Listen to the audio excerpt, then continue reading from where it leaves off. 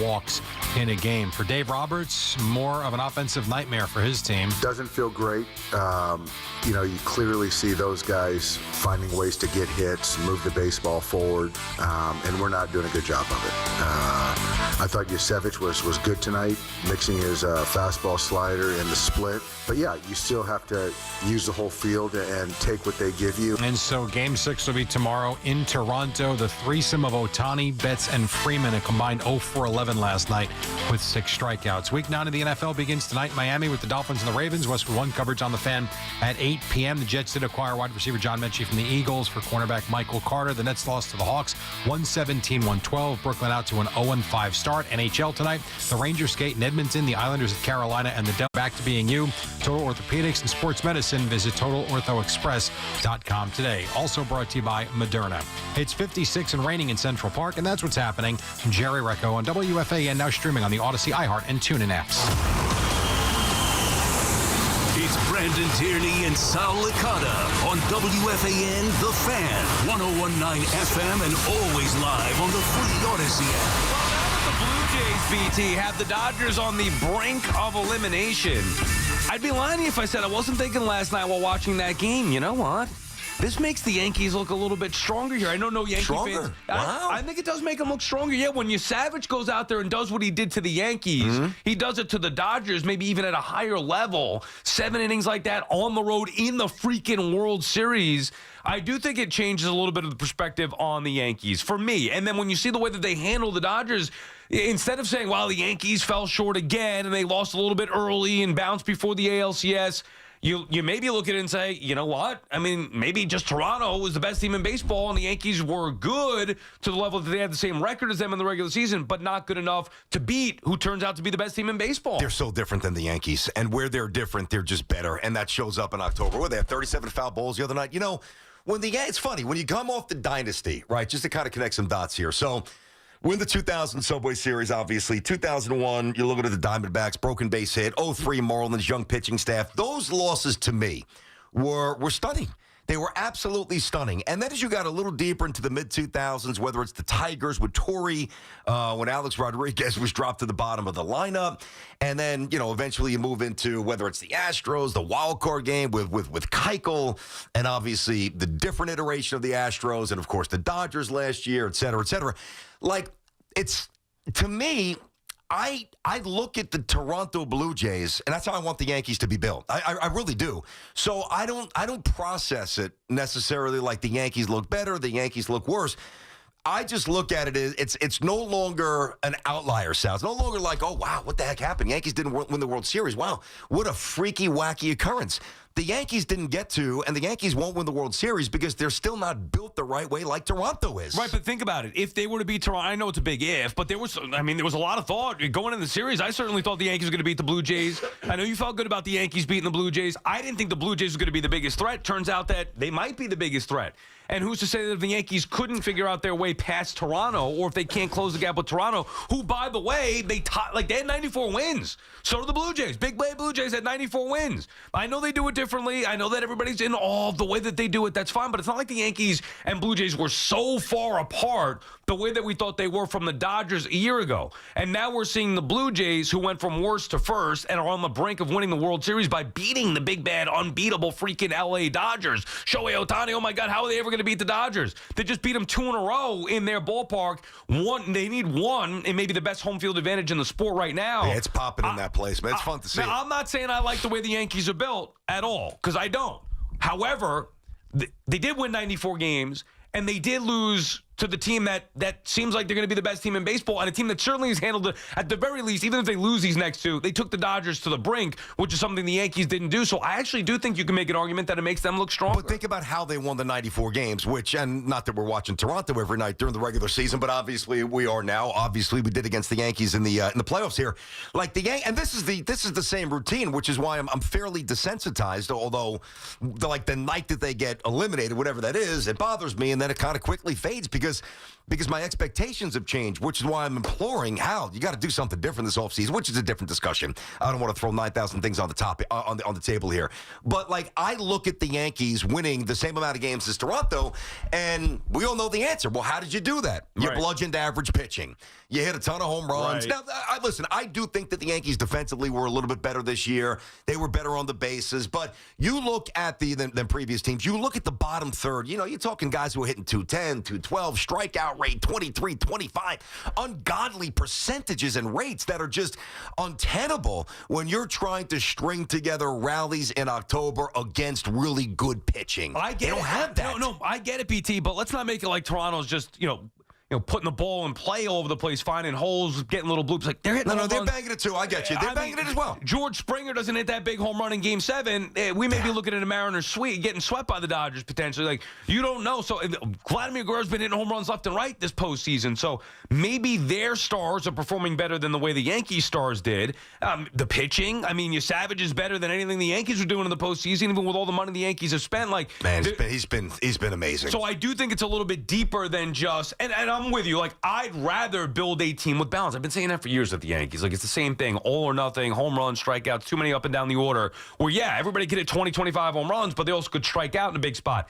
So I would like more balance. However, I don't believe that the Blue Jays are that much better than the Yankees. And I believe that they played a 7-game series, it might have been different. Now, Toronto's owned them all year long, so I'm not saying that the Yankees would have lost, but I don't think the disparity is as great as I did think it was from the Dodgers last year to where the Yankees were a year ago. Now, remember, I was a little worried about Toronto the whole year. Like, I never once said, the Yankees are going to win the division because they're the Yankees. Like, I never dismissed Toronto. Now, I didn't think that they were quite this good. I didn't know about you, Savage. This is just certain things you didn't know. Variables like the Yankees did. Like, nobody knew about Schlittler at the start of the season unless you're really a prospect guy or a gal. I was more with C-Mac, like calling them frauds. C-Mac would call them frauds. Yeah. I didn't call them. I just didn't believe in them. Nobody did. Listen, I'm not waving the flag saying Toronto's, an absolute powerhouse team here, but they looked a little different than previous Toronto teams. I knew they were better than the Red Sox and the Rays, obviously, and the Orioles are a mess. So I thought that would be the Yankees' chief competition. The thing, though, when you look at the Yankees' flaws here, and we all know what they are, and even if they would have advanced, is Rodon even pitching in the World Series? He had surgery the next day. So there's other things that I can incorporate here, but the most worrisome thing for the Yankees for me, and I just don't think that this plays well enough to win a championship series and then eventually a World Series. Who's the leadoff hitter? Still don't know. Yeah, I know. Still have no leadoff hitter. It's ridiculous. Still don't. Well, it was DJ LeMahieu going in the year again. God, I know. No, but that just shows you how ridiculous it is. That's what I'm saying. Again, going into this year was supposed to be LeMahieu. I know, absolute lunacy. And then the other thing too is how many times whether it's when we give you, if the Yankees had a day game and you and I get the lineups and we throw them out on the air, which obviously is sponsored, we talk about the lineup, or you and I did, and we did this for the Yanks and Mets toward the end of the year, constructing lineups. We did this a lot, right? How many times were we like, well, maybe put this guy behind Judge, or no, maybe this guy behind Judge, more contact. Well, this guy's faster. They still don't have definitive, absolute protection for Judge. So until you get a legit leadoff man, I'm hoping it's the offseason, and it's going to happen now. And whomever it is, whether it's a Tucker or if Bellinger's back or whatever, they just got to clean up some things. I'm not saying that they're without talent. Of course, the Yankees have a lot of talent, and to get Garrett Cole next year, and the Yankees could, with a few tweaks and a few bold moves, they absolutely could get to and win the World Series. But this group, I'm not surprised, and I don't feel better by Toronto looking as good as they do against the Dodgers. It's never good, especially when you're the Yankees, but really anybody. It pertains to the Mets as well, but we're talking about the Yankees here. It's never good when you could even just say, well, they were better than us. Nobody should be better than the New York Yankees. However, for me, not that I'm taking solace in this, but I thought that they were, like, even going into this year, they could win the American League. They're not going to be able to beat the Dodgers or beat the Phillies. Who knows about the Brewers? And that has changed to me, where I firmly believe it's a lot easier for the Yankees to close the gap from where the Blue Jays are to where they are currently than it would have been had the Dodgers went out there and won another World Series. And by the way, they still could, but just not looking as dominant, even with all the moves that they had made in this past offseason. BT and Sal on the Fan, our friends at Town Fair Tire. Remind you that Town Fair Tire, you always get the guaranteed lowest price on name brand tires from Connecticut to Maine. Nobody beats Town Fair Tire. Nobody. Josh is calling from Long Beach, starting us off. What's up, Josh? Hey, Josh. What's up? You guys drive me crazy sometimes. I love you to death, by the way.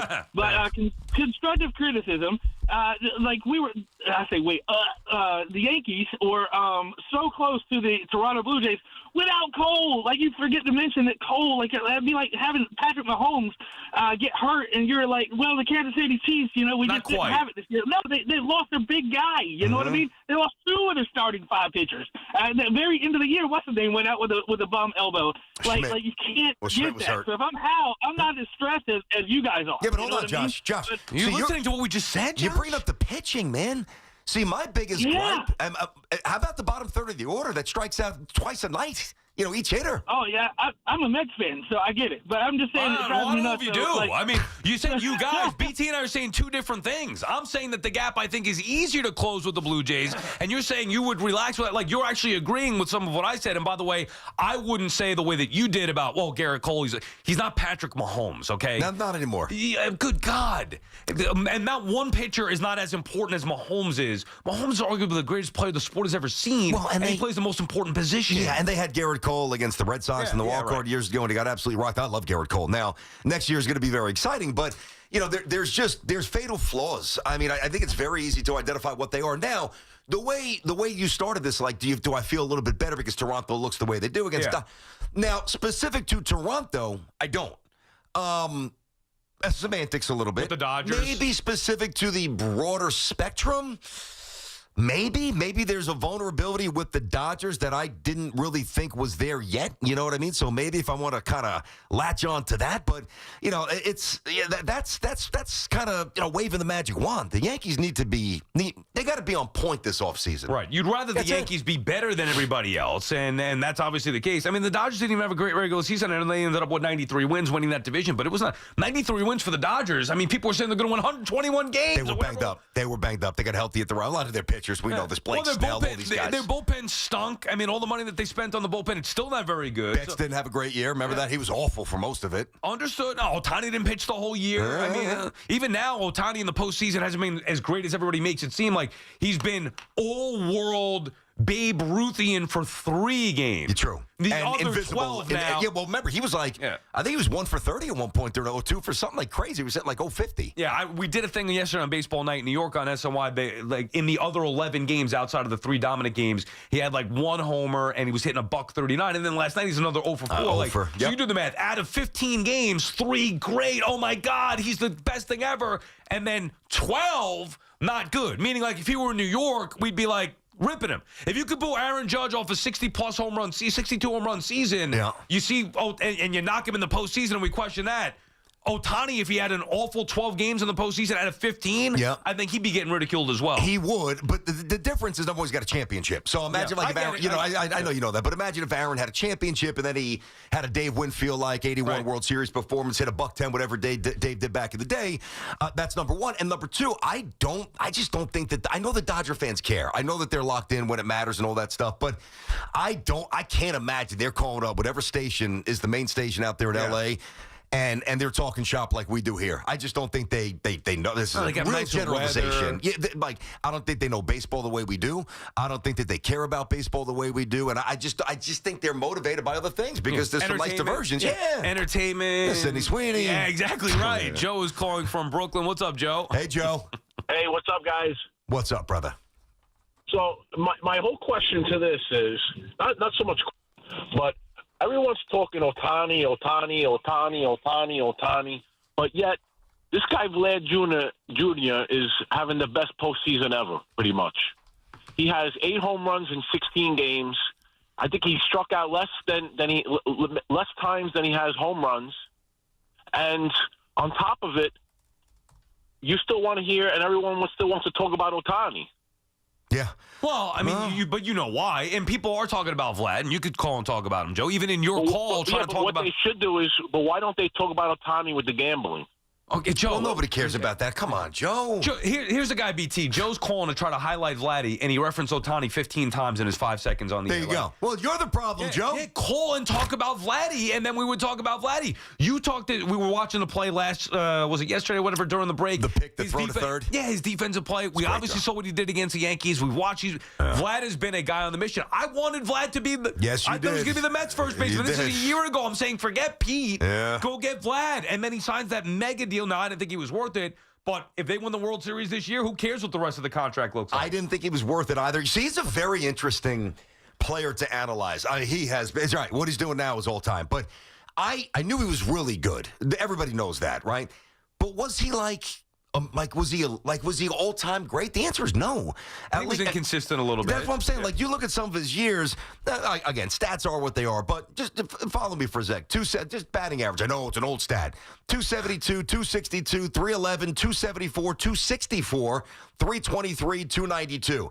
Some really good seasons. And by the way, the on-base percentage is good, though there's been fluctuations there. The OPS has been a couple of times where it's been spiked amongst the league leaders, but his all-time OPS is 860, which is good, but it's not like Judge it's not or 500 Bonds million or good. Exactly. So, and I always thought he was a little out of shape, and he wasn't a great athlete. How would he age? What he has done the last month or so has been phenomenal. And he's been a leader. Like, there's something you could see with the Blue Jays. They're a close-knit group. They are. I'm envious in a lot of ways. Yeah. They're scrappy. Of course, and they're built the right way, meaning not just that, they could put the bat on the ball. Yes, they do that, but they also have the stars like Vlad, like Springer. They also have the stars in place, and then they've gotten the perfect combination. A guy comes up from the minors when you're Savage, that's dominating. Like, those are the things that you need. The mojo at home, that home crowd. Now, look, they still could lose these next two games. I would be stunned if they lost both of these games. Me at too. home. They're going to be champions. You would think so because of that home field advantage. Joey Clams is calling from Brooklyn in the first segment of the show. What's up, Joey Clams? Joey boy. Forget about it. Cadillac's better than a Lincoln. How That's you right. guys doing? You Listen, better believe Sally, it. Yeah. Sally, after 4 games, you called the Nick Coach a clown. 9 years. This guy Boone is a clown. He's a bozo. He wins regular season games against Puss. Look at the way the Yankees play. It's terrible. You know what Vladdy said? He goes, "I'm a better baseball player all around because of Don Mattingly." That's all. I didn't see that. You guys stick up for this guy, Boone. Like Well, Joe, hold on. I got a question for you. No. Listen. Number one, we Dad. both like him and know him, but when it's time to say he made a mistake, like when he went to Cortez and getting in the World Series, I crushed him. Let me ask you a question. So you think it's more, and we're not going to derail this and get into this for 4 hours, but I need an answer because based on what you said about Boone. So basically, what you tell, if I'm hearing this right, is that you think that the Yankees would be champions if they had a different manager. That's pretty much what you're saying, right? If they had a better manager, Is that what you're saying? absolutely, and a better coaching staff. That's what you're saying, right? I think you're nuts. I think you're wrong. I respectfully disagree. No way. He's terrible. It's the roster, Joe. Terrible decision in the playoffs. Joe, it's the roster, Joe. You can't manage the game. NJ Prospects, bring your daughters down there for softball. Come see. There you go, Gary Joey Clams. Appreciate it. I'm with you, BT. Now, I'm not going to. That's it. He's perfect. He's not Miller Huggins, man. We know that. 100%. I'm not going to absolve Aaron Boone here. No. It's a Yankee organizational thing that Boone is a part of that maybe you have an issue with. You can't tell me that if they hired Don Mattingly, first of all, they didn't want Don Mattingly. So get on the Yankee hierarchy. It's not Boone's fault. It's the Yankee hierarchy that hired this regime, the front office, the way that they do it, the DON, Department of Nerds. What do we call it? Is that what Well, not we, you. Yeah, the DON. The DON. Right, then I made it. Department of Nerds, like that's what they want. They didn't want Donnie Baseball. But that's not Boone's fault. No. You know what's nuts too? Like when the hitting coach, obviously, you'll remember that. When there was a thought that Mattingly, and there was certainly a movement for Donnie to become the manager, I didn't want him to get the job. Because you know if it went wrong, you'd have to. I can't do it to my guy. I mean, I would have to, but I don't want to be put in that spot. It's Donnie. Maybe you wouldn't have been put in that spot. That's true. Maybe he would have won if they would have had a better roster. Back to the original point. I do know this. Donnie spent all those years with the Yankees. He leaves. They win World Series. Now he finally might get it without being a Yankee. Yeah, it's a strange world, buddy. I mean, it sucks. A World Series champion with the Toronto Blue Jays. It's crazy. And even to make it more painful, the 94 season, I haven't watched the Expos thing yet. I know you have, but... You're going to be disappointed. I know you told me. I was going to watch it the other night. I got wrapped up with some stuff, but I'm going to this weekend at some point.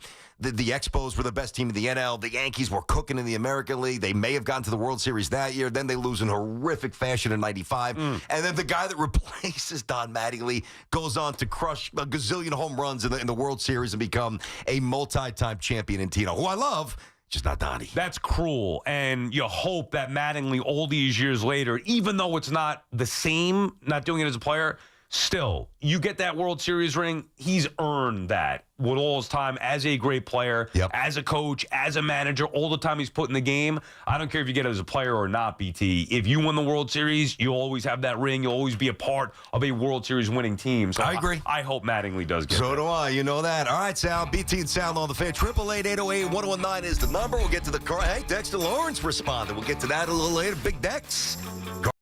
In the headlines for the first time since us. All right, guys, let me tell you, Cash App is built for the city. You've got built-in security that's rock solid, Face ID, scam warnings, 24/7 chat support. Basically, it's like having a bodyguard for your money. You work too hard for what you earn. We all do. So don't let anything slip through the cracks. Download the Cash App today. All you have to do is use code WFAN. 10, send $5 to a buddy within 14 days, and Cash App is going to slide $10 right back to you. So the 5 you sent to your friend, they hit you up with 10. You double it, free, no little small print. They just give you money. Terms apply. That is money. That is Cash App. Now, Cash App's a financial services platform, not a bank. Banking services provided by Cash App's bank partners. Prepaid debit card issued by Sutton Bank and member FDIC. Direct deposit, overdraft coverage, and discounts provided by Cash App, a Block Inc. brand. Visit cash.app/legal/podcast for full disclosures. Every Saturday at 8 a.m., it's Kickoff with Boomer and Mike Valenti, where the guys break down the biggest headlines and storylines from across the NFL. I think what's happening in New England is legit. I think now they can win the AFC East. Kickoff with Boomer and Valenti is brought to you by Nationwide. For your insurance and financial needs, Nationwide is on your side. The Fan, 101.9 FM, and always streaming on Odyssey, TuneIn, and the iHeartRadio app. Every NFL Thursday is your chance to hit the jackpot on FanDuel. Because with FanDuel's Thursday touchdown jackpot, you can win a share of $2 million in bonus bets each and every week. To get in on this Thursday's action, all you have to do is place an anytime touchdown scorer bet before the game kicks off. And if your player scores the first or last TD of the game, you'll win your bet plus a share of bonus bets. Just visit FanDuel.com/Boomer to take a shot at the jackpot. That's FanDuel.com/Boomer for your chance to win a share of $2 million in bonus bets. Play your game with FanDuel, an official sports betting partner of the NFL. FanDuel Sportsbook is also the official partner of WFAN. 21 and over and physically present in New York. Opt-in required. Must apply profit boost token on select market. Prize pool to be split equally among all eligible participants who made the correct first or last TD pick. Bonus issued as non-withdrawable bonus bets, which expire 21 days after receipt. Restrictions apply. See terms at sportsbook.fanduel.com. For help with a gambling problem, call 877-8-HOPE-NY or text HOPE-NY 467-369. Mnexspike COVID-19 vaccine mRNA by Moderna is now available and easy to find near you. To learn more, visit mnexspike.com. That's MNEXSPIKE.com. All right, gentlemen, this is Emmitt Smith on behalf of Depend, and I've got the perfect play. Run straight to your doctor's office for a life-changing catch. Because when prostate cancer is caught early, it's up to 99% treatable, and one blood test might be all it takes. And now through November, Depend is donating to the Prostate Cancer Foundation for select purchases. Talk about a great play. From September 1st to November 30th, Depend is donating 25 cents to the Prostate Cancer Foundation for Depend Shields Guards Real Fit products purchased in the U.S. up to a maximum of $300,000. Avoiding Mississippi. Hey, I'm Mike Slater. My dad passed away at the age of 63. It's out of nowhere. Had a stroke. Super hard, obviously, for the whole family, but my dad had life insurance. This is why I have life insurance for my family, for my wife and 4 kids. And the best place to get life insurance is ethos.com, because you can do it in 10 minutes. And there's no medical exam and no blood test, just a few health questions. Get life insurance in 10 minutes so your family is protected. Ethos, ETHOS, ethos.com/play. There are a lot of reasons why people buy at Ramsey Mazda. It's their selection, it's their customer service, and it's their savings. Lease a new 2025 Mazda CX-30 2.5S all-wheel drive for $159 for 33 months. Start shopping now at RamseyMazda.com. Choose wisely. Choose Ramsey Mazda. Call 833-853-2970 for details. VIN SM 841631. MSRP $26,980. Zero security deposit. Ends 10/31/25. talk New York sports on The Fan. Actual price will depend on product and subscription plan. Featured products are compounded drug products, which the FDA does not approve or verify for safety, effectiveness, or quality. Prescription products require an online consultation with a healthcare provider who will determine if appropriate. See website for details, restrictions, and important safety information. Want a boost in and out of the bedroom? Hims has you covered. Introducing a new 2-in-1 approach to level up your game. Tadalafil for better bedroom performance and zinc for testosterone support. Put it all together and you've got what you need to turn things all the way up. Getting started is simple. Just go to hims.com/joy to start your free online visit. Through Hims, you can access ED treatments including pills, chews, and more. 100% online.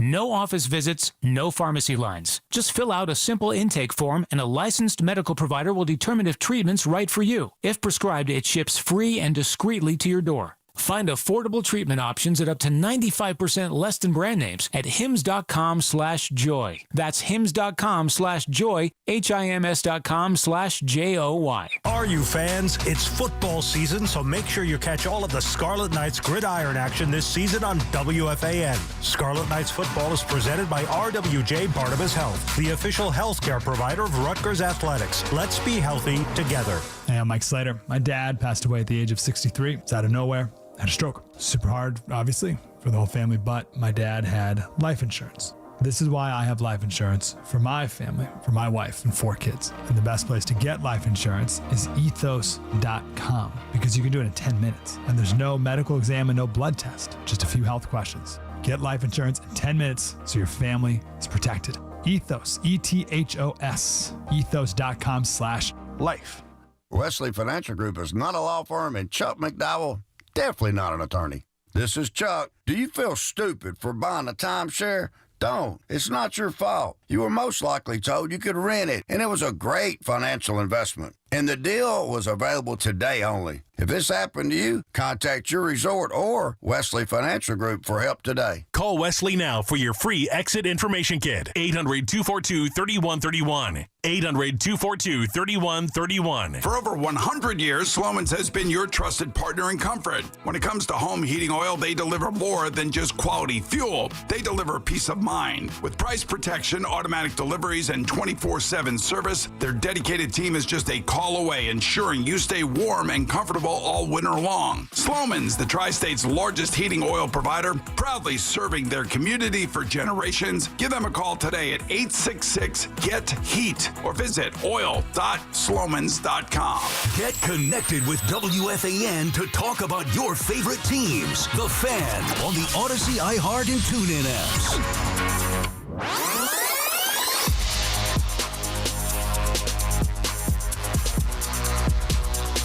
BT, it's out back on the Fan on this Thursday morning. 888-808-1019 is the number to call. We're talking World Series and really what it means for the Yankees. You can throw in the Mets if you want. We'll get into Skubal in a little bit too, BT, as there was an update from the Post. John Heyman had it first about the difference between Skubal and the Tigers, and it's even worse than thought, so we can get into that a little bit. But as it pertains to the Blue Jays, the way that they've played here so far, I really don't think the Yankees. Now, this could be a scary thought as well, because if I'm thinking this, the Yankees are probably thinking this because they're going to be saying, well, look, we won 94 games. We're right there with the Blue Jays. We don't think the gap is that far.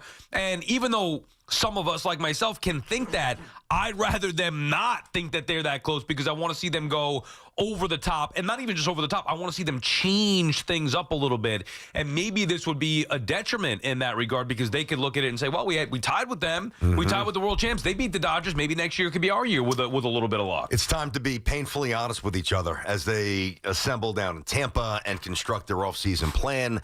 Yeah, if they're thinking that, like, hey, we're almost there, and, if Toronto wins, even if they don't, even if the Dodgers come back and win the next two, you can still make the case, and I hope they don't, I'm with you, whoever right there, let's stick to the plan. Yankees, there's no overhaul that's necessary, but there is an absolute, I've been saying this for years, there's an absolute tweak in philosophy. It is imperative that they get there. Now, when you have the same people in the room, I don't think that that's a good setup for change. I mean, suddenly Brian Cashman, after doing this for 30 years, is going to start thinking very differently about this? Right. I mean, Omar Minaya and Sabian, I believe Sabian, I know Omar is, I think Sabian's still there. They were hired a couple of years ago. What's their contribution? Have they done anything? I'm not saying that they haven't, but... No, I think... Well, I mean, whatever it is, it's not changing the way the Yankees do business. Well, because what if they're there and they're voicing their opinion and maybe it's not being heard the way that That was my fear. I remember saying when they brought them in, I'm like, okay, hey, Omar's good with the minors. He knows how to identify, draft players, and develop players. And I always liked Omar as a talent evaluator going back to the Mets here. But if they don't give him the runway, to expand, firstly, to present those thoughts and then expand on them, and then people are actually open to listening to them, and then eventually implementing on some level, then what the hell is he on the payroll for? Correct. Like, look at the team. Can you feel the Sabian/Omar Minaya effect? I don't. I'm not saying that they don't have any say, but I mean, I know. I worked with Omar for a little while over that, so I know what he likes. I know he does like power as well. He believes in that, but there's also got to be a little balance in there as well. So I'm not so sure that. And again, I don't know their exact role or what moves they would have wanted to make. All I know is this. It's been the same thing for a very long time with the same guy heading the entire operation. Yeah. And for people that think that Boone's the problem, for example, if they had fired Boone because of the public backlash, they'd hire somebody just like him. Even worse, probably, because he's not going to have the experience or the cachet maybe that Boone had, being the player and family that he had, all that lineage, and really the ability to diffuse issues when they come up, which I think is one of Aaron's greatest strengths. I've said this for years here. You might be able to get a better strategist, although I think that Aaron's good in that regard. Although a lot of things are dictated by numbers, and the game's a little different certainly than when Billy Martin was in the dugout and smoking a heater in the locker room. You're like, all right, I'm going to go to this guy today. I'm going to bring in Goose in the 7th to face George Brett rather than the 9th or whatever. But I do think that there's a little runway here, and I'm afraid that it's not going to happen because we have not yet heard from Hal. And there's a little swerve here, but it is now almost November. Yeah. The Yankees have not been playing baseball for a couple of weeks. They are out of the World Series and dumped from the championship series, and another year since 09 with no championship. And I remember saying the day after when we, or a couple of days after, when we carried the Boone and the Cashman press conference, I'm yelling like a lunatic. I'm barking at the moon saying, where's Hal? I mean, can I hear from Hal? Right. Even if it's a quote.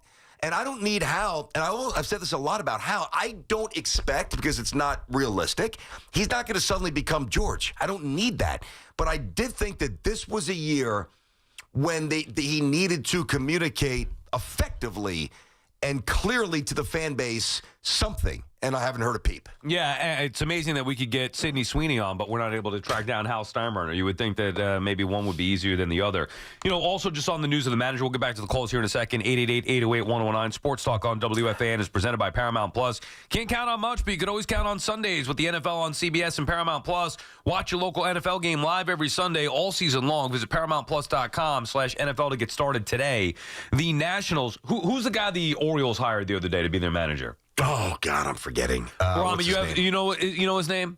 Dove, you know his name? None of us know because we've never heard of the guy before. And go ahead, Rami, give us the guy. Who the Orioles hire? Craig Albernaz. Right. I still don't know who that is. You know how old he is? Does it have how old he is up there? Craig Albernaz was hired by there's a point to this. Just bear with me here. Yeah. You can find his age there. Craig Albernaz. Oh, yeah, and then you hear he's revered. He's revered by, okay. He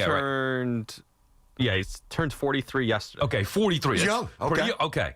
The Nationals are finalizing, this is according to Jeff Passan, the Nationals are finalizing a deal to hire Blake Butera as a manager. Is this Sal Butera? I was just going to say, hey, a little baseball card. I remember Sal Butera. Well, I love Sal Butera because as a kid, it was like the only Sal out there. Sal Butera, catcher with the Expos, if I'm not mistaken. Catcher for sure. Maybe the Brewers for a minute, too. Yeah. They bounced around a little bit. So Blake Butera, and I don't know if there's a relation or not. The Nationals finalizing a deal to hire Blake Butera as a manager, sources tell ESPN. Butera, 33, will be the youngest manager in baseball in more than 50 years. 4 seasons as a minor league manager in the Rays organization. His team was 258 and 144. Point is, they're hiring guys to be managers that we never heard of before that are in their 30s. Who are these guys? Giants, same thing. I like what the Giants did to me was very bold. He was a Tennessee. He was a college baseball coach. Yeah, for sure. That's Tony Vitello. Yeah, okay. That was a very interesting one to me. Now, I don't know if it's going to work out, but, to hand over the reins at Tennessee's basically like a pro program with NILs and playing in that conference. I know it's a different world. You're not playing 162 games in the SEC, but I thought that was interesting. And I'm not going to say the other guys, Butera, the other dude, whatever, just because they're young or we don't know them that they can't be very good. I wouldn't say that at all, but what it does do, it signals maybe a bit of a shift in, all right, we're going to get younger and we're going to get guys that we can actually control more. That's a signal. Right. The days of getting a manager in there to clean these things up, like, at least it still happens in the NFL, even with going in the direction of younger coaches and guys with inexperience, whatever it may be. Still in the NFL, you have the guys that come in and they run. The head coaches are running the show. I know it's a collaborative effort, obviously, but they're the ones who are really running the show. In baseball, it's not. It's the front offices that are running the show. So even if Yankee fans, some of them, got their wish with moving on from Boone, who do you think they're going to hire? Unless they blow up the whole thing, which is what a lot of people want for change, it's not going to be any different. Real quick, Sal, to your point, think about the baseball versus football, or the baseball model, I meant to say, right? So now Cashman's been here for 30 years, so obviously his name is always weaved into these conversations, bigger picture, right? Yeah. But outside of referencing Joe Shane because, the job status, we don't reference Muji. You don't think about I did a little pod, I brought him up on the pod yesterday, but you're not thinking about Darren Muji, who, by the way, has done some really good things. If you want to check it out on Killable Pod, all that stuff, find it. It's on my social media stuff. I did it yesterday. Tribute to Nick Mangold. I think you guys will enjoy that. But we don't talk about Muji because he's uninvolved in the season from the day-to-day operation. But when we talk about the Yankees and the Mets, it's always like, well, Stearns' plan, it worked the first year with the pitchers, 50-cent discount racket. It didn't work this year. And Cashman, all these guys can't run and they strike out. And Stanton's still here. It is very different. You're right. It's totally different. Football, it's the head coach who's got the juice. We know that. BT and Sal on the Fan. We'll take a break. Come back with your calls. 888-808-1019, the number to call. All right. So we have had Cadillac. Well, I've had Cadillac for well over a decade, but now I've had the Cadillac Escalade IQ, which is just absolutely insane. And as I've told you many, many times, today's the first time I drove it in the rain. And trust me, very comforting. Just basically, flying a little. I mean, within the realm of the speed limit, of course. But feeling pretty good, banging around with some music, hitting the ambient lights. I felt like Batman again, listening to Boomer and Geo. It's absolutely insane. 4 distinct all-electric Cadillacs. Some like them for the performance. I do. Others for the range. Almost 500 miles when fully charged. 500. And some drive them because, let's face it, it looks great, and it's an awesome way to make an entrance. Never been a better time to say, hey, let's take the Cadillacs out. I love it, BT. And I can assure you, the next vehicle I buy will, in fact, be a Cadillac. The all-electric Cadillac family of vehicles, the Escalade IQ, the Vistic, the Optic, and the Lyric. I get texts from people, do you really love the Cadillac? Yes, I do. And the main question is, well, what about the charging? Because I think people are afraid to take that step. Me too. And I was myself. Last year, I was really afraid to do it. This year, I'm like, all right, I got to figure this thing out. We got these cars for 2 weeks. Let me do it. And I have not gone to a station yet like you did at Target. I went to Target, Okay, once. fair enough. And if you buy the vehicle, you can buy the charging station, which is even easier. Put it right in the garage. It's simple. Right now, I plug it into the wall, just like you would a vacuum or whatever else. Or your phone. Whatever. Plug it into the wall, charge it each night. We're good to go. I love it. It's incredible. I've been to a gas station in 2 weeks. The all-electric Cadillac family of vehicles, the Escalade IQ, the Vistic, the Optic, and the Lyric. Visit your Tri-State Cadillac dealer today. The BT and Sal Show, presented by your Tri-State Cadillac dealers. Cadillac, the official luxury vehicle of the New York Giants. This Odyssey Sports Minute is brought to you by the New Jersey Division of Highway Traffic Safety. Look out for pedestrians. Safety is a shared responsibility. This is Boomer Esiason with an Odyssey Sports Minute. Baltimore visits Miami tonight, and Lamar Jackson says he's ready to go. Uh-oh. He should put up some pretty big numbers and be the difference maker against his shoddy Miami defense. Meantime, Tua Tagovailoa is coming off of his best game as the Dolphins blew out the Falcons. However, the Ravens defense looks significantly improved coming out of its bye, so I do like Baltimore 30-23. I'm Boomer Esiason. Your favorite neighborhood spots run unsquare. You know the ones. Maybe it's the popular shop that just opened a new location by you, or the big sports bar that's always packed on game day. These places make the neighborhood, and the money spent there stays in your community. Square powers more than 4 million neighborhood businesses worldwide. To learn more, go to square.com, or just stop by your favorite local business. See you in the neighborhood. Square. Lowe's knows that free makes everything better. That's why our rewards members get free standard shipping on the things they want and need to get the job done every day. Savings for rewards members add up fast, so why wait? Join for free today. Lowe's, we help, you save. Not available in Alaska and Hawaii. Exclusions and more terms apply. Loyalty program subject to terms and conditions. Details at lowes.com/shipping terms. Subject to change. Looking for the lowest price on name brand tires? Get to Town Fair Tire and get the guaranteed lowest price on any name brand tire. Nobody beats a Town Fair Tire deal. Nobody. Town Fair. Hey, football fans, picture this. You bet on your favorite player to score the first touchdown in the game, but his teammate scores instead. If this happens, BetMGM wants to give you another chance at the end zone. With BetMGM's second chance promotion, you'll get your stake back if your first touchdown scorer scores second instead. That's right. Bet on any pro football player to score the first touchdown of the game. If you're right, you win. If your player scores second, you get your stake back in cash. With BetMGM's second chance offer, you have a chance to keep the fun going after the first player crosses the goal line. BetMGM and GameSense remind you to play responsibly. See BetMGM.com for terms. 21 plus years of age or older to wager and physically present in New York and New Jersey only. Existing customer offer. Subject to eligibility requirements. Rewards paid back in unrestricted withdrawable funds. Gambling problem? For New York, call 877-8-HOPE-NY or text HOPE-NY. For New Jersey, call 1-800-GAMBLER. Sunday no longer a fun day? We've got specialists for that. Walking the dog, unleash, knee pain. We've got specialists for that. With 45 Castle Connolly top doctors, Orland & Cohen specialists are considered among the best in the nation by their peers, which can mean a better outcome for you. From Staten Island to Southampton, our network is open 7 days a week, so you can feel better, faster. Visit OrlandCohen.com. Get ready for more BT and Sal on The Fan.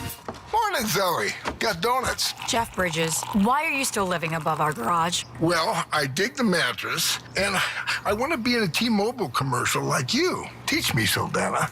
Oh, no, I'm not really prepared. I couldn't possibly. At T-Mobile, get the new iPhone 17 Pro on them. It's designed to be the most powerful iPhone yet and has the ultimate pro camera system.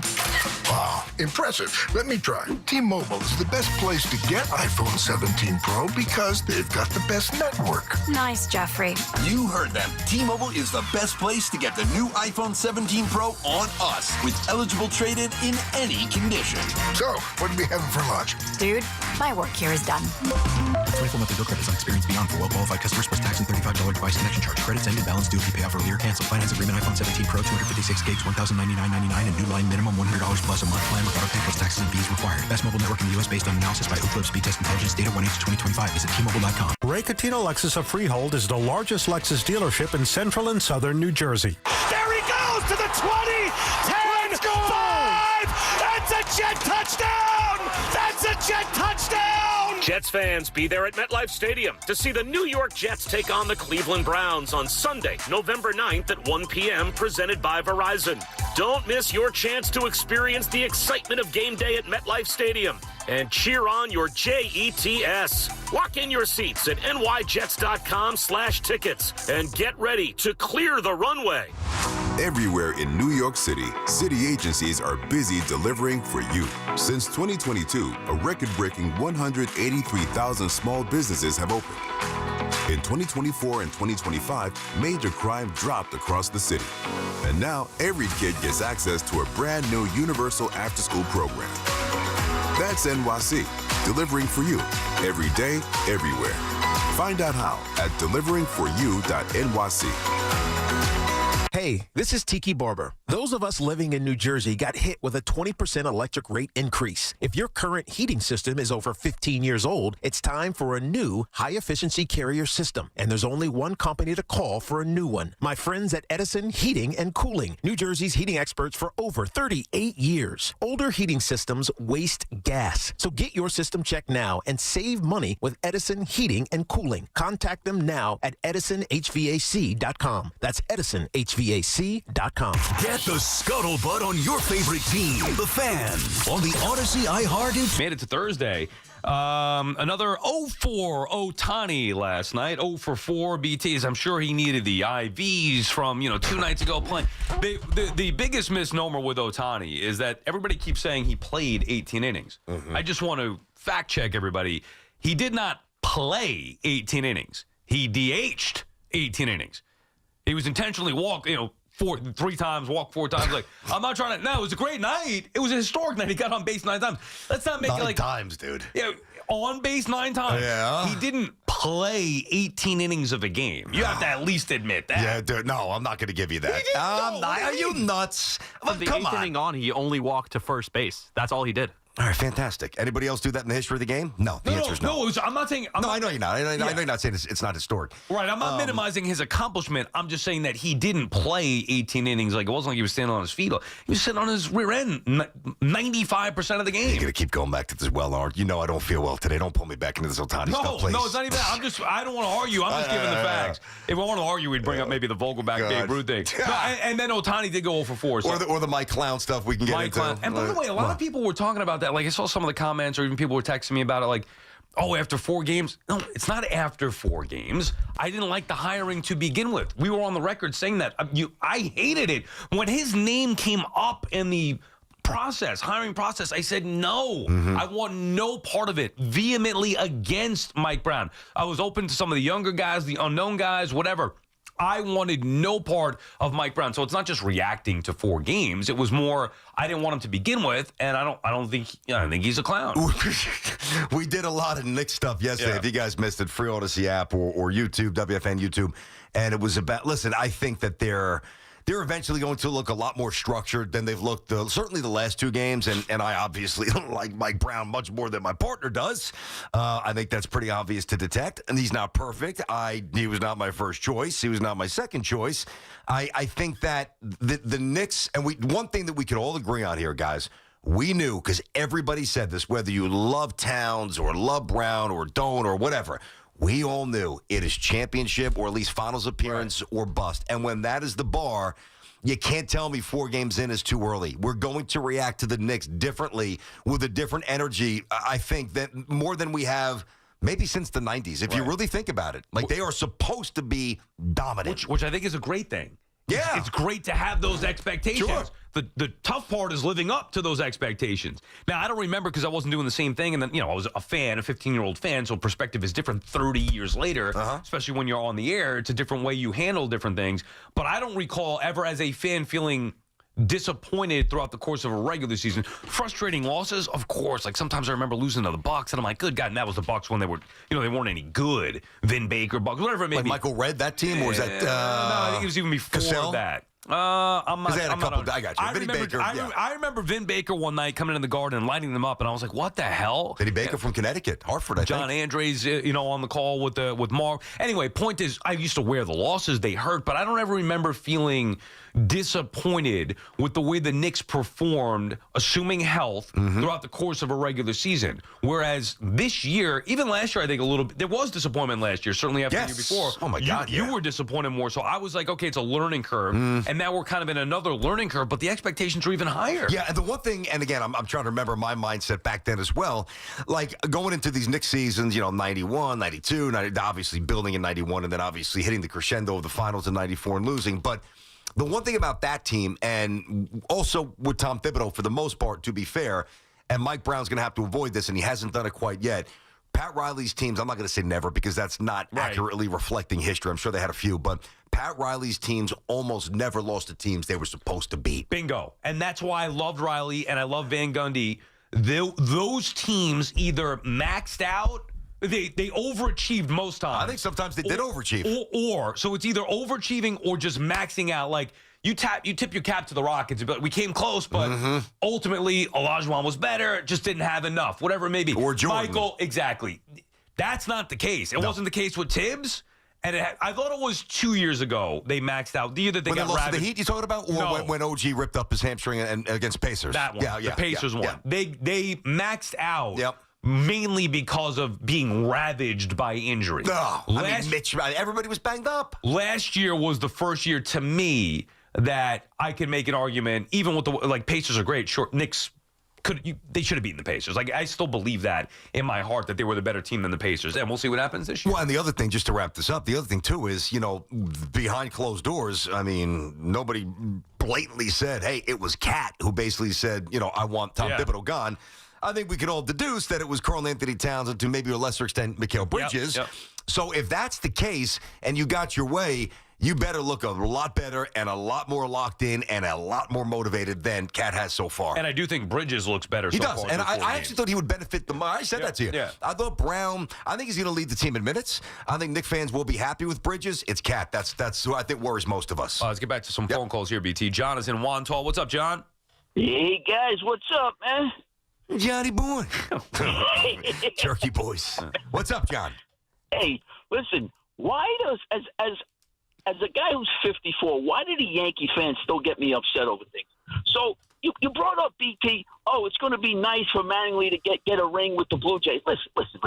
Let's calm down with Don Mattingly already. This is about the Blue Jays. This isn't about the Yankees. No, for me, it's okay? about Mattingly. You're getting a little personal out here, John. Good. No.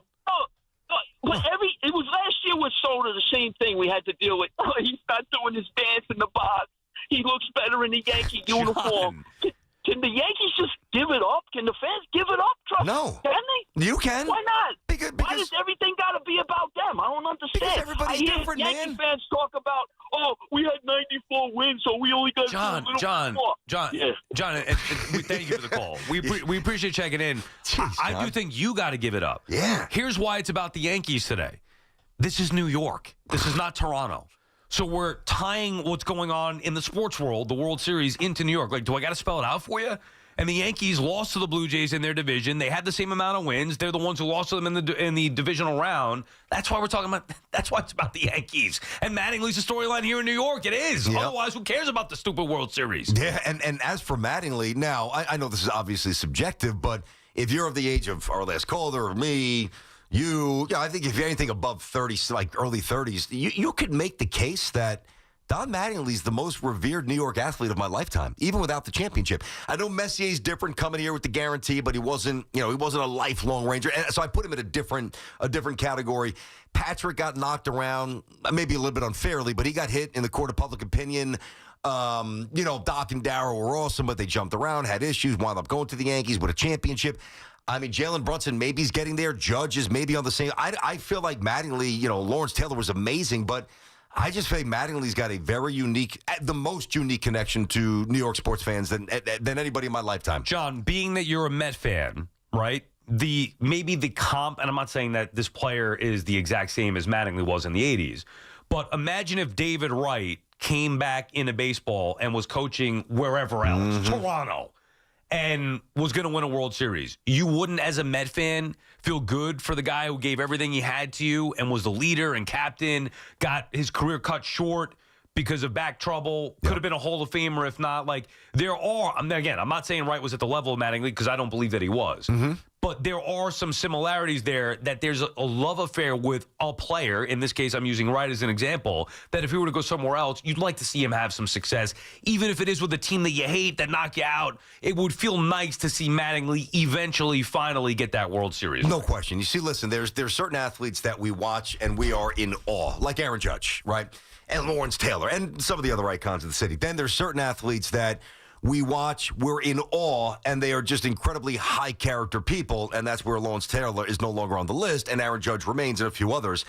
I think the uniqueness of Mattingly and David Wright, and I'm with you in inserting him. I love David Wright. I'm a massive fan of David Wright. I love him. All-time favorite Met, really, outside of Darryl and Doc. That's how much I respect number 5. But I think there's something to be said when an athlete breaks down like Mattingly and David Wright did, and they still try to will themselves, and the fans feel that. Because at the end of the day, while Donnie's trying to get back for his family and for his team, and David Wright was trying to get back for his family and his legacy and his team, we almost feel in some weird way that they're trying to will their way back for us. And so it's a next level emotional connection that is almost impossible to replicate, even if you're better than Mattingly and Wright, and there are athletes who have been better than Mattingly and Wright. And think about it this way. In about, 10 years from now, maybe Yankee fans will be rooting for Aaron Judge to get his first World Series ring as the Mets hitting coach, let's say. He and Soto could team up again. Wow. Soto will still be here in 10 years. I don't know how many World Series rings he'll have by then, but maybe Judge will go to the Mets hitting coach. It could be Judge and Soto. Wouldn't that be a great story? It would be, but I think a better story would be maybe we put Aaron, if Aaron Judge wants to go to Queens for some reason, then Aaron Judge maybe could coach first base, since you guys, like a bunch of dopes, are apparently getting rid of the best first base in baseball, coach in baseball. So if Aaron Judge went to first base to sabotage the Mets' future, that would be a good story. Come on, you wouldn't root for Judge to get that first ring? As a Met? What's up, Blue Jay, Met? What's the difference? You know the difference. BT and Sal, the Fan, 888-808-1019 is the number to call. Scatterboo is down and shaken up. Adversity has presented itself all season in many forms for Big Blue. Oh no, it's bad. I just saw his right foot bent completely to the right. How that adversity is met reveals what a team is made of. We got to start figuring out ways to win. Week 9 brings San Francisco to town with Christian McCaffrey looking to wreak some Halloween havoc on MetLife. Will the Giants rise up and get back in the win column? Find out right here Sunday at 1 on your home for New York Giants football. 1019 FM WFAN and always live on the free Odyssey app. It's finally NBA tip-off week, and FanDuel's your home for live betting. So even if you missed the start of the game or want to ride the hot hand, FanDuel has live bets on everything from who will score next to fourth quarter comebacks. Plus, you can even combine your live bets into a same-game parlay for a shot at a bigger payout. However you want to play, now is the perfect time to join. FanDuel's giving new customers $300 in bonus bets if your first $5 bet wins. Visit FanDuel.com/Evan to sign up today. I love the app. We all do around here. It's safe and secure, and when you win, you get paid instantly. Play your game with FanDuel, official sports betting partner of the NBA. FanDuel Sportsbook is the official sportsbook of WFAN. 21 and over, physically present in New York. First online real money wager only. $5 first deposit required. Bonus issued as non-withdrawable bonus bets expire 7 days after receipt. Restrictions apply. See terms at sportsbook.fanduel.com. For help with a gambling problem, call 877-8-HOPE-NY or text HOPE-NY 467-369. Mnexspike COVID-19 vaccine mRNA by Moderna has arrived. To learn more and find it near you, visit mnexspike.com. That's MNEXSPIKE.com. Wouldn't you know if you made $7 million? D.C. politician Mikey Sherrill is so out of touch, she can't even remember. It said she made millions on the stock market, tripling her net worth while in Congress, and was then fined for unreported trades. Is that true or false? So, I think we made money. Come on. Who wouldn't know if they made $7 million? I'm Jack Chittarelli, born and raised right here in New Jersey, where it's never been harder for the middle class. That's why I'm running for governor, to fix our state. In Congress, the only thing Mikey Sherrill fixed was her bank account. And she voted for higher taxes on your tips and overtime. Mikey even voted for higher taxes on your Social Security. Who does that? Let's be clear. I'm the only candidate with a plan to make New Jersey affordable. I'll reduce property taxes and lower energy bills because you should keep more of what you earn. New Jersey, Jack Chittarelli is the change we need. Mikey Sherrill is just more of the same. Paid for by Chittarelli for Governor Inc., P.O. Box 225, Annandale, New Jersey. Life's rewarding, especially with Flushing Bank's Complete Cash Rewards program. Just open a personal or business complete checking account to get started. With 29 New York Metro locations, there's nothing easier or more rewarding. Visit flushingbank.com today. Member FDIC.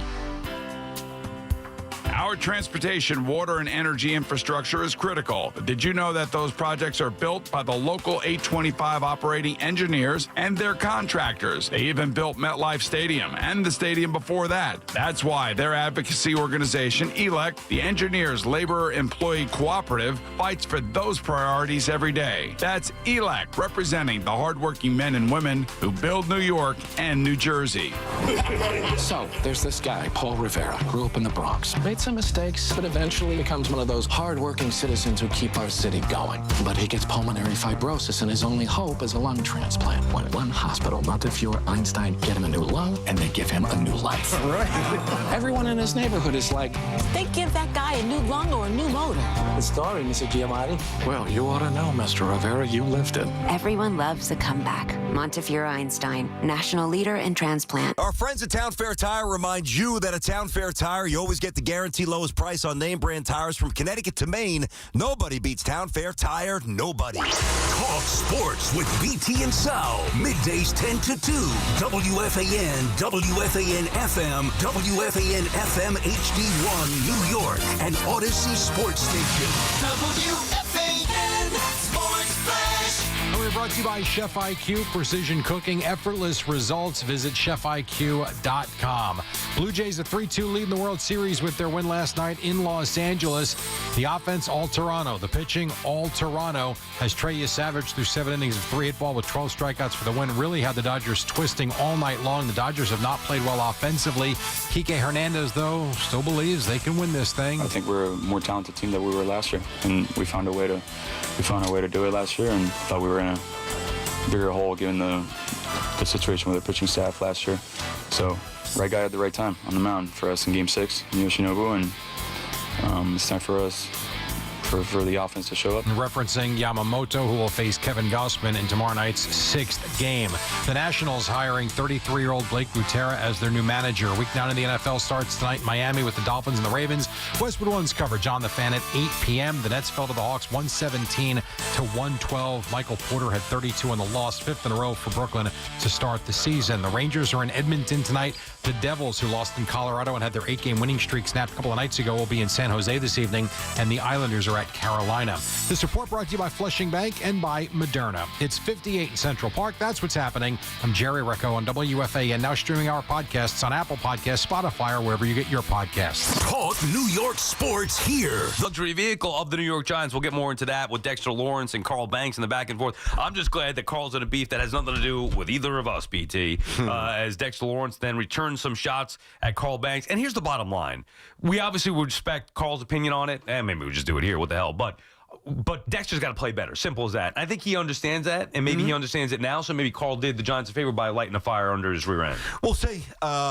He pushed back a little bit, didn't like what Carl said. Well, now go show us. Yeah, right. Now, I thought the wording by Carl was very interesting. Like, you start throwing around respect, and they don't respect you. That was a hit piece, dude. It was. It was a wrestling promo. Yeah, he held it. He held it in for 2 years. He had to get back at somebody. Who was he really talking to? You and me, probably. Even though I'm cool with him, and you are as well. We clear it up. It was Carl. clear he didn't respect us by the way he was talking to us on the show, which is why we had to move on. I do respect though that he didn't back down from it. Yeah, he didn't say like when he was talking about Carl. Yeah. When he was asked about it, he's like, listen, I said what I said, and I love Dexter. I like Dexter. I love Dexter, whatever. But I stand by what I said. And a lot of times people say something, and because they feel some heat, they retract it. No, if that's what Carl believes, I actually have respect for him remaining married to that conviction, because I think he's a whole lot more right than wrong. My question would be, and maybe this is just semantics with the words, but if they were really disrespecting Dexter Lawrence, would they be double teaming him? No. So, but they still do double team him. Now, I'm not breaking down the film myself, but I told you Bobby Skinner. I see him talk about it. Baldy. See, he's still getting doubled. Yeah, well, Baldy's breaking down the film, and we had Baldy on Tuesday, every Tuesday at BT and Sal. It's all over. You guys want to go find. He's great. So I would imagine that's like the first thing he's looking at. You're right. Like, we look at it on a more of a cursory surface level. Certainly the interior play. Yeah. I'm not an offensive line coach, but I played 2 years of football, and I played left tackle, and I hated it. I'm the skinniest kid on the team. Why am I playing left tackle? Because back in a million years ago, they didn't throw the ball. For the record, if they threw the ball, I wouldn't have been there. I playing quarterback, maybe. I know. Okay. I know that there are some fans who get into it. For the record, I think the majority of fans don't care. Like, I'm not an X's and O's guy. I don't care to be. I'm not a football player. I'm not a football coach. I am a football fan. I watch football. I want to be entertained. I don't find it entertaining on a play when I'm watching it on TV to watch the trenches and see who's doubling who. I want to see where the ball's going. I want to see who's making the tackles, who's making the catches. I think that's the majority of sports fans or football's fans. So we could have Baldy on. He could enlighten us. You could watch Carl Banks, listen to him. He can enlighten you in a different way. Those things are good to me in certain situations. But as a fan, I don't care who's double teaming. I care about the results of the play. And I want to see dominance, though, from Dexter Lawrence, regardless of the double teams or what. I want to see him wreaking havoc in the opposition's backfield, and we just haven't seen that nearly enough. No, he's had a very bad season, and he just is really not doing anything of significance here. It's funny because again, within the boundaries of being honest, I mean, I'm not a tape head, I'm not a film head. But I've gotten a lot more into it than I ever was, right? And really, even my son's team, like, they send us the film after games, and the coaches send, and every team in the league has to do it. Like, if you play Team X versus Y, and then you're playing Team Y the next week, they have to send the film to our coach, so then you can kind of get a sense of what the other team has. And I do find that interesting because I've learned some stuff. where I do like film, all right, and I remember with the quarterbacks, like early with Zach and even Darnold when he was really a mess, even though Zach was much worse. Like I'm saying, are guys open? Are you not seeing things? Because I'm like, I have at least learned to distinguish, like if a guy's open and the quarterback can't get it to him because he's just not seeing what's in front of him, or the O-line's caving and he's got to chuck it off his back foot. So I do appreciate it, but I don't pretend to know anything more than I do when it comes to that stuff. These gentlemen do. Baldy might be the best in the world at this, and he thinks that Dexter Lawrence have been terrible. Do you like bologna? I used to love bologna. Okay, me too. A little mustard, yeah, sure. You know what's in bologna? Was it like the ass of a pig or something like that? The scraps? You don't really want to know how it's made, right? Same with hot dogs. Yeah, I don't. I don't eat it anymore, so you can tell me. I like hot dogs. No, I don't want to know. I want to eat a hot dog. I want to eat the bologna. I don't care how it's made. I don't want to know what's in it. That's, to me, the way that I would view film. I'm not saying you can't get educated in certain regards. I think for what we do, it's pointless. Like, we're not breaking down film. I don't find that entertaining. It could be educational. Sure. It's not entertaining. It's not what sports fan. I've never once in my life, ever, in 46 years living on this earth when talking about sports, went to one of my buddies and be like, oh, dude, did you see that pancake from, the offensive lineman? Oh, my God, Sean O'Hara. Now, I'm not saying you can't appreciate a good offensive line or a good defensive line. I'm just saying that the film breaking down, to me, I leave that to other people like Carl Banks or like Baldy. And they're all saying the same thing, what we were saying here. And so, now also, when we were growing up, we didn't have access to that. Correct. And like Summerall and Madden or early days with Jim Nance, if they didn't give us a good replay, we're lost in the weeds. We're just going like I'm looking at Canizaro's report card after a Jet game, or was it Schwartz? Whomever was doing the Giants back then, I forget. But you look at the letter grades, the coaching, the offense, the defense, the special teams, whatever. So yeah, there's more access. Some people really appreciate it. I do, but I'm not nuts with it. And by the way, when was the last time you actually had bologna? How long ago? Not too long ago. Oh, so you still have it? Yeah, within the last month I've had it, maybe 2 months. You buy it from like Costco or the stores? No, like ShopRite. Sometimes we go to ShopRite. Yeah. We'll go in there and I'm like, you know what? I'm in the mood for a cold cut sandwich this weekend. Yeah, me too. Just bologna and cheese with a little mustard? Now, it's not often. No, I would go mayo if anything. It's not often, but a couple of months ago, we might have talked about it once, and I was like, you know what? I had like a thing for it. Yeah. And then That's I had me with spam. Spam? Out of the can? Yeah, not anymore. But when I was growing up, I felt like it was filet mignon. Sure. I've never had spam. What? No, never Before had a CYO game my mom would make scrambled eggs and a little spam and a bagel and milk? No, absolutely. My mom would go fried bologna, as a matter of fact. Fried bologna and fried ham. Yeah. Oh, man, well, she would fry the spam. I wouldn't eat it out of the can. What is spam? I don't even know what that is. Probably the same nonsense and garbage and poison that hot dogs and bologna is. But why spam and not ham? What's the S for? Do you have any idea what spam is, Rami? You're looking at two guys who have no idea back here. Yeah, because, is it not kosher? For religion, because it's not kosher. It's not kosher. Oh, well, you too. That's right, Rob. Okay. Hey, you guys are missing out. Maybe you got to convert. I don't know about that. There are other things I would rather eat besides bologna and spam. All right, BT and Sal on the fan, 888-808-1019. Let's get in some calls here. How do you say this? ATEF? Where we at? ATEF is calling from Saddlebrook. What's up, ATEF? How you guys doing? Good. What's up? How are you, buddy? I have a crazy trade potential between the Yankees and the Mets. Oh, yes. Can't wait to hear that. Yeah, go ahead. Yeah, before I get that, real quick about the discussion you had about Mattingly and David Wright. I have been a Met fan since '85. You know who was standing on the top of the steps of the dugout of the Boston Red Sox when they were about to win the World Series in Game 6 when Mookie Wilson hit that triple to first base? Who was it? Tom Seaver. That's right. Tom was on that team. That's right. Okay. There you go. So we cursed him. So, yeah. What's the point? You guys were talking about how Mattingly is. Yeah. Right. What's the point about Seaver, though? But would you have been happy if the Red Sox won? Because I guess you love Tom Seaver. I guess that's what you're getting at, right? No. I'm a Mets fan. No, I honestly, I love Tom Seaver. Always will. Right, I'm just still confused. I'm still confused about the point. I hated him at that moment. Okay. Gotcha. He was ready to run out on the field and stick the dagger into the Mets' heart. The Mets got rid of him. Either way. They deserve it. No, I understand. Okay, gotcha. What's your other point? What's the trade here? The trade, okay, this sounds crazy, okay, but just think about it for a minute. Yeah. So the Yankees need a leadoff hitter. You said that, BT, yes, right? 100%. And they also and they can deny it all they want. They do have a problem at shortstop. Yes. So if just think about this, Lindor for Stanton and a top minor league pitcher from the Yankees, and the Yankees carry Stanton's full burden. Okay, so Jet moves from the minor league into shortstop, and the Yankees get what they want. The Mets will have free some money. Yeah, but Atif, hold on one sec, buddy. You're assuming that you're that's a big, broad assumption, and thank you for the call. Old school radio we call. Get into. Yeah, no. Once in a while it works a little bit here. It took a while to get to the point, but eventually got there. You're assuming that Yankee fans want Lindor, and I would think that there's some that would. Now, the Stanton thing, and I went over the numbers the other day. Obviously, the Miami Marlins are paying $10 million offset that. So it's really like it's a weapon that the Yankees could use. Not that I don't think Lindor is good, but I do. Although he did take a big step backwards defensively, whatever.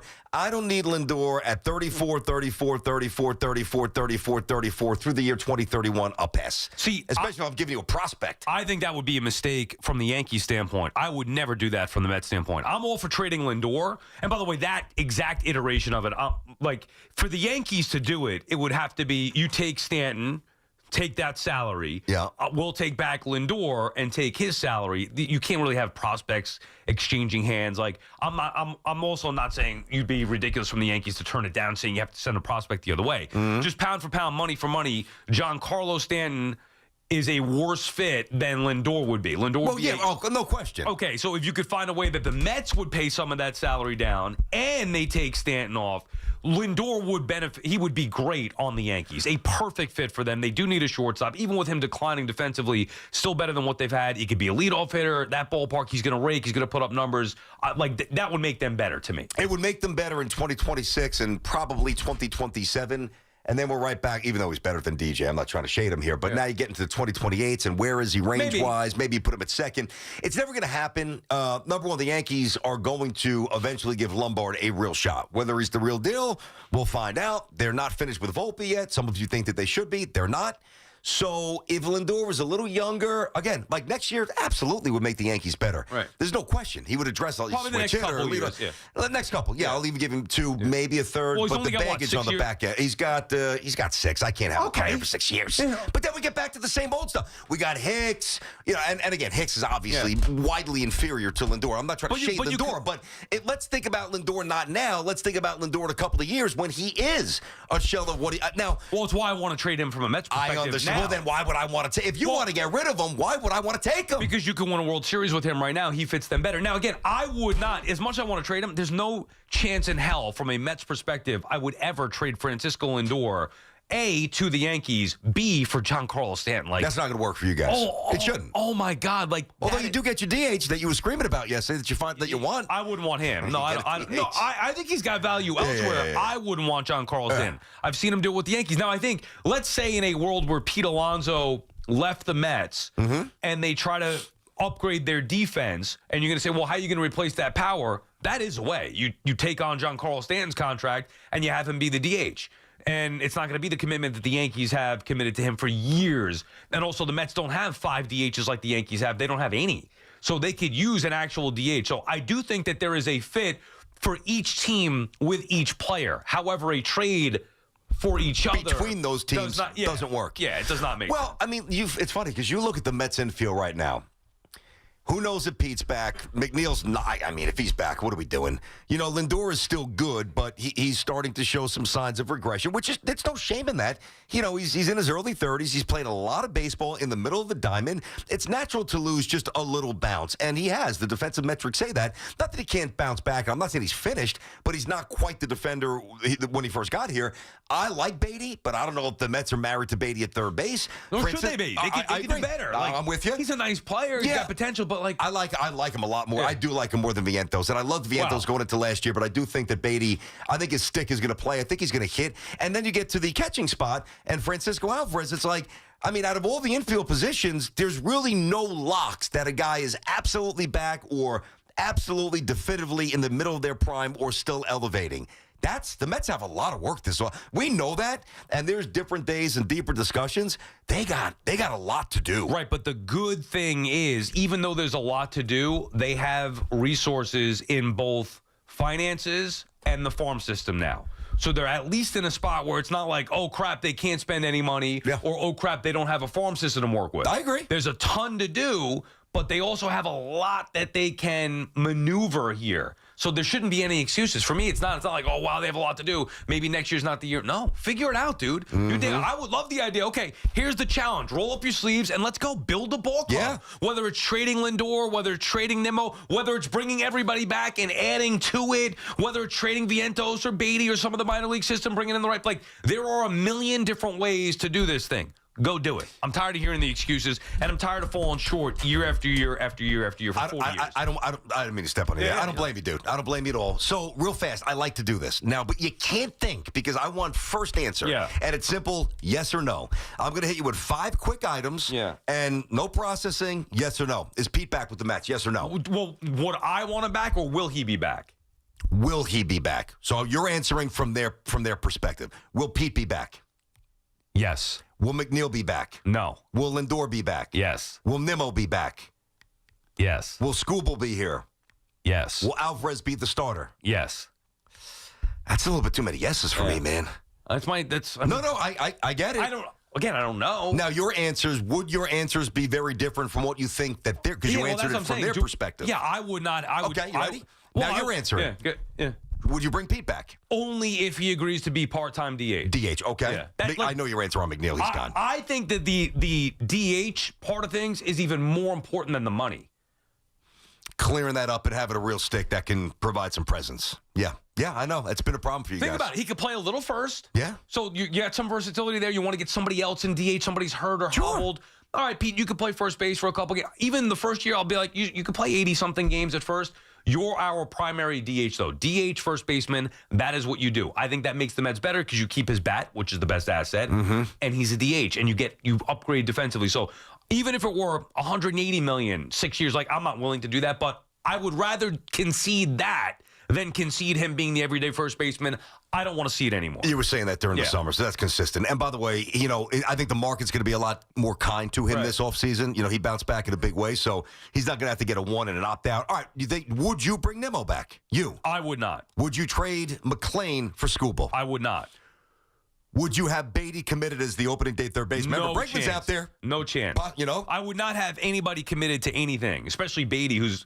No, I think he's a useful piece, but what if the Tigers said, well, we need Beatty? And see ya. Yeah, 100%. That's a given. We'll go figure out a third base somewhere else. Who's your starting center fielder day one? Well, I think that's a big thing that they have to figure out. I don't like Duran from the Red Sox. I know he's been brought up. He was a lot more appealing a couple of years ago. Yeah. He's a little sloppy, I know there's some thought about maybe trading for Luis Robert. Again, point is there aren't any great options. Really, what you should do, and this is maybe a big point, BT. I don't know if we can get into it today, but definitely it's going to be a theme over the course of the next couple of weeks, if not just flat out months. Similar to where we were with Soto, meaning that there were two perspectives. My perspective was the Yankees cannot let him go. The idea was they gotta, now I thought he was going to leave, but from a Yankees perspective, gotta bring him back and then build on top of it. And from a Mets perspective, it was have to have him. The difference is I believe Soto was going to leave. With Bellinger, I don't believe he's going to leave. Yeah, me neither. But if he does, the Mets have to get him because there are no other good center field options. So a big part of me is like, dismissing Bellinger. And I don't like the idea of paying that much money to a guy who I don't trust offensively. But at least I know the floor with him is he's an excellent center fielder. With versatility. Could play the corner spots. Gamer. Could play first base if he needed. Gamer. And I do think his floor has gone up a little bit. He performed well in New York. I agree. So now I don't love the fact that he's lefty with Soto, whatever, but I think the Yankees have to keep him, and I believe that they will keep him. However, I also believe that you talk about center field, find me the better option to play center field for the Mets than Cody Bellinger. There isn't one. I got one more question for you. Whatever the top offer is from whomever, are the Mets right there or slightly more for a competitive offer for Tucker? At the end of the hot stove, do the Mets dip their toe in the pool, or are they all in and try to get him? I don't believe the Mets are going to go the avenue of Tucker. The only way that I think that that's possible is if they do trade Lindor and or Nimmo. Otherwise, they got to invest.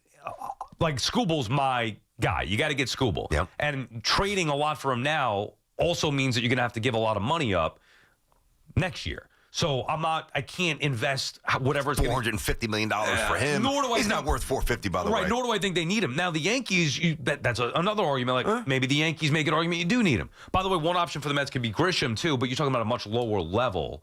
Like I forgot about Grisham. Yeah, that's true. Until just now. That's true. I mean, but again, do I love Grisham? Good luck getting a $190 against lefties if you're lucky. Put it this way. I'd rather pay Grisham whatever it is that he's going to command, which I don't think would be a lot. What, maybe 2 years with an option? What, 10, 12, 15 a year, something like that? I'm not 100% sure. I know he's coming off a big year, but I wouldn't pay him for that year. That's why probably he'll get somewhere else more than the Mets would be willing to pay. But I'd rather pay him than trade for Duran or Luis Robert. The other issue is they have Carson Bench, who they like as a potential center fielder, but you might have to move on from him in a Skubal trade. In a pitching also, trade. there's an unknown. So I'd like to go into the year with at least a big league center fielder, which is why I think Bellinger's the best option and Grisham probably the second best option. A little hot stove. Feels good, right? BT, I love it. I mean, we can talk that all day long, and we're going to have to talk it all day long with the Jets and Giants the way that they are. BT and Sal, the fan, 888-808-1019 is the number to call. If you're tired of dealing with neck pain, backaches, even sciatica, stop messing around and go see the guys at Samwell Institute for Pain Management. That's Dr. Shah, Dr. Ko, and Dr. Sitapra. They've got offices in Colonia, Englewood, and Livingston. And here's the best part. They focus on non-opioid, minimally invasive, non-surgical treatments. Real solutions that can actually get you back to feeling like yourself again. Check out the thousands of 5-star reviews that trust Samwell. So turn to Samwell Pain for relief. Go to SamwellPain.com. That's SamwellPain.com. The home of the NFL on Westwood One is WFAN. Cuts it up along the numbers and waltzes into the end zone. The Ravens take on the Dolphins. 8:15 tonight. It is right down the middle and good. Thursday night football is on the Fan. 101.9 FM and always streaming on the iHeartRadio, TuneIn, and Odyssey app. Hey, Tiki here. Imagine a world where all your smart devices work together seamlessly in one simple ecosystem. Introducing the Sloman's Shield Link. With Sloman's Shield Link, transform your home into a truly intelligent smart home experience. Control your lights, heating and cooling, door locks, cameras, TVs, just about anything in your home. Life is busy and daily stresses add up. But with Sloman's Shield Link, your home tech works in harmony, making life more convenient, safe, and enjoyable. Now imagine pulling into your driveway, and with one tap, your home welcomes you. Lights on, doors unlocked, only to hear your favorite music. A true smart home isn't just about gadgets. It's about comfort and security. With Sloman's Shield, enjoy a full integration of home security and automation, all at your fingertips. Make your life easier and your home a safer haven. Learn more at SlomanShieldLink.com or call 1-800-ALARM-ME. Embrace the future of home living with Sloman's Shield Link. Make the smart choice. The Mazda CX-5. With standard all-wheel drive, advanced safety, and effortless handling, there's more to a Mazda than meets the eye. Lease yours for $229 a month and elevate your journey wherever the road takes you. Visit your local Mazda dealer or MazdaUSA.com. Honey, that flu keeping you up? Did you take NyQuil Intense Flu? Nah, I got this. Okay, I don't got this. Yeah, you need NyQuil Intense Flu. Undo your flu with NyQuil Intense Flu. NyQuil Intense Flu provides powerful relief of your flu symptoms so you can sleep. You do got this. NyQuil Intense Flu. The nighttime sniffling, aching fever. Best sleep with the flu medicine. Use as directed. Keep out of reach of children. Life insurance. Why are you putting it off? Can't afford it? Too much hassle? Think you don't need it? There's lots of excuses for putting off life insurance. But if you weren't there, who would pay the mortgage and other bills? With Ethos, you could be covered in 10 minutes and boom, family protected. Ethos, fast and easy online term life insurance. Up to $2 million in coverage with no medical exam. Some policies as low as $1 a day. Answer a few health questions and get your free quote at ethos.com/radio. That's ethos.com/radio. Athletes know performance starts in the gut. At Terra Origin, we fuse ancient Ayurvedic wisdom with modern science to fuel recovery, resilience, and real results. Our most popular gut health formulas are packed with probiotics, prebiotics, and time-tested herbs, supporting digestion, immunity, and endurance from the inside out. Because your gut powers more than your workout. It powers you. Terra Origin. Ancient roots, athletic results. Shop now at TerraOrigin.com. We've got more sports talk talk coming up on The Fan. Hey, football fans, picture this. You bet on your favorite player to score the first touchdown in the game, but his teammate scores instead. If this happens, BetMGM wants to give you another chance at the end zone. With BetMGM's second chance promotion, you'll get your stake back if your first touchdown scorer scores second instead. That's right. Bet on any pro football player to score the first touchdown of the game. If you're right, you win. If your player scores second, you get your stake back in cash. With BetMGM's second chance offer, you have a chance to keep the fun going after the first player crosses the goal line. BetMGM and GameSense remind you to play responsibly. See BetMGM.com for terms. 21 plus years of age or older to wager and physically present in New York and New Jersey only. Existing customer offer. Subject to eligibility requirements.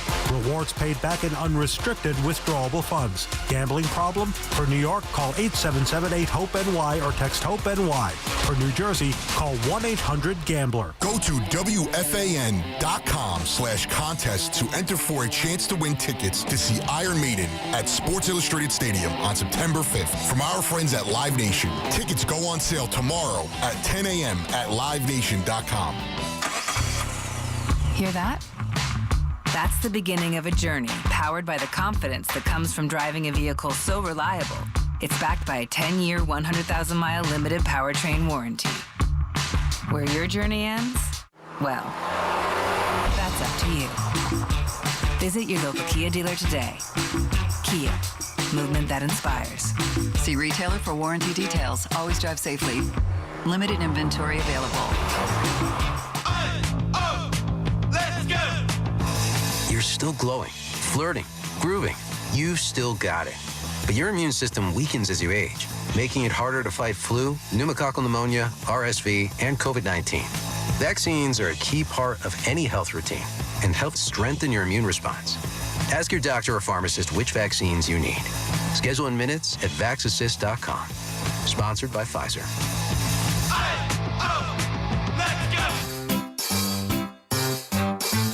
1-877 Cars for Kids. KARS Cars for Kids. 1-877 Cars for Kids. Donate your car today. Call 1-877-CARS for Kids to reach a friendly live agent. Donation's super easy, and your car can be picked up as soon as tomorrow. Call us now. 1-877 Cars for Kids. Donate your car today. Did you know you can donate real estate too? Get connected with WFAN to talk about your favorite teams. The Fan on the Odyssey, iHeart, and TuneIn apps.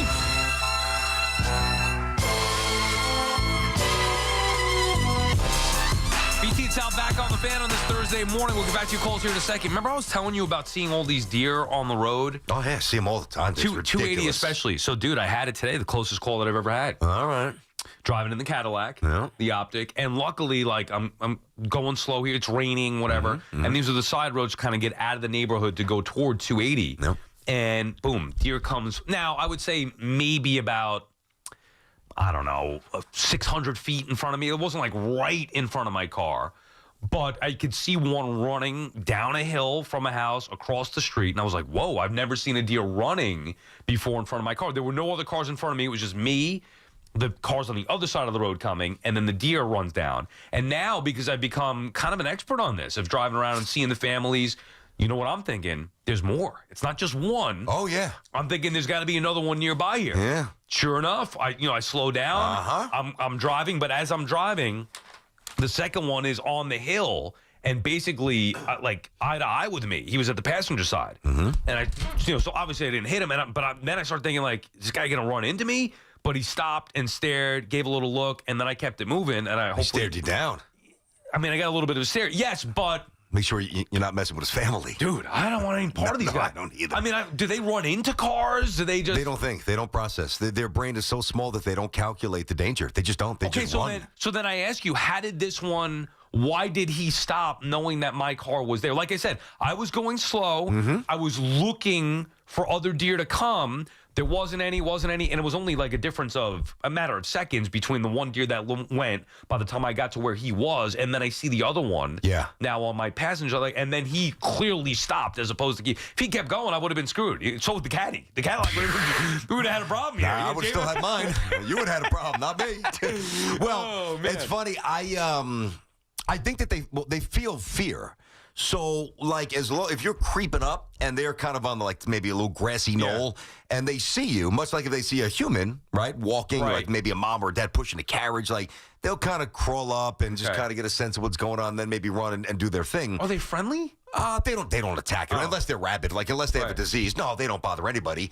I think the real, in terms of the lack of calculation, occurs when they just dart out, and they don't see your car.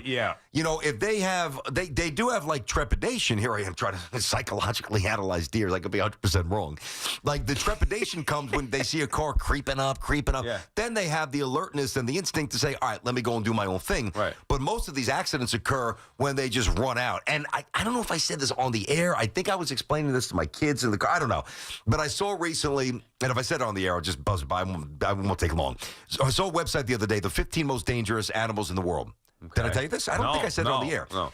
And obviously, like polar bears are up there and several other type of bears and the great white and the bull shark. The bull shark is a very aggressive kind. Tiger shark, those are the three most aggressive sharks. You know, venomous snakes, venomous spiders, and some other ones across the list of 15. You know what number 15 was? No. White-tailed deer. White-tailed deer? That's white-tailed deer because of their inability to decipher and really process, should I run or should I absolutely wait for this car to go before I cross the street? So and there's so many of them, so they're responsible for whatever the number was. I don't recall. So they're not dangerous because, like, if they see you, they're going to attack. Not they're dangerous at all. because they're so dumb they can just... No. And how do I know if it's a whitetail? Like it's got a white tail. It's a little white. But don't all deers look the same? Although these look gray, more so like, I don't know if it's because raining and they're wet. No, skin. What do you call it? Their fur was wet. Maybe they were sick. I don't think I've ever seen gray deer. Well, then maybe it was. I don't know. I think that the deer. I do this a lot. Where I don't know. Say if I'm walking through the car or whatever, and I see them. Hey, how you doing, guy? Right. Like, I want to let them know I'm friendly. Yeah. Especially if they're with the family and the little baby, the does. They might have Lyme disease, though. You got to be careful. Well, I don't touch them. Okay. I mean, they do certainly have Lyme disease, is a big problem in the suburbs. You didn't have any deer in Long Island? No, we used to have to go. Yes, there were deer on Long Island. We would have to go to a certain spot, like around Christmas time. We'd go look at Christmas lights, and then my father would take us to a spot in maybe a town or two over that, by the woods. Yeah, okay. That maybe you'd see some deer, and they'd be like, oh, Santa's reindeer, you know, whatever. For sure. Like that. Get ready. But not to this level. And by the way, you mentioned polar bears. It made me think of this. The AI is out of control, and like my wife just doesn't understand. Like anything that I see now could actually be a real cut. Yeah, for sure. It could be a real cut, like Carl Banks ripping Dexter Lawrence. I'm like, AI. Banks wouldn't say that. That's AI. No way. AI. And my wife sees some woman being hugged by a polar bear. Yep. And trying to be saved by people. Mm-hmm. And she's like, oh my God, look at this. I'm like, it's not real. She goes, how do you know it's not real? Because a polar bear would be mauling that woman. They would. I mean, a polar bear certainly would. Now, there's like a brown bear. I mean, it's all relative. Is fairly benign. Of course, you know, your partner was the Man versus Bear expert. Yes, I remember. I know a little bit about this, the show that bombed on Discovery. But I learned a little bit. And you still got paid for it. I did, and we would have had a second season if COVID didn't hit. Just my luck, of course. I would have made some real money, but it never happened thanks to COVID. So the most, like some of these, like a brown bear, like they're not looking to attack you. They're not looking to rip your head off or claw you to death. It's when the mama bear thinks the baby bear's in trouble or they're startled. But generally, that's why they tell you if you run into a bear, and a few of my buddies did coming back from their fishing, walking back from a lake, you got to rise up, you got to be big, you got to be loud, you got to scream, and you got to hope that you scare the bear. But they're not really inherently aggressive. Some bears, but the polar bear is. I will admit, I'm not afraid to say this on the air for everybody to hear it. I don't have the balls to stand up to a bear and get big. I'm in big trouble if I see a bear. Yeah. I will wilt, dude. I think about it quite a bit. When I take out my garbage, I'm always looking for my surroundings after seeing the raccoons, the snakes, all that stuff. If I see a bear, I know what you're saying is the right thing, and my mind can process that and say, I understand why. I don't have the balls to do it. Well, it goes down to the old fight or flight. thought that you learned as a kid there in school. So I got to tell you, by the way, the most dangerous type of polar bear is the one playing first base in Queens, trying to shovel pass to somebody covering first base on a ground ball to the right side. That's a good point. You got to watch out for that. Hey, you know what? His arm almost killed Kodai Senga. I mean, come on. Tom is in Long Branch. What's up, Tom? Hey, Sal. How are you? Good. What's up? So the reason deer are bolting out this time of year is because they're in what's called the rut. It's mating season. So the bucks come out, the ones with the antlers, and chase the does because they're looking to mate, and they push the does, and the does dart out no matter where they are, and they'll cross the road. Excellent point. These were does for sure. No antlers.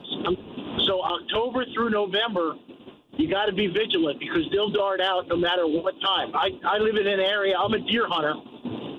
There's thousands of deer. They hardly ever dart out. You hunt from a backyard, or is that's not legal? Is it? Yeah. No, well, it depends.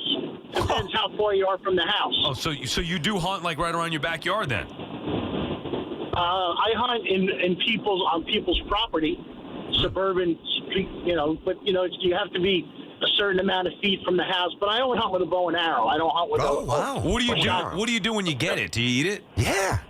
Oh yeah, go to the butcher. Like they cost me over $100 to get them butchered, and I eat them. I probably shoot 3 or 4 a year, and I eat a lot. It's great meat. It's better than beef. I respect the sport of it, I guess, and thank you for the call, Tom, and for the insight there. I'm not sure if that's 100% legal.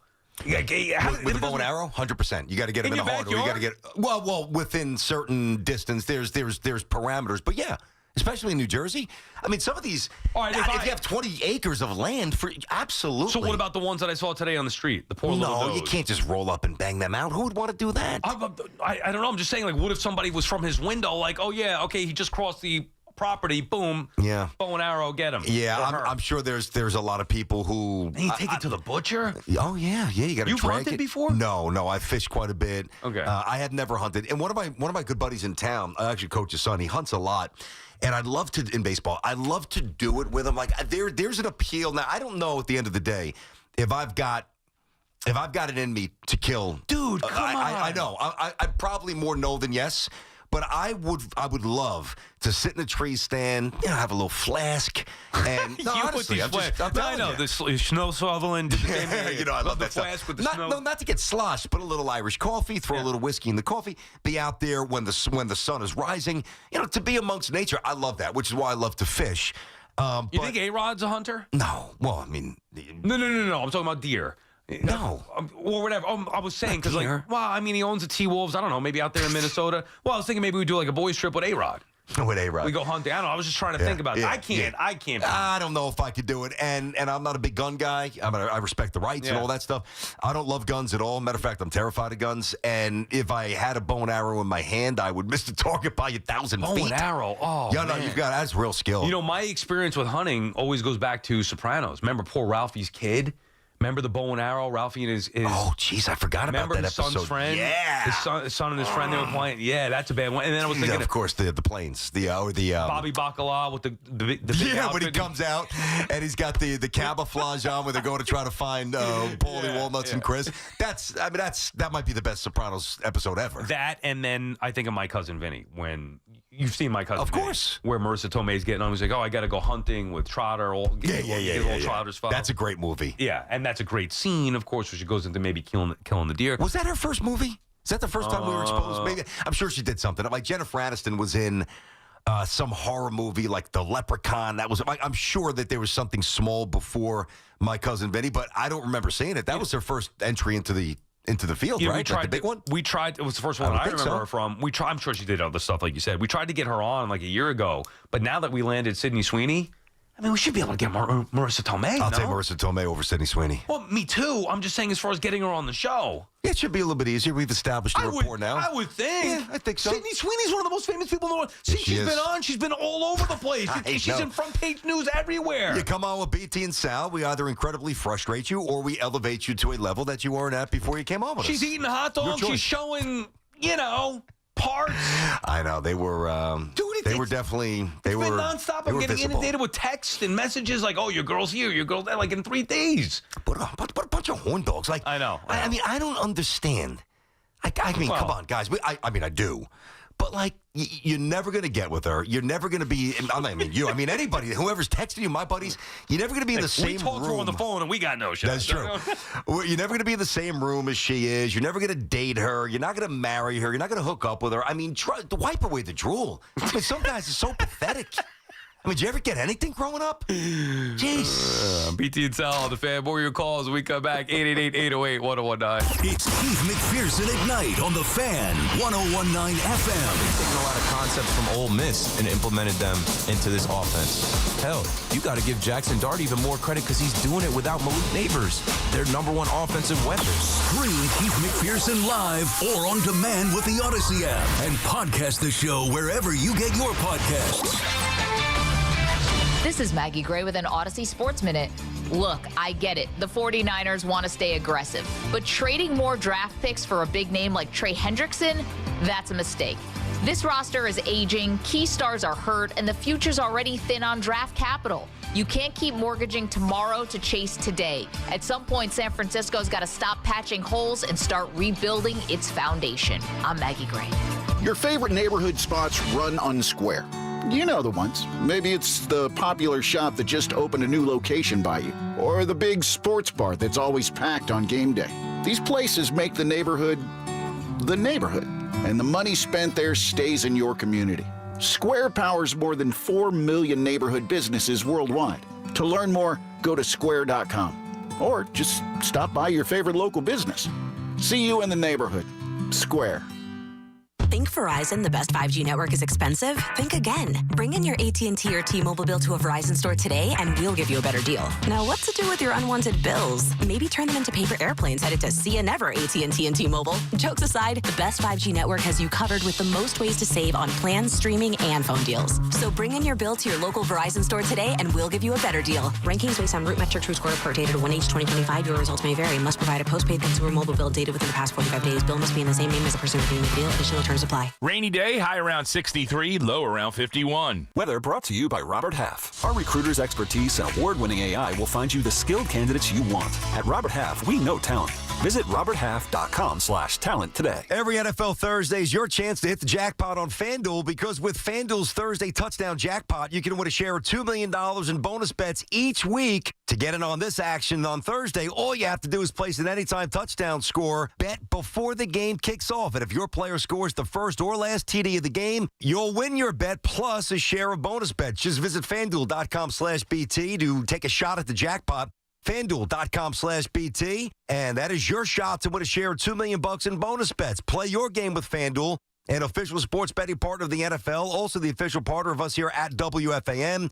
21 plus and physically present in New York. Opt-in required. Must apply profit boost token on select market. Prize pool to be split equally among all eligible participants who made the correct pick or last TD pick. Bonus issued as non-withdrawable bonus bet that expires 21 days after receipt. Restrictions apply. See terms at sportsbook.fanduel.com. And for help with a gambling problem, call 877-8-HOPE-NY or text HOPE-NY. We asked parents to share their journey of adopting teens. They changed who I am because I can't see life without them in it. Visit adoptuskids.org to learn more. Brought to you by Adopt US Kids, the U.S. Department of Health and Human Services, and the Ad Council. Check the back seat. Check the back seat. Gets in your head, right? Good, because every year dozens of children are forgotten in the back seat. Cars get hot fast and can be deadly, so get it in your head. A message from NHTSA and the Ad Council. Hey, it's John Gallucci Jr., President and CEO at JAG Physical Therapy, and I'm so excited to share with you that October is National Physical Therapy Month.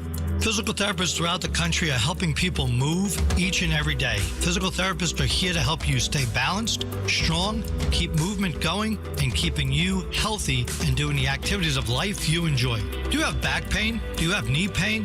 These simple injuries can all be prevented if you visit your physical therapist before the injury. JAG Physical Therapy has state-of-the-art facilities where our physical therapists have top equipment to help you recover from your injury or illness as quick as possible and ready to go back into the game of life. JAG is the only outpatient physical therapy and occupational therapy provider that serves the 5 boroughs, Long Island, Rockland, Westchester, New Jersey, and Pennsylvania. Schedule your visit today at jagpt.com. That's JAGPT.com.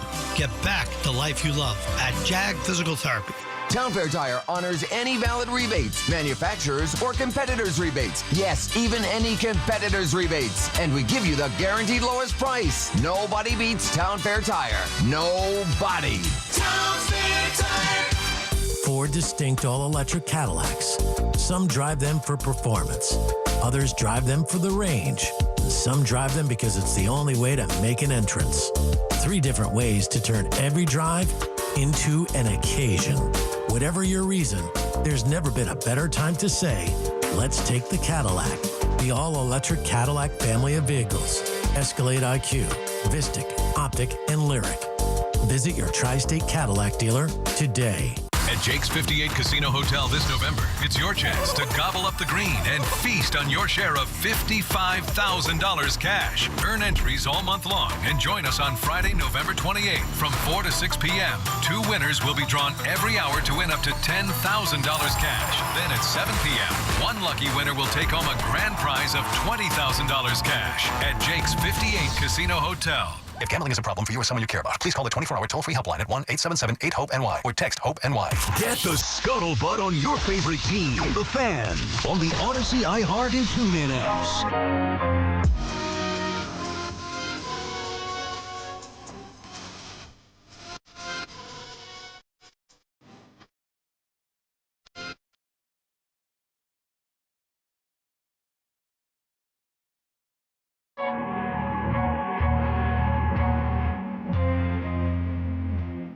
Out back on the Fan, 888-808-1019, the number to call. I told Rami, Hoff is out today sick, so Hoff usually does the music. And Rami's like, all right, well, what kind of music you want?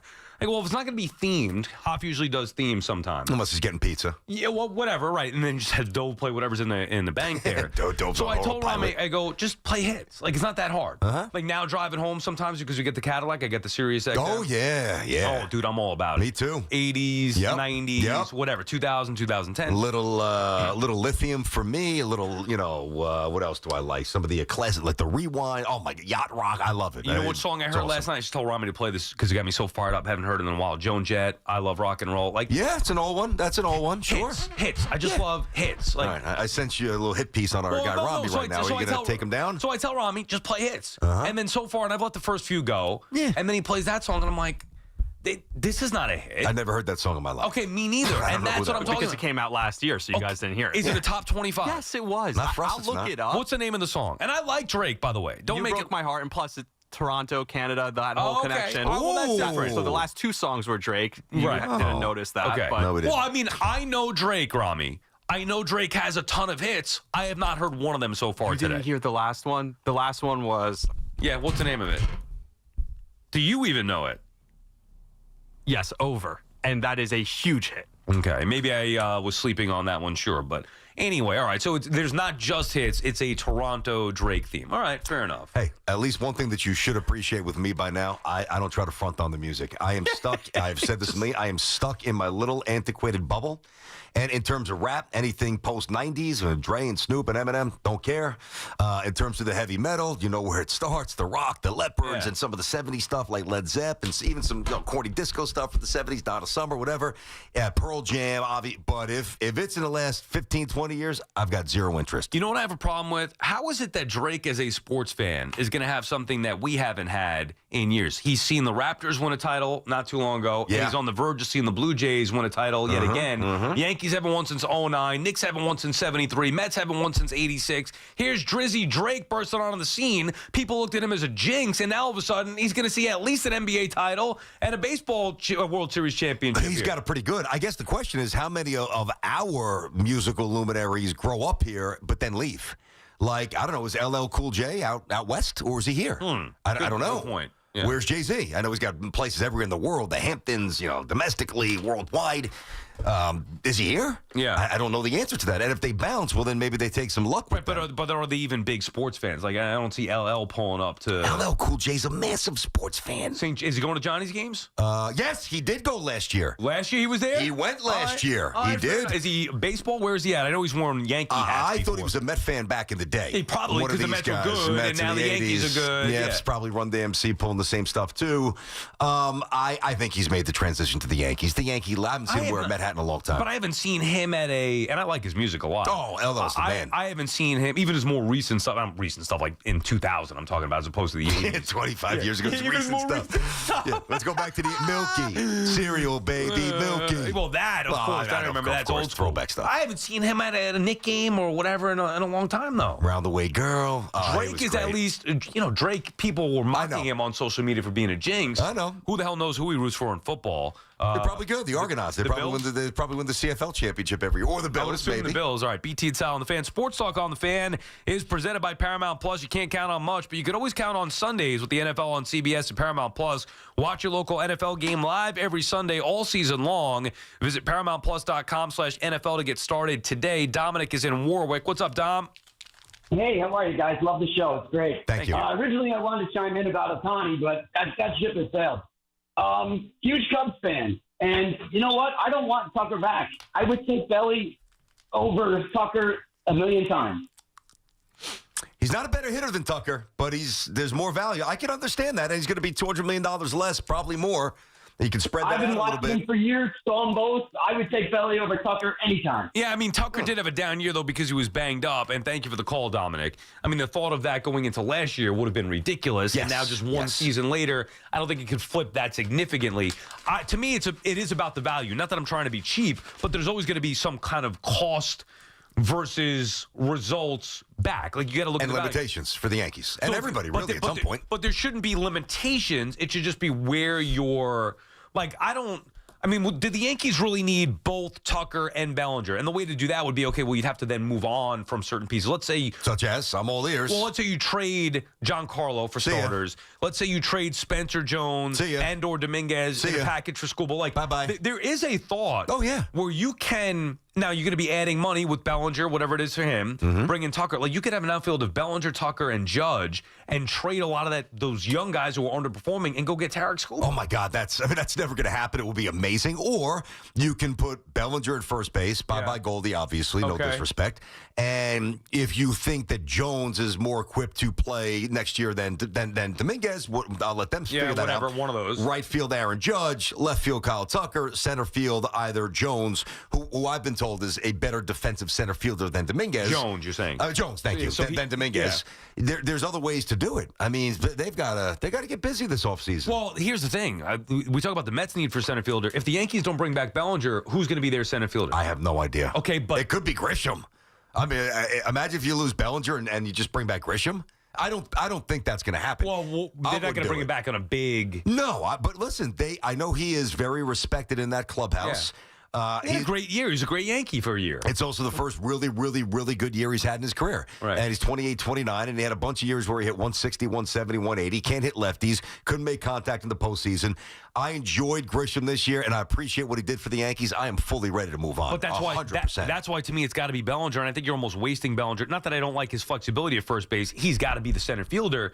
You need a center fielder. He can play center field. He was a great Yankee. Like, Bellinger, to me, should be the guy. He's the best option, period, for anybody that needs a center fielder. It just so happens the Mets and Yankees both need a center fielder. Bellinger's the best option. There's no doubt. And Now, Grisham might, in fact, be the second best option as far as the free agent market defensively goes. in the free agency, yeah. I've got something that I think I know you're going to love. Yeah. Would you like to hear this? Yeah, go ahead. Robbie, why don't you open up the mic and let us know what's going on? So you guys were talking about number one, and trending number one right now on Yahoo.com is you guys. Why? So the headline is, Sydney Sweeney suffered concussion while filming Christie fight sequences. Here we go. A picture from last night, obviously. And then it has the clip that we posted from the WFAN account. And it talks about how... Does it mention us? I have to read the article. I mean, I hope we get at least a name mention. Is there a picture of us? Well, there's the video embedded in the article with BT's face on it. It took a few days. Face? your face. Nice. Well, because he started it, right? Are we both in that or no? I think the clip started with you. Am I in there as well? I'll watch the clip real quick. Not that we care about those things, but make sure you find out if I'm in there as well. And by the way, speaking of number one, that song that I played, number one for 19 weeks. Yeah, on that the means R&B nothing. list. I'm more this concerned year? with us. In 2023. I should have specified, BT. When I said hits, I meant like real hits, not like 2025 hits. I'm talking about old-time hits. Yeah, that everybody knows. Like in 10 years from now, people be like, oh, yeah, remember when that Drake song? Yeah, to be a hit, you've got to be around for, we're talking about 30, 40 years. You got to be able to 20 prove that in multiple decades. You got to be able to stand up. Now I got a question. Let's get back to us here because that's more important. So yeah, I feel like trending on Yahoo would have been an amazing thing in 1999. Yeah. I'll check out Yahoo Finance a little bit. There's a few journalistic pieces I'll come across here and there.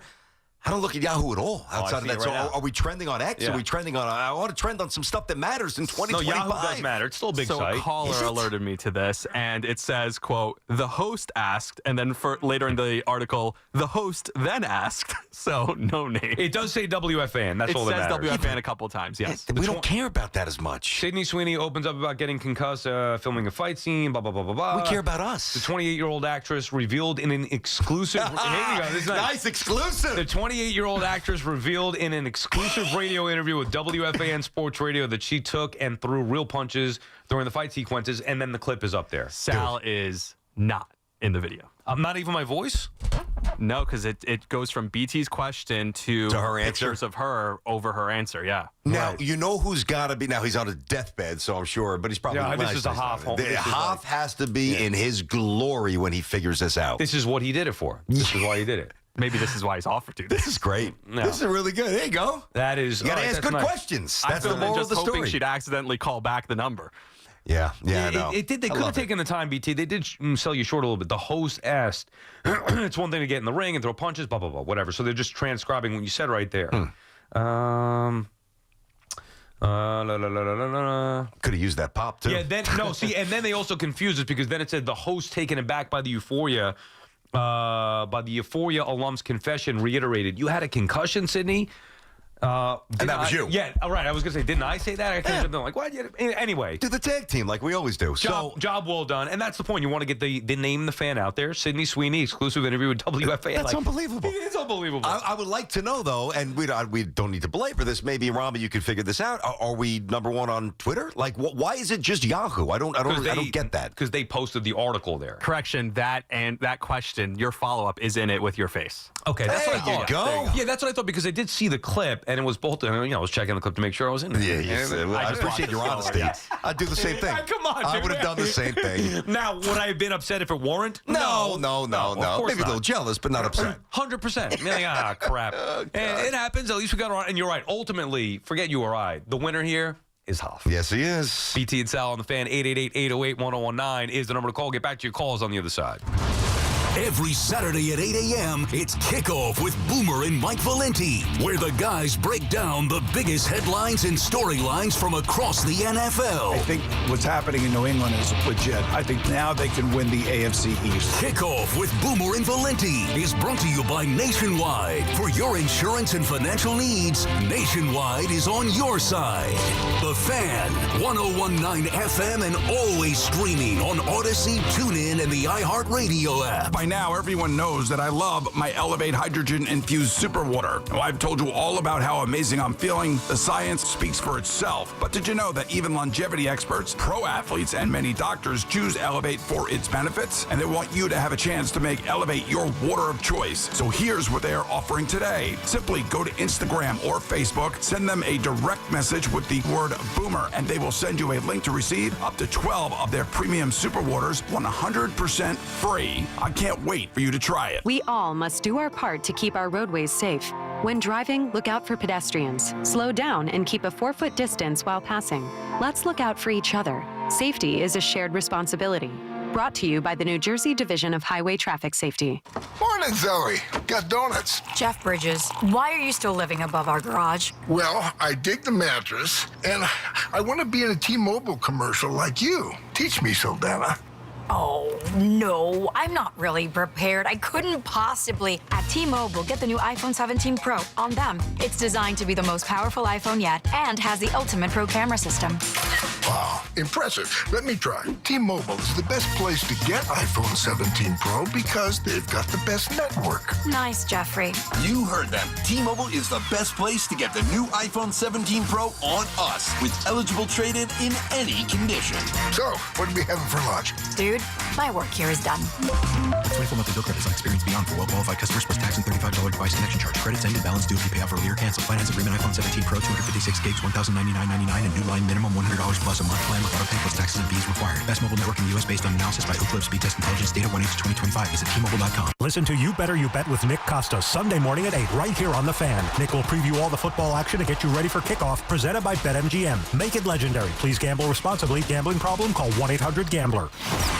Dunkin's $6 meal deal is kind of wild. You get a bacon, egg, and cheese sandwich, 6-piece hash browns, and a medium hot or iced coffee, all for $6. That's the main character meal energy you need this fall.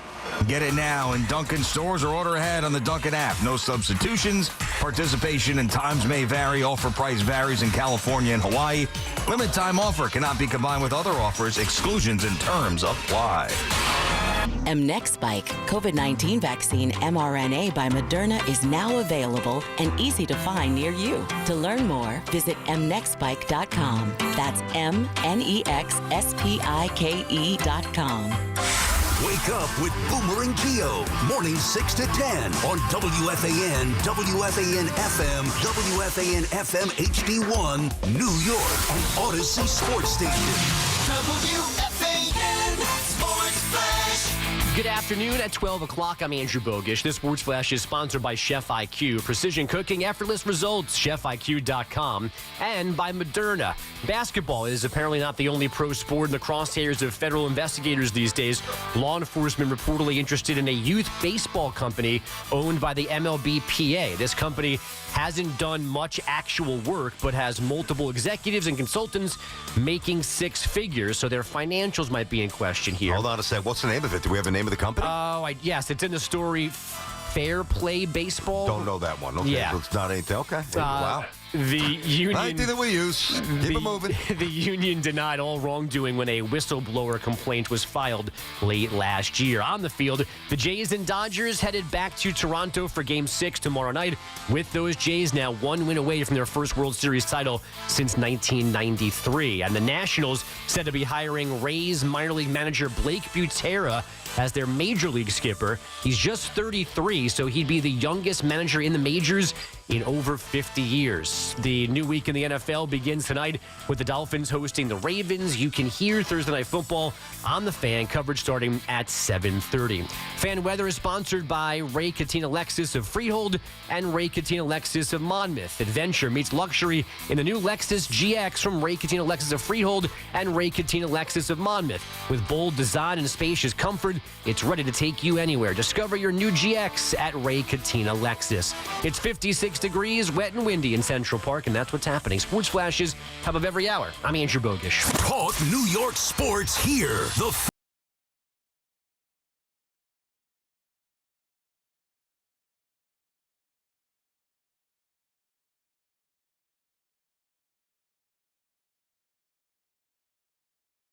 Thursday afternoon, and really we've been all over the place a little bit, BT, but we started the show just talking about how the Blue Jays' success, to me, makes it actually easier to take from a Yankees perspective. I think the Blue Jays' success against the Dodgers and throughout the course of the postseason makes the Yankees look stronger in a way. You know, the Yankees had the same record. They lost on a tiebreak. Semantics. Now, my fear is that the Yankees would feel the same way and just be like, well, we don't have that much to do this offseason because we were kind of right there. But I would think that initially, going into the playoffs, the Yankees' biggest threat was going to be the Dodgers or the top teams in the National League. Clearly, it's not. No matter what happens in the final two games, the Blue Jays showed that, you know, they've already pushed the Dodgers to at the very least, they pushed the Dodgers to the limit. And I know the Blue Jays are better. I don't think the gap between Toronto and the Yankees is as significant as I thought it was from the Yankees and maybe the Dodgers or the other teams that I thought would win the World Series. It's not in terms of volume of wins, we know that, but doesn't it just look different? I mean, think about this. Doesn't it just look different? Think about how really 1 through 9, everybody gets up there, everybody's got a plan, everybody puts, for the most part, not every single game because it's baseball, and there's a 70% rate of failure if you're amazing at your job. So you have to incorporate that. But there's the dead spots and the empty at bats and the offense just petering out for 2, 3, 4 innings in a row where it's, quick pop-ups and a lot of strikeouts and a lot of rollovers.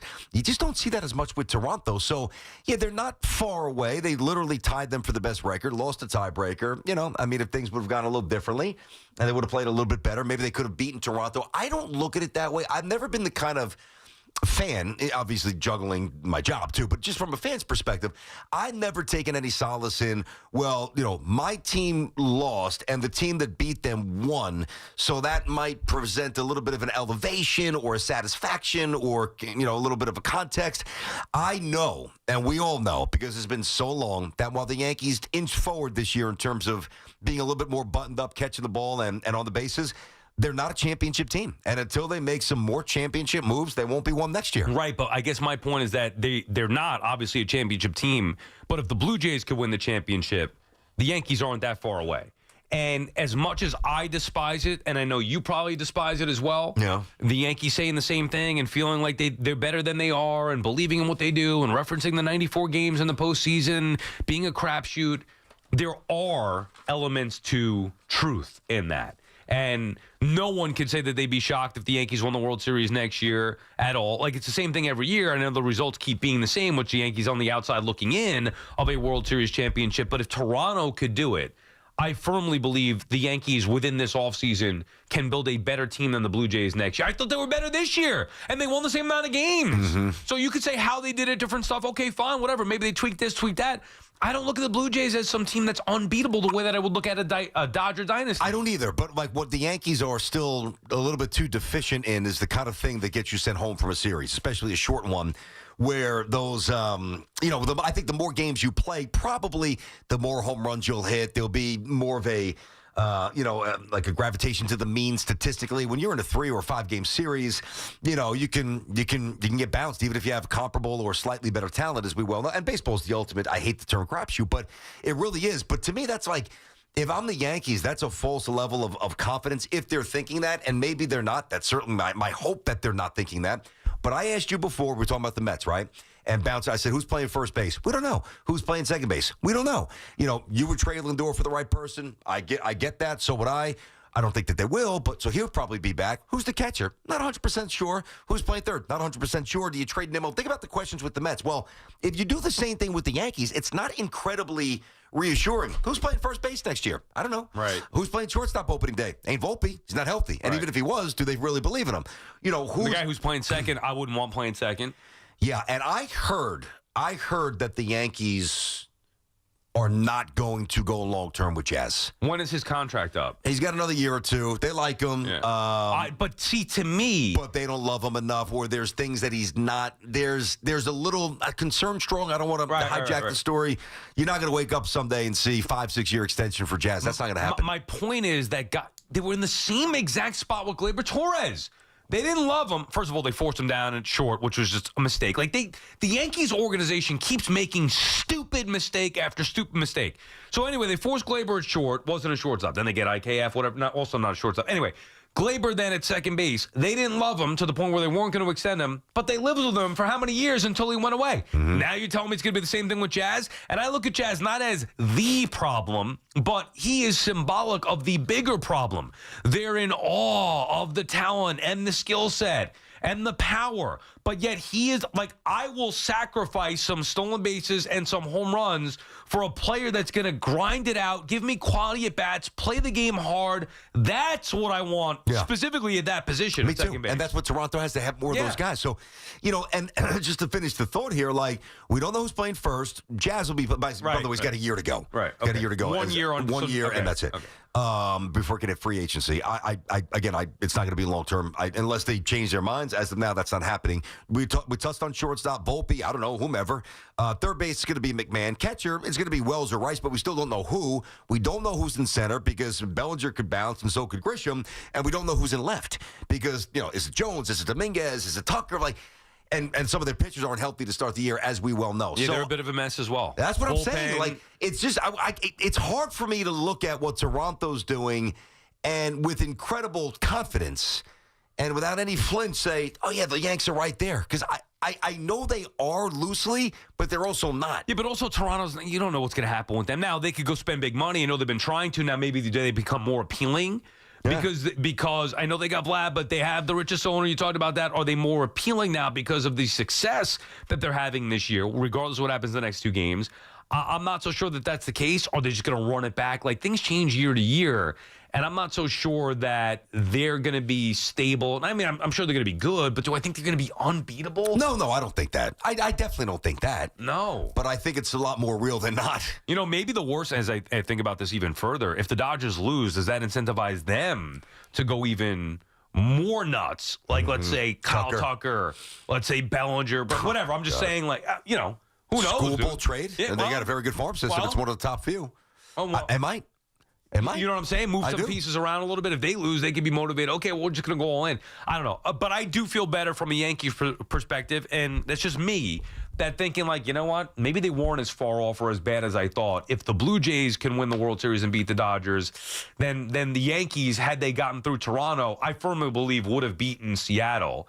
And yeah, I probably agree with that. No, maybe not. Although Rodon's hurt. Yeah, not that he pitched great, the one game. I'm just saying that, again, who the hell knows what would have happened? I believe they were going to beat the Blue Jays. I believe they would have beaten Seattle, and I believe they would have had a better shot against the Dodgers than I thought prior because of the success that Toronto had. Well, the other thing, too, real quick on this, like the Dodgers, is it better for, the Yankees or the Mets? And, if they win or if they lose, I actually, as I really think about this in real time, I don't think it matters. Because if they win, they're going to say, yep, it's working, and we're printing money, and we've got these deferred deals, and we're reinvesting that, all that financial stuff. If you know about it, you know. If you want to learn, it's out there. I'm not going to waste a ton of time now. But it was brilliant what they did with the Ohtani contract, right? And the imprint they now have with Japan. So if they win, they're going to go in more to keep winning because they're making money. If they lose, well, I think that there's enough economic evidence for them, win or lose, that they're going to do the same damn thing. And I think that, you know why? Because that's what the Yankees used to do. And the Dodgers are now the Yankees. BT and Sal. Much as I hate saying that. Yeah, no, it's true. BT and Sal on the Fan. Our friends at Town Fair Tire remind you that at Town Fair Tire, you always get the guaranteed lowest price on name brand tires from Connecticut to Maine. Nobody beats Town Fair Tire. Nobody. Let's get back to the phones here. Frank is in White Plains. What's up, Frank? It's Sal. The Yankees, look, the good team is playing in the World Series. Yankees are home, staying home, sleeping. And Toronto Blue Jays, they are about to win the World Series. I don't know. How could you say the Yankees are better? No. If they were better, they would. I didn't say they were. I didn't say they were better, Frank. I said I look at them in a better light than I did because of Toronto's success. Nobody, you'd be an idiot. I'm saying, and I did think the Yankees were better than Toronto. I did think that. Obviously, it was proved wrong. Nobody in their right mind would say that the Yankees are better than the Blue Jays now. You can't say that. They get smoked by them all year long. Yeah. And really, can I touch about the base, about the Mets? Go ahead. Yeah, the Mets, they have to sign the center fielder and keep everybody else and get the damn pitching because David Stern, he messed everything out. Even this past year now is gone that he messed everything out with no pitching. If he don't get pitching, we're going to be crying again 2026. Thank you, Sal. Thank you very much. All right. Well, thank you, Frank. Frank used to call the overnights there. We're on the midday show, BT Frankie. And Sal, Frank. Look, dude, you're upset. Okay, Toronto's the best team in baseball, and the Mets need pitching. I understand that. They need a lot more than pitching to me, BT. It can't just be bring everybody back. Yeah. Like, I hate that idea. I hate the idea. I've seen it so many times for so many years, and I think it's even worse now. Oh, well, we were this piece away from being this good last year, so let's just add that piece now, and we'll be as good, a little bit better. No, every year changes. Yep. The idea of bringing it back, look at the years you got from Nimmo, Alonso, Soto, Lindor offensively. You're not getting that again, probably ever, from all four of them together. So if you brought all of them back, odds are it's not going to go that way for a variety of reasons. And by the way, even if it does, it still wasn't good enough because you won 83 games. So it can't just be bring everybody back, get a center fielder, and then go get pitching, and they're going to be fine. The one main example was, I forget the exact year. It might have been after the 08 season. Yes. 08, the Mets fell short. Yep. They needed the bullpen. Going into Citi Field. Omar, because I remember the billboards on Citi Field. That's why I'm saying it was 08 into 09. Omar went out there. They got J.J. Putz. No, you're from Seattle. Yeah, and did they get another reliever as well? Was it K-Rod? J.J. Putz. Was it K-Rod that year? I forget what it was. Anyway, point is they needed a bullpen. Omar goes out. They beef up the bullpen.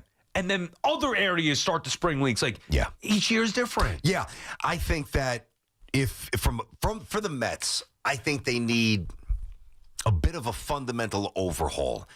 I really do. Like, whether it's, now Lindor's not going to be traded, but whether it's Pete moving on and them moving on, or Nimmo moving on, or I just think it's time to kind of mix it up. I mean, how many years are we going to sit here and say, all right, just sprinkle a little salt on the plate and it's going to be a lot better?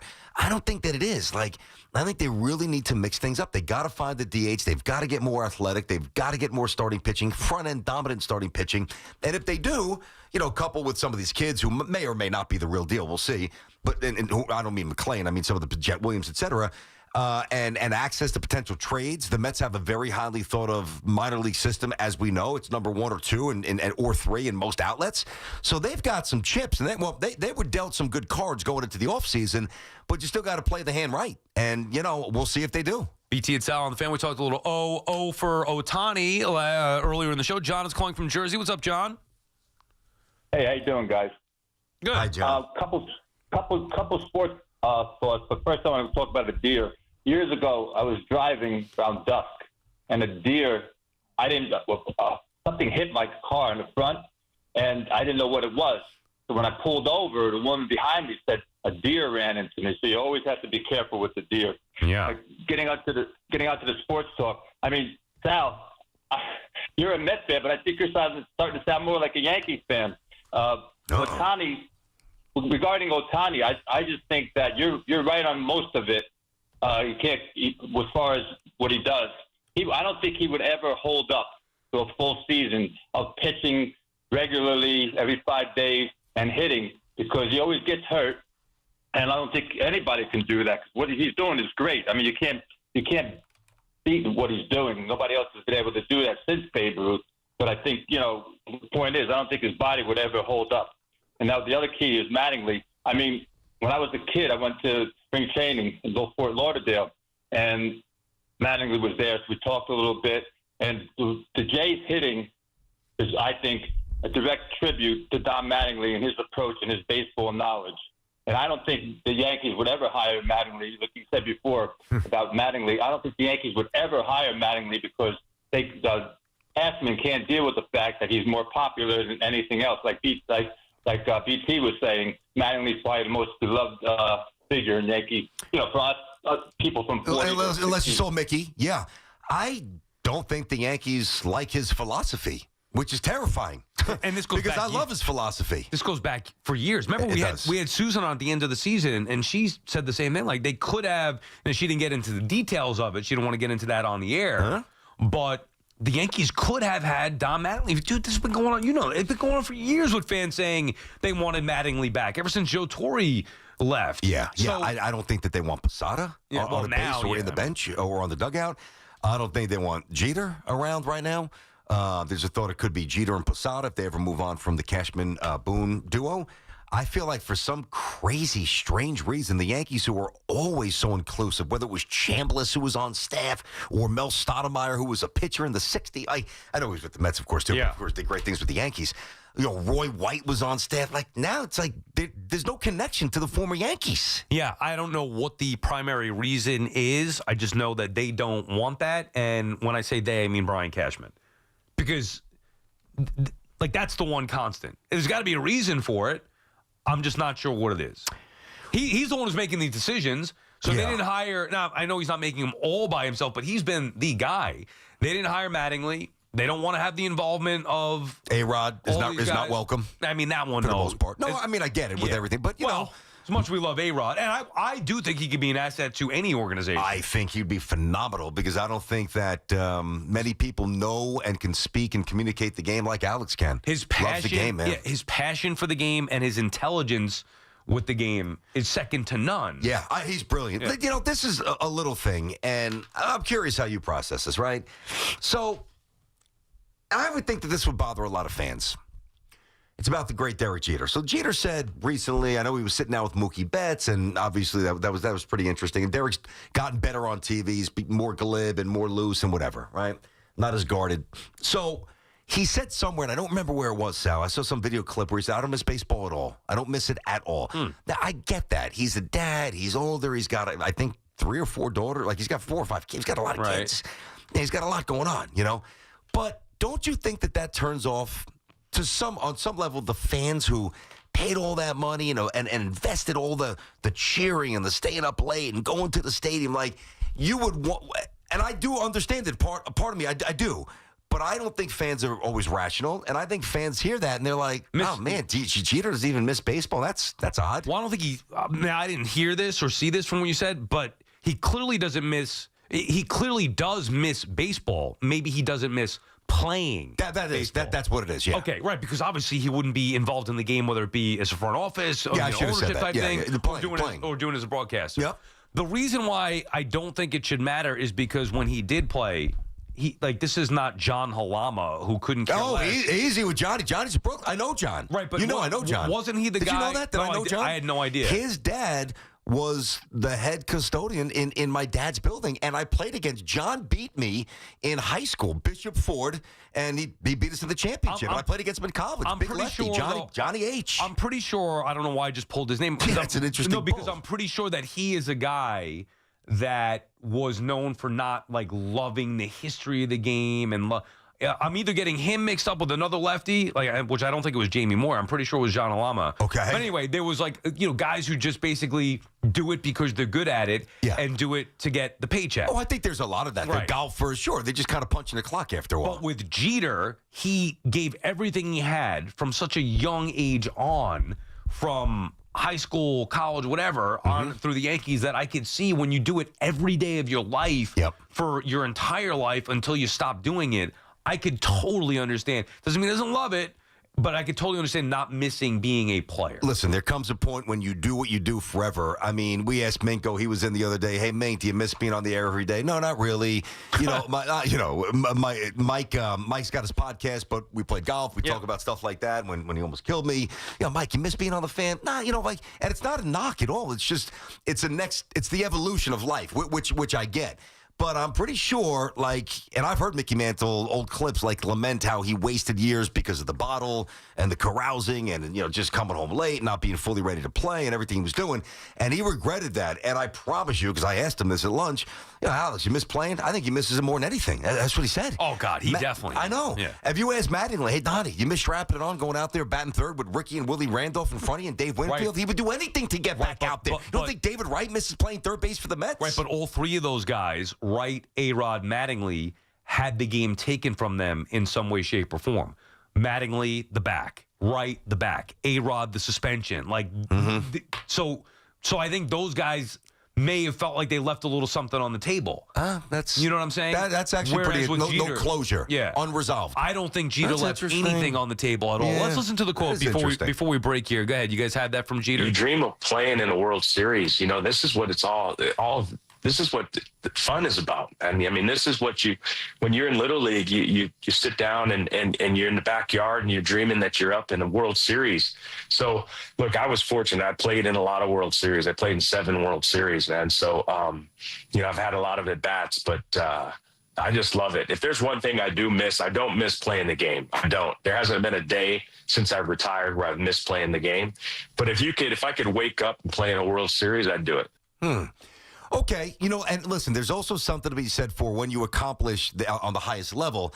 Well, now there could be a little bit of a disconnect because everything that you worked for in your life, you got there, and now you can exhale, where somebody like me who never got near where I wanted to get, I mean, gee, if you asked me if I can go out there and play high school or college today, I mean, I would do anything to be able to do that because I never got as far as I wanted to get. So, interesting. I mean, a little context there. Again, not where where it crushes you, and your childhood, if you're that young, perception of Derek, but not every player would say that. But you make up a good point. The game was taken from the other guys that we mentioned because of injuries. All right, 888-808-1019. It's BT and Sal on the Fan here. Get back to these calls coming up. Little Yanks and Mets stuff. We hit the Carl Banks and Dexter Lawrence stuff as well. Hey, every NFL Thursday is your chance to hit the jackpot on FanDuel, because with FanDuel's Thursday touchdown jackpot, you can win a share of $2 million in bonus bets each week. To jump in on the fun here Thursday, all you got to do is place an anytime touchdown score and a bet before the game kicks off. Now, if that player that you identify scores the first or last touchdown of the game,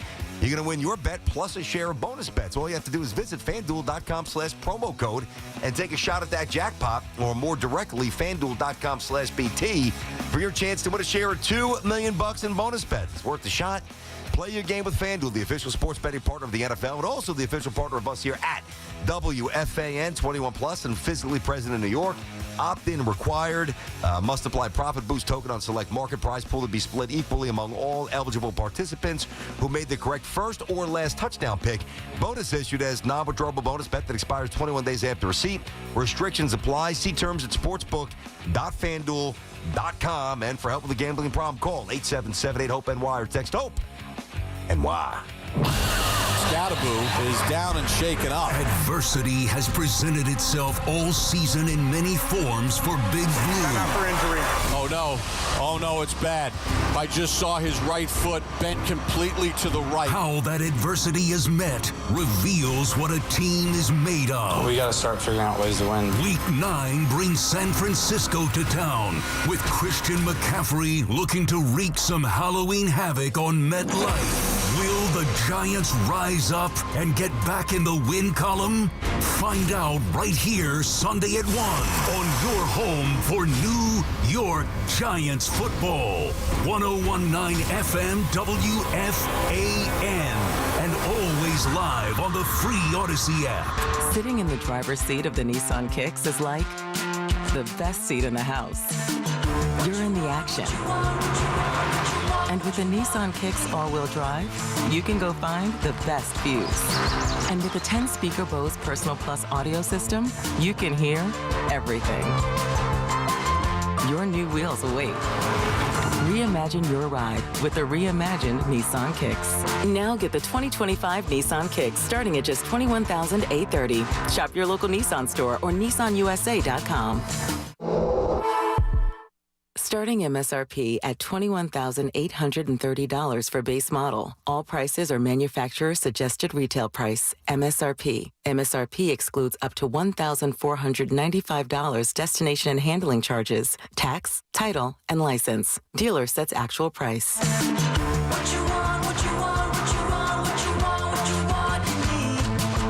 A win isn't a win without the clean, crisp taste of Bud Light. Bud Light, easy to drink, easy to enjoy. The official beer sponsor of the New York Giants. Enjoy responsibly. Anheuser-Busch Bud Light Beer, St. Louis, Missouri. Let's go! You're still glowing, flirting, grooving. You've still got it. But your immune system weakens as you age, making it harder to fight flu, pneumococcal pneumonia, RSV, and COVID-19. Vaccines are a key part of any health routine and help strengthen your immune response. Ask your doctor or pharmacist which vaccines you need. Schedule in minutes at vaxassist.com. Sponsored by Pfizer.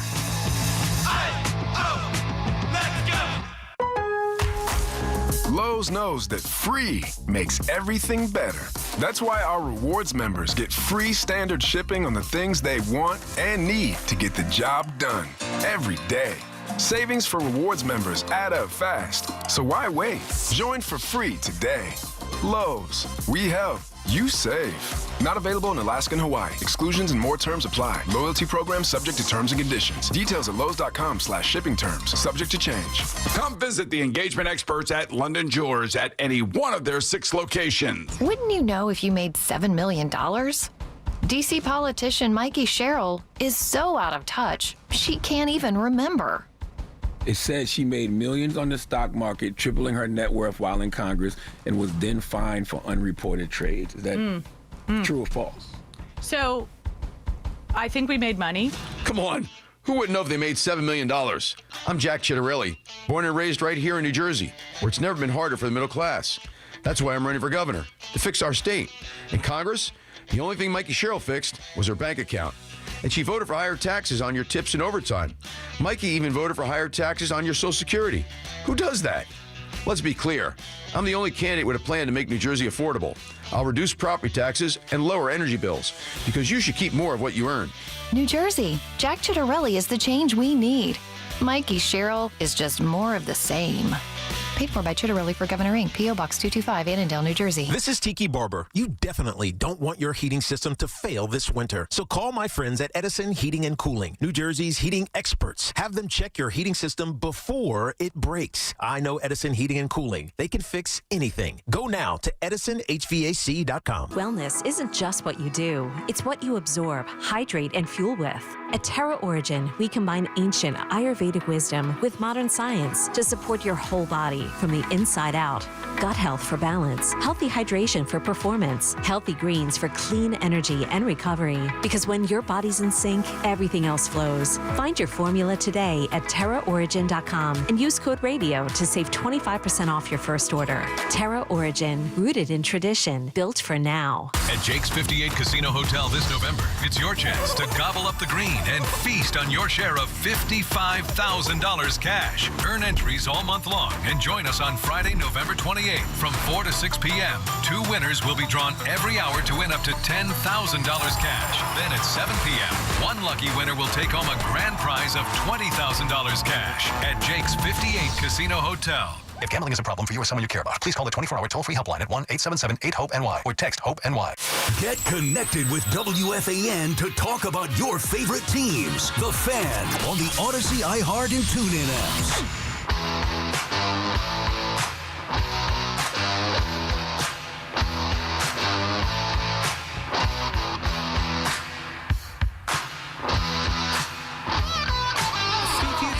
On the Fan, 888-808-1019. Now, this is a freaking hit. You like this Rob one, huh? goes, you're so old. Yeah, I do. It's a great song. Come on. Great band. One of the first, Heart was one of the first female rock stars, and Joan Jett right there, man, a legend. Here's the idea. You want to hear it, and you want to get the energy up. We're doing a radio show, entertaining. Want people to be having fun. Turn it up, Dove. Come on. There you go. I like her. It's a good one. I like Invincible even better. Like, Invincible's a good song. I probably heard of it. You I have, don't know you it off the definitely name. have. All right, we'll get back to the calls here in just a second. One quick note on John Halama. So here's where I was getting that from. Mm-hmm. John Halama, I do a Google and AI comes up. Yes, he did love playing baseball because they said that John Halama loved baseball. He hated it. But here's where I got it from. Yeah. He famously stated that he wasn't a big baseball fan and didn't enjoy watching the game in his free time, which at the time was controversial, sometimes misunderstood. Well, you remember that, so you actually got the name right. It was John. Yeah, that's what I'm saying. Yes. Okay. That's where I got that from. My thought behind that, and I was just telling you the story about how he taught us up in knots in high school. I think he even hit us in college. Jeez. He was really good. But I think, and I forget what nationality is Halama. I think that his dad was more soccer, I think. And I don't think that his dad, while he was incredibly proud as John ascended to, college and the pros and made it for whatever, 6, 7, 8 years, obviously, it's the pitch against the Yankees in a playoff game. That's what I'm saying, yeah. I just don't think that baseball, and this is a guess, and I'm not trying to be out of pocket by it, it's not disrespectful at all. I just don't think that baseball was on every night like with John's dad, like it was with mine, and some other more conventional, you're born in the United States and you love baseball. But you could understand how if you're a sports fan or a baseball fan who hears that, you're like, this guy's in a major league. He's not a baseball fan. Yeah. That's where I got Well, the same thing is, it's actually, unfortunately, more common than people want to really know. You know what I mean? I bet you even more so now than back then. But yes, BT and Sal on the Fan. Let's get some calls in here. We got Power Up coming up at 12:40. Oh, yeah. So we'll get some calls this segment. Eddie is in Vernon, New Jersey. Been holding a while. What's up, Eddie? Ed. Oh, so long, in fact, that you hung up. Mark is calling from Kings Park. What's up, Mark, in Kings Park, New York? What's up? Hey, guys. I love the show. I relate a lot with you guys because I'm born the same year that you're born. And just wanted to say, look, I grew up and I'm still a diehard Mets fan, and I've always disliked the Yankees, right? Mm-hmm. And so I've grown up not liking Jeter and A-Rod, right? Said a lot of bad things about them in the past, but nonetheless, I got to say, and this is weird for me to actually say this out loud. The first time I'm probably going to ever hear or give them a compliment, but I actually enjoy listening to both of them on Fox. The reason why is they're very passionate about the game. Jeter doesn't present himself well, very rigid, exactly what you were saying before. Yeah. But a lot of their points are really spot on. And what Jeter was saying, I thought was very smart the other day. They have, and this is kind of what you guys were saying too, they have a lot of gamers, right? Mm-hmm. They play defense. They take deep at bats, right? They don't have all or nothing guys. They put the ball in play. You have Bichette who hits for average, right? You have you have a tough team, right? Like mentally, right? And they have a deep team. All of what I just said is what the Mets are not, what the Yankees are not, right? So, like, don't get me wrong. Like, other Met fans, I like Pete Alonso, right? But he's definitely, I would think, and I think you guys would probably agree, a all-or-nothing guy. How many all-or-nothing guys do the Jays have? Pete Alonso doesn't really have great at-bats all the time, and the Jays have a lineup full of guys that take deep at-bats. You're seeing more putting the ball in play, more of a thing of average. It's not just all about hitting home runs. It's not all about strikeouts. Although, Savage struck out, what a game with all the strikeouts yesterday. But, like, they don't have all the pitchers like that where they're just all strikeout guys. It's very refreshing. This is what Jeter and A-Rod were talking about, seeing a regression kind of back to that, because they both think that that's what wins and not the modern philosophy of, I got to outslug the person, and that's all I got to do. Yep. So I found that very interesting. And then when I look at the Mets and the Yankees, that's what I think that they need. And when I see Alonso, going back for a pop-up, I'm holding my breath. Well, the Mets can't, and I said this last offseason, they can't win with the Vientos and Alonso at first and third. I'm sorry. No. Were you going to say something? No, it's okay, Mark, and thank you for the call. We appreciate you checking in there. Good insight. I would say, though, that I don't think the Mets are built the way the Yankees are. The Yankees have a lot of all-or-nothing guys up and down the order. The Mets don't have the power that the Yankees have, so you can live with Pete's bat because he provides something that nobody else in the lineup really does. That's the issue, but he is flawed, and the Mets stars all have flaws, whether it's Soto's defensive issues, Nimmo being always hobbled in defensive issues, Lindor less issues than the others, but on the decline, slowing down defensively, and obviously Pete a liability defensively. Yeah, but hold on. Let me push back on the power here. So obviously, listen, Judge, when you get 60, flirt with 60, neighborhood of 60, that's going to obviously jack it in the favor of the Yankees. But you take Alonso, you take Lindor, and you take Soto, and you add up all, and I'm just doing this. I mean, I could be off, but so we can even check this. Robbie, just double check this when you get a chance here. Those three and their total home runs, and then you add up the Yankees' top 3 home run hitters. Now, again, Judge skews it. No, but you know what I'm saying? I'm talking about 1 through 9. The Yankees 1 through 9. 1 through 9, I got you. Yeah, no, it's a little different because Rice is going to bang some, of course. I got every hitter in the Yankees lineup. Ian McMahon's going to hit 20. Exactly. Okay. The Mets don't have that. I got you. See, the difference is the Yankees from top to bottom are built with all or nothing hitters. The Mets from top through 4 have good hitters that can hit with some power. From 5 on down, it's nothing. That's the issue. Like, at least the Yankees guys can hit you 20 home runs. Now, neither is good or good enough. So I agree with that, but I don't think, the Mets are built the same way as the Yankees. I see. No, okay, I misunderstood what you were saying. No, that's true. I would agree with that. I'd like to give Beatty some more runway. I really do.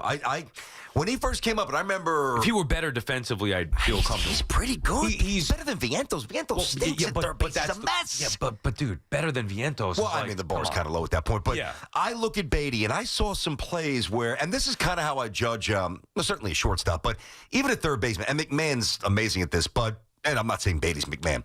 When you're a third baseman, you can come in, and Beatty played a lot of shortstop in high school growing up, right?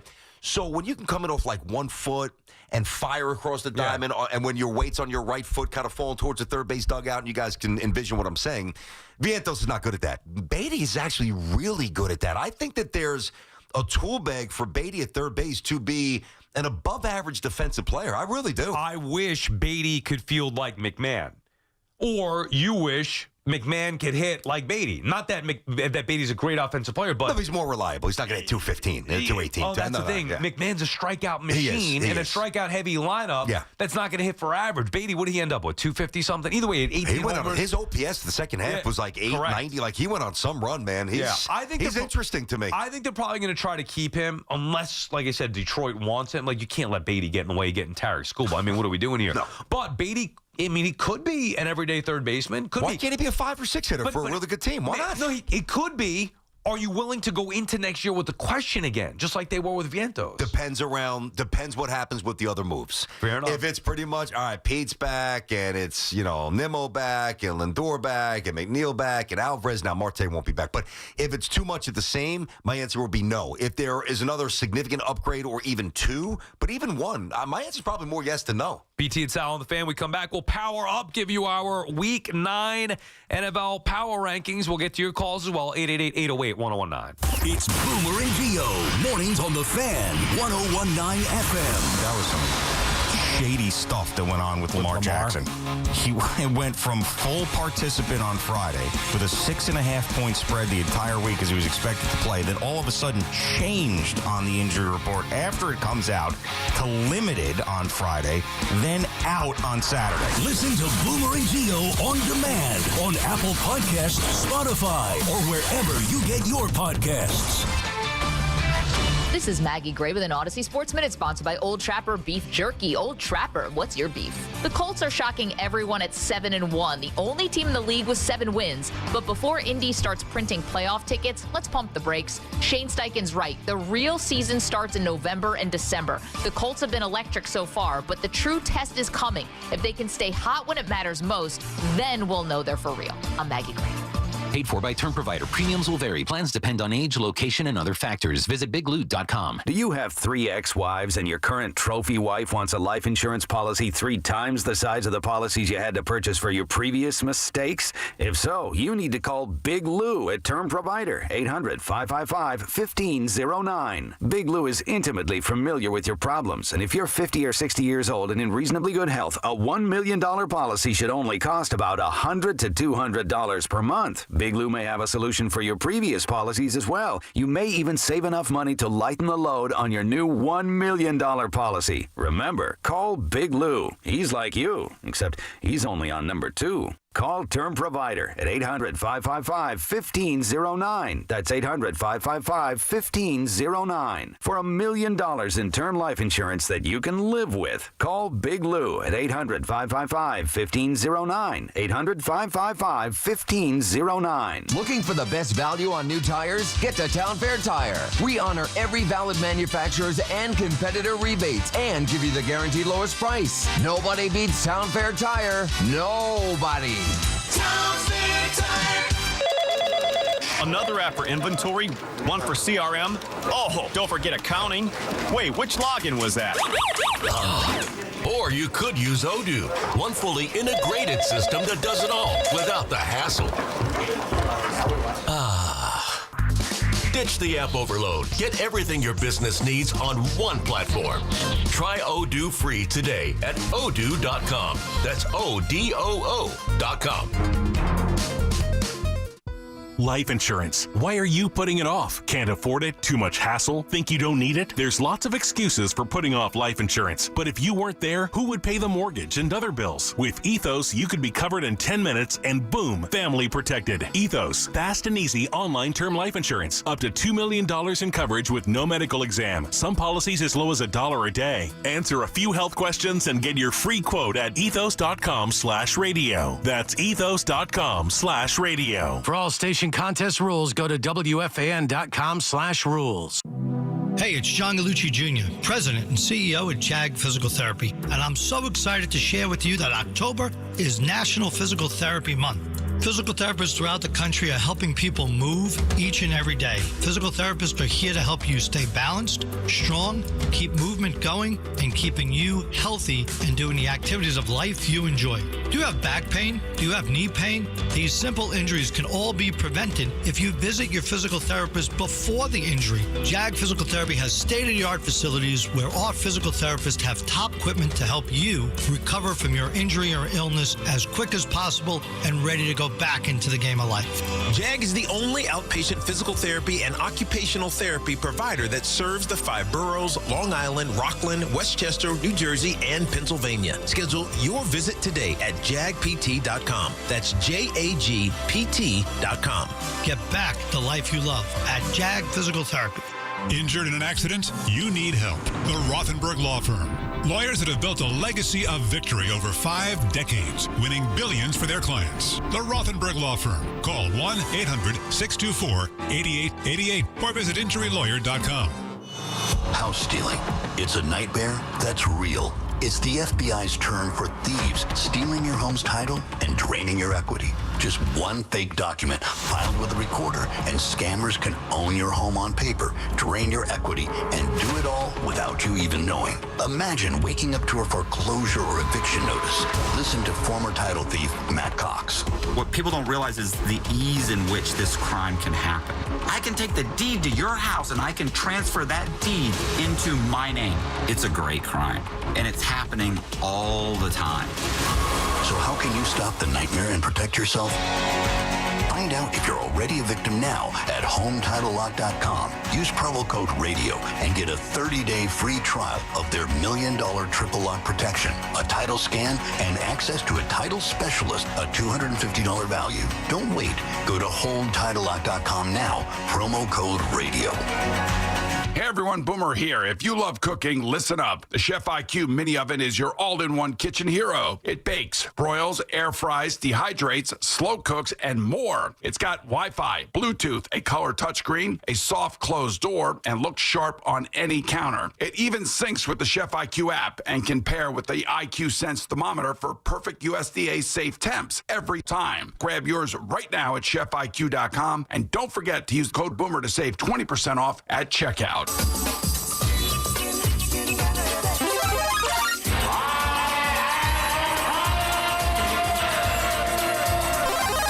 Now it's time to power up with BT and Sal.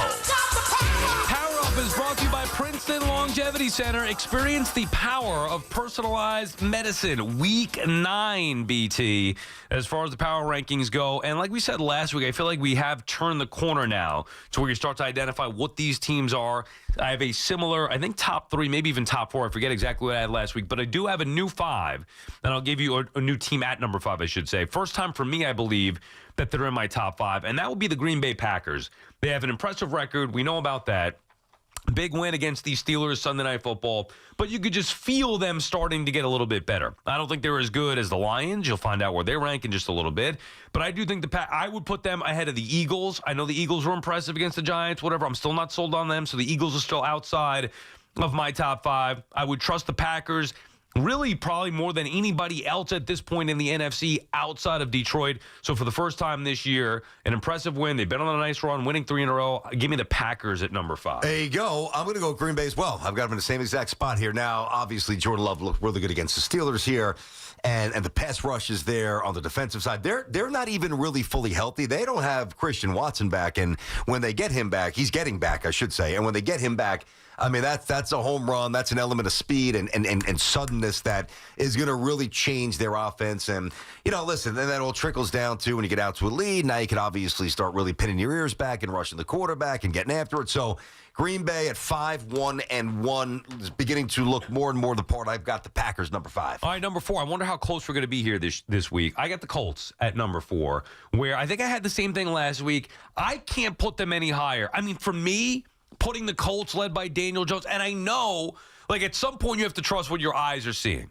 And I watched a lot of that game last week because I picked it as part of our Perfect Parlay pick segment. I had the Titans plus 15.5, so I was watching more of that than I normally would. Also, I do want to see how good they are. They're running the football extremely well. The offensive line's protecting Daniel Jones. Daniel Jones isn't making any mistakes. He's making all the right throws. They've been solid defensively. You look at the numbers, they're astronomical in comparison to the league. The plus 116 point differential. They're 7-1. They've done everything you could ask for out of a football team from the first 8 weeks. I just still can't put them ahead of my top 3 because I don't trust them yet. It's not a knock. It's just the reality. So that's why they're at number 4. Now, this is tricky because there's a couple of teams that are, that I thought would be better coming in, like maybe the Chargers, certainly the Bills.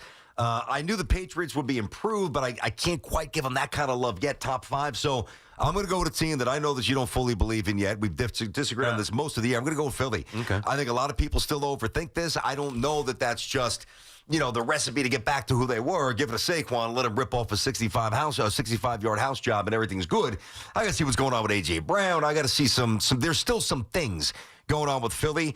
But they've got the pedigree. They are 6-2. The Giants are going to lose a lot of games. Sorry, Giant fans. The rest of the way, Dallas's defense stinks. The Commanders aren't what we thought. So I say all that because I think at the end of the year, even though Philly will have some holes and we won't be all in on them perceptually, they're going to win 12 games. They might even win, They might win 13 games. That's a bit ambitious. Probably 12-5, and they're 6-2 now. So I think Philly is starting to get on track a little bit here. All right, so that would mean to me you're again going to leave my Broncos off the list. I am. Which is unbelievable. I know.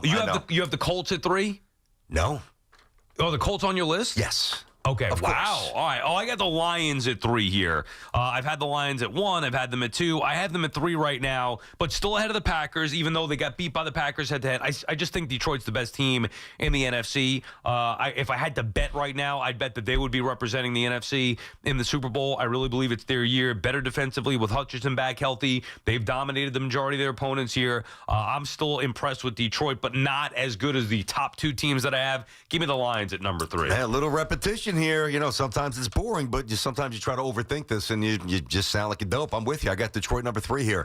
They are coming off a bye. Their secondary is beginning to – it's been their biggest issue all year. Like, the Lions secondary has been a problem, but they're getting healthy. And as those players start to come back, obviously Hutch just got the big extension. We saw that, so he's going to be happy, and he's going to be, incredibly incentivized to finish this thing. Detroit's 5-2, as you know. Now, this is a very tricky division, so now the Vikings aren't good, obviously, but like the Packers, they're going to win a lot of games. The Lions going to win a lot of games. So it's a tough division to read for me to an extent, but I don't have to overthink it. Detroit's a top 3 team in the NFL. All right. You have Colts at 2? I got the Colts at number 2. All right. Explain that one now. They're real. Yeah. I mean, I love their coaching. I love their quarterback play. I mean, I get it. It's hard for people to separate from Daniel Jones, but the one thing from what we saw here, the one thing about Jones is they're not asking him to do things that the Giants did with inferior talent. He was never going to be that guy. But when you have Jonathan Taylor, who's really carrying the mail, when you've got some innovative coaching, when you've got a tight end, when you've got some weapons, you've got a weak division, Colts aren't going away. This is not like a cute little story. And I remember saying the other day, before their previous game where Jones did great, I said, he's not going to win, but if you're looking for like MVP future value, throw a C-note on Daniel Jones. This is the kind of game, and he did. He throw for 3 or 4 touchdowns, get the yardage up. Like, he is working his way into the back end of the top 5 for MVP, and they are going to have a ton of wins when it's all said and done. So you believe in them more than I do. I believe in them, just not more than the other teams. I have the Chiefs at number 2. I can't believe you have the Broncos off the list. Anyway, I have the Chiefs at number 2. I think they're a great team. I had them at number 1. I'm bringing them down a peg, even after their win on Monday Night Football against Washington. It's not really a knock on them. It's just that I think Denver's better. So I have the Chiefs at number 2. I've got Kansas City at number 1. This is also part projection, and I mean they're getting healthy here, and they're going to represent the AFC unless something that I just don't see happening right now. Like, and I'll throw you a couple of examples. It doesn't work this way in the NFL, but you never know. Like, if the Bills go out and make multiple defensive moves before the deadline, which, by the way, is coming up in a few days, November 4th. So we'll obviously keep an eye on that. Jets made a little tiny trade yesterday. Giants might do some stuff as well. We'll see. But if they get a couple of defenders, and obviously the offense got back on track last week against a bad football team, well, then maybe I could see the Bills perhaps threatening them. But Lamar's season is crushed. The Steelers are good, but not good enough. I just think Kansas City, I think they're going to win the Super Bowl. I really do. I mean, it's kind of chalky at this point. They're number 1. Okay, I can understand that. That's fair. I can't understand how you aren't giving Denver enough respect. They was close to the Giants. To be even. So what? They won 5 in a row. They've got one of the better point differentials in the league. Yeah. They're undefeated at home. They have a dominant defense. They have weapons all over the place on offense. Like, they have a 6-2 record. They're better than Kansas City right now. They've yet to play the Chiefs, and I cannot wait for those games. That'll be a real determination. They just mopped the floor with the big bad Cowboys. All I heard about, the Cowboys and their offense. Oh, yeah, I'm real scared if Dak Prescott the MVP.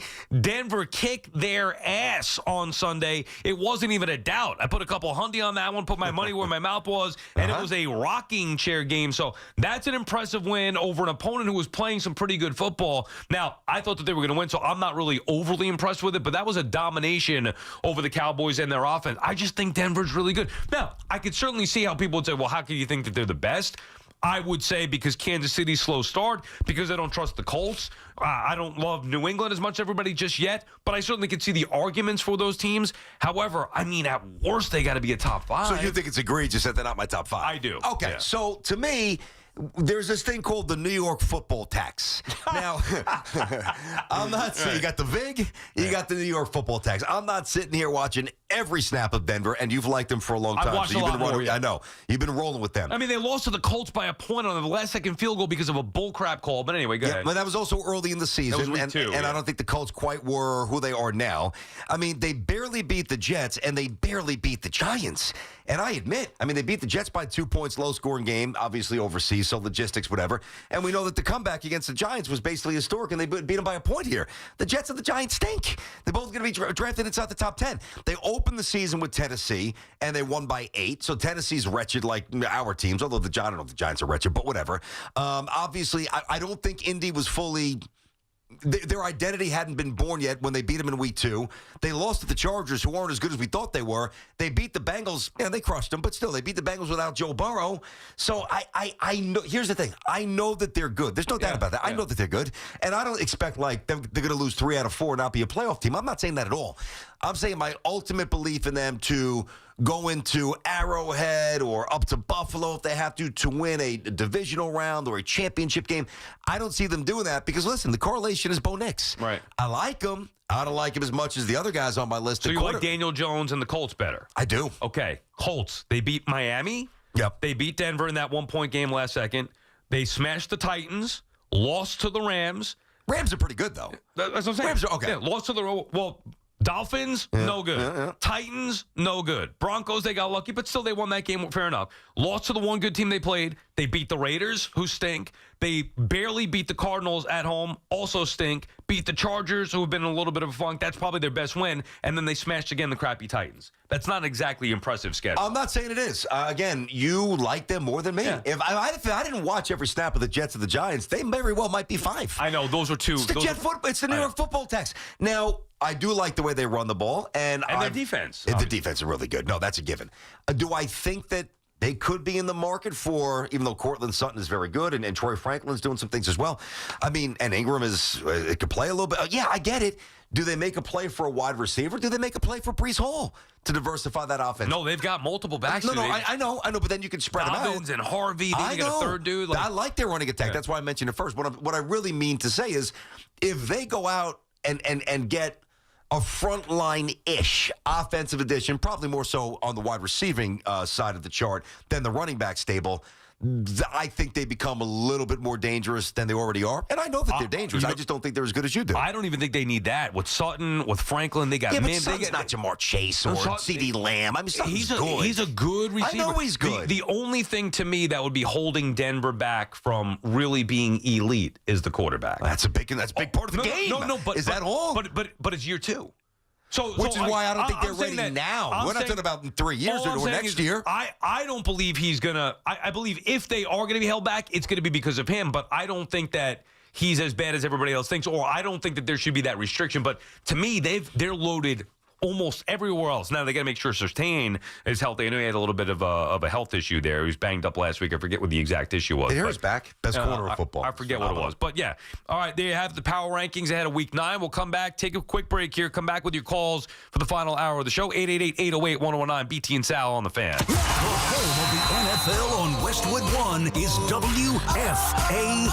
Cuts it up along the numbers and waltzes into the end zone. The Ravens take on the Dolphins. 8:15 tonight. It is right down the middle and good. Thursday night football is on the Fan, 101.9 FM, and always streaming on the iHeartRadio, TuneIn, and Odyssey app. For over 100 years, Sloman's has been your trusted partner in comfort. When it comes to home heating oil, they deliver more than just quality fuel. They deliver peace of mind. With price protection, automatic deliveries, and 24/7 service, their dedicated team is just a call away, ensuring you stay warm and comfortable all winter long. Sloman's, the Tri-State's largest heating oil provider, proudly serving their community for generations. Give them a call today at 866-GET-HEAT or visit oil.slomans.com. American Dream is the biggest indoor entertainment complex on the East Coast, just minutes from Manhattan, with over 25 attractions for every age and thrill seeker. From DreamWorks Water Park to Nickelodeon Universe, plus shopping, dining, and more, all under one roof. Plan your adventure at AmericanDream.com. Lunch was great. Greenwich Village is a fun spot. Can we stop at a bathroom? Are you all right? I keep having stomach issues after eating, like diarrhea, gas and bloating, abdominal pain, and sometimes oily stools. Sound familiar? Those stomach issues may actually be a pancreas issue called exocrine pancreatic insufficiency, or EPI. Creon pancrelipase may help manage EPI. Creon is a prescription medicine used to treat people who can't digest food normally because their pancreas doesn't make enough enzymes. Creon may increase your chance of fibrosing colonopathy, a rare bowel disorder. Tell your doctor if you have a history of intestinal blockage or scarring or thickening of your bowel wall, if you are allergic to pork, or if you have gout, kidney problems, or worsening of painful swollen joints. Call your doctor if you have any unusual or severe gastrointestinal symptoms or allergic reactions. Take Creon as directed by your doctor and always with food. Do not chew capsules as this may cause mouth irritation. Other side effects may include blood sugar changes, gas, dizziness, sore throat, and cough. These are not all the side effects of Creon. Call 800-633-9110 or visit creoninfo.com to learn more. That's CREONinfo.com. I'm asking my doctor about EPI and if Creon could help. Ray Catino Lexus of Freehold is the largest Lexus dealership in central and southern New Jersey. Every NFL Thursday is your chance to hit the jackpot on FanDuel, because with FanDuel's Thursday touchdown jackpot, you can win a share of $2 million in bonus bets each week. To get in on this Thursday's action, all you have to do is place an anytime touchdown scorer bet before the game kicks off. And if your player scores the first or last TD of the game, you'll win your bet plus a share of bonus bets. Just visit FanDuel.com/Gio to take a shot at the jackpot. That's FanDuel.com/GIO for your chance to win a share of $2 million in bonus bets. Play your game with FanDuel, an official sports betting partner of the NFL. FanDuel Sportsbook, also the official partner of WFAN. 21 and over and physically present in New York. Opt-in required. Must apply profit boost token on select market. Prize pool to be split equally among all eligible participants who made the correct first or last TD pick. Bonus issued as non-withdrawable bonus bets, which expire 21 days after receipt. Restrictions apply. See terms at sportsbook.fanduel.com. For help with a gambling problem, call 877-8-HOPE-NY or text HOPE-NY 467-369. Life's rewarding, especially with Flushing Bank's Complete Cash Rewards program. Just open a personal or business complete checking account to get started. With 29 New York Metro locations, there's nothing easier or more rewarding. Visit flushingbank.com today. Member FDIC. Our transportation, water, and energy infrastructure is critical. But did you know that those projects are built by the local 825 operating engineers and their contractors? They even built MetLife Stadium and the stadium before that. That's why their advocacy organization, ELEC, the Engineers Labor Employee Cooperative, fights for those priorities every day. That's ELEC, representing the hardworking men and women who build New York and New Jersey. At the United Healthcare Medicare store, right here in Jackson Heights, you can chat face-to-face with a licensed sales agent who understands the community and get clear answers to your questions. We're located at 3752 82nd Street between Roosevelt and 37th Ave. We're ready to help. We're your official station to talk Yankees and Mets. WFAN, WFAN FM, WFAN FM HD1 New York, and Odyssey Sports Station. WFAN Sports Flash. Good afternoon. At 1 o'clock, I'm Andrew Bogish. This Sports Flash is sponsored by Chef IQ, precision cooking, effortless results, chefiq.com, and by Flushing Bank. Jackson Dart is the NFC Offensive Rookie of the Month. The Giants were just 1-3 in October, but Dart threw for 873 yards and 4 scores while running for 3 additional TDs. Thursday Night Football has the Dolphins hosting the Ravens. Lamar Jackson returning for Baltimore. He's been out since hurting a hamstring in Week 4. Westwood 1 coverage begins on the Fan at 7:30. Kickoff is roughly 8:20.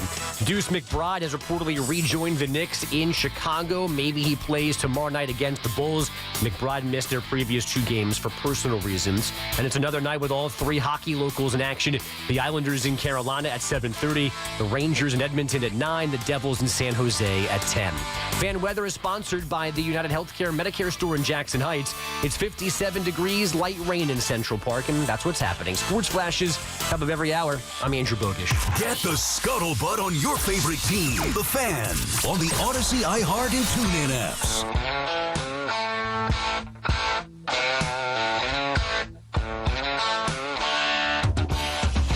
The BT Towel Show on the Fan is presented by your Tri-State Cadillac dealers. Cadillac, the official luxury vehicle of the New York Giants. Before we get back to the calls here, I got an email. Sometimes they send these emails about World Series odds and all this stuff. Oh, yeah, I get that stuff too, like Bovada, whatever, some of those things. Usually I ignore it, but it does pertain to this conversation because we're talking about next year and like where the Yankees stand as far as the Blue Jays go. Take a guess where you think, well, I mean, I guess there's a bunch of teams tied here. Take a guess, though, where you think the Yankees are first. In the odds, as far as best odds to win the World Series. Third? They are second. Yeah. I mean, every year it's like that. Every year it's the same thing. Where do you think the Blue Jays are? 6th, 5th? The Blue Jays are, let's see, 1, 2. The Blue Jays are tied for 4th with 1, 2, 3, 4 other teams. That would include the Astros, the Mariners, and the Mets. Okay. So you have the Blue Jays, Mariners, Mets, Astros all at 12-1. Yeah. The Phillies at 10-1. They're third. Obviously, the Dodgers are going to be first at 7-2, and then the Yanks are right there at plus 750. They are 15-2. I mean, there's just too much that's going to be done here. Let's take Philadelphia, for example. Are they going to bring back Schwarber? Are they going to trade? I know that they kind of silenced that rumbling, but I'm assuming these odds, money on that. I'm assuming these odds factor in what the expectation would be for the offseason, which is why kind of, the Mets are even close to the Phillies. 10-1 and 12-1, not really that big of a difference. But the fact that the Yankees would be the clear second behind the Dodgers really says all that you need to know. Like, it feels like it's that far away. And again, I'm not going just based off of the odds, but even in a year coming off of a year where the Yankees got bounced before the ALCS, the gap is not nearly as far as it feels when you watch this team play every day. Where are the Braves? Just out of curiosity. Let me pull it back up here. They had a lot of injuries. They lost a few guys. I thought they were going to be pretty good this year. Yeah, and they were obviously awful. Braves they're 18-1. So you got in front of them, you have the Padres and Red Sox, and then the groups that we said before. You think the Red Sox reload? Like really get after it and really go out there and spend some money? I do too. I think Pete could be. I told you that. I think Pete could be in play for the Red Sox. Tigers 25-1, Brewers 20-1, Cubs 25. Like I wouldn't touch any of those. That's what I'm saying. Those teams, it feels like. But to be fair, where do you think the Blue Jays were a year ago at this time? 16? Is that 15? Oh, I think even 18? worse, dude. At this time a year ago, they're coming off a last place finish. Yeah. In the offseason, coming off a last place, even if people expected them to go big and get a big free agent, I don't think there's any way. I think they were probably 25-1 at best. Maybe you could check that. Rodney, is there a way you could check that? The Blue Jays odds last year. I don't mean 18-1. I mean like 18th shortest odds. I'm sorry. Yeah. No, they wouldn't have been 18-1. BT and Sal on the Fan, 888-808-1019, the number to call. Gus is calling from the Mamaroneck. What's up, Gus? Hey, it's always a pleasure to talk to you guys. Thank you for giving my Packers love, first of all. Yeah, well, they've earned it. But to the point of my phone call, I was thinking that I love Brandon Lowe from Tampa Bay as a second baseman. He's a contact hitter, and he's a very good fielder. I was thinking of the Mets trying to get him. I would keep Beatty. I would give him one more shot at third base. I'd like to bring that guy Benj from the minor leagues up to play center field. So this way we could be strong up the middle. I know Lindor is an all-star, and I think that he's going to be going on to the downside of his career. Maybe not this year, but probably next year. I was thinking maybe move him to second base and try to sign. And sign who? I'm sorry. Well, not yet. I agree with you, not yet. Yep. But I'm just saying. And sign who? The possibilities. What, Bichette? Sign Bichette? Bichette. I was thinking of Bichette. He's the only one that's available right now. Gus, he's an awful defensive shortstop. I'm actually looking at it just out of curiosity. I'm looking at Savant here. Right. He's in the 1 percentile for range. He's in the 30-something percentile for arm strength. He can't move. His arm is weak, and his sprint speed is horrendous. Yeah. These are real numbers. And I got a feeling you're not spending money on that when you need pitching. Yep. No, but I got a feeling we're going to lose Pete. I have a very strong feeling that we're going to lose Pete. So, maybe. I was thinking maybe get Arenado as a backup. Oh, God, Gus. And thank you for the call. Good Nolan God. Arenado? Good God. What other one do you know? Good Gus, maybe his younger son? You're going backwards here. What was the first? Lau, he said, from Tampa? Yeah. I always get them mixed up. Lau, whatever. I messed that up. The Mets tried to get him at the trade deadline. He didn't want New York. That's not why it didn't happen, I believe, but I think the Mets maybe inquired. And he said, I'm not going? No, I don't know if he said he wasn't going. I think that there were thoughts that he's not a fan of playing here. Like, no, I'm good in Tampa with the situation. Yeah, keep losing. Yeah, well, in Steinbrenner Field. Exactly right, dude. You're on the Rays. They're an embarrassment of a franchise. Meaning, like, the ballpark, all that stuff. No fans. Yep. I'm not talking about the results because there's, results compared to what they spend is pretty good. But, yeah, so he didn't want any of that. So that's not going to happen now. That was a guy who really wanted the deadline. Mets need to overhaul this whole thing. They needed a little bit at the trade deadline. They didn't.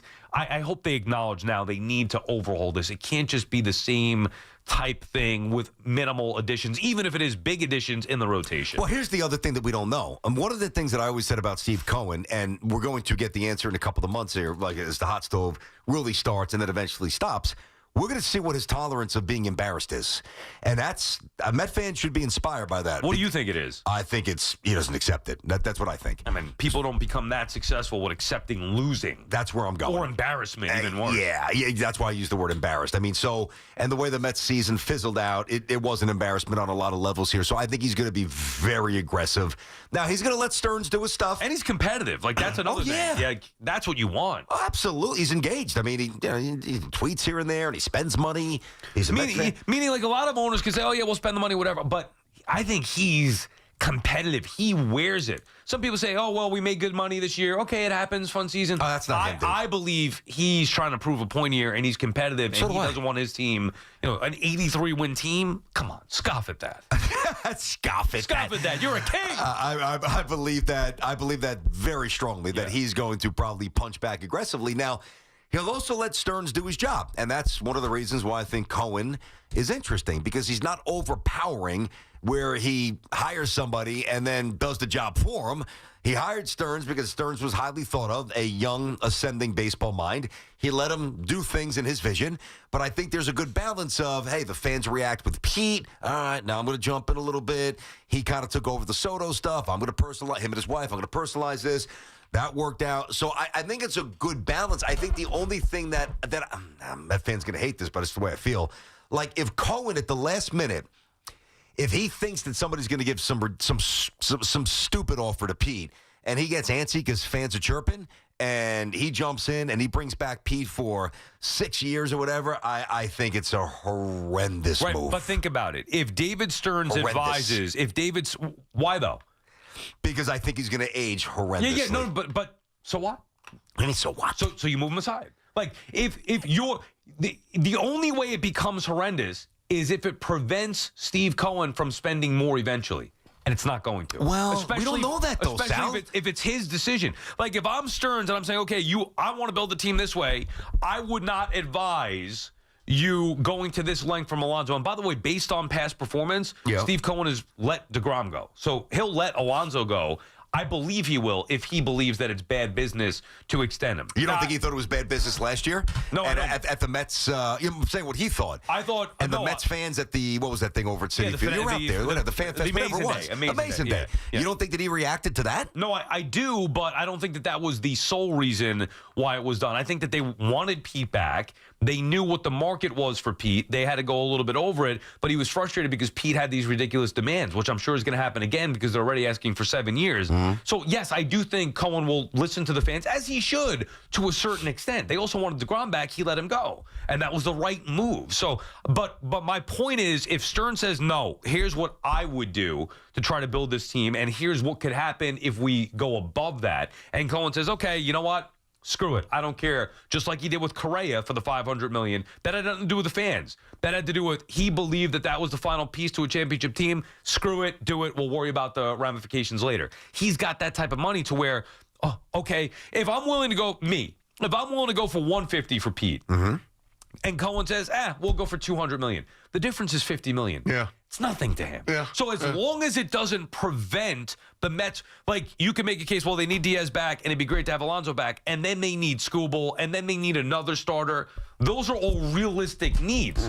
If he says in any way, shape, or form it's either these three or these two, then that's where you got to make the tough decision. I don't think it's money based as much as it is flexibility based. So, yeah, he could go 40, 50, $60 million, get 500 home runs as a Met, and he'll make it back in terms of merch, as people love the polar bear. I get all that. What I'm saying is, if Pete Alonso's playing first base opening day for the Mets next year, that's not good. We can talk about the sentiment of it. We can talk about the bounce back from an average after a real dip 2 years ago. We can talk about everything that we've already talked about a million ways sideways about Pete. He's an awful first baseman. Right. I would only say it's not good if they don't upgrade everywhere else defensively. Like you want him playing first base? No, I you told want him making throws? I don't care if he plays first base opening day. I care if he plays. The symbol. I mean, I don't know. I'm saying he's got to be a part-time DH, part-time first baseman. But who's going to be the first baseman?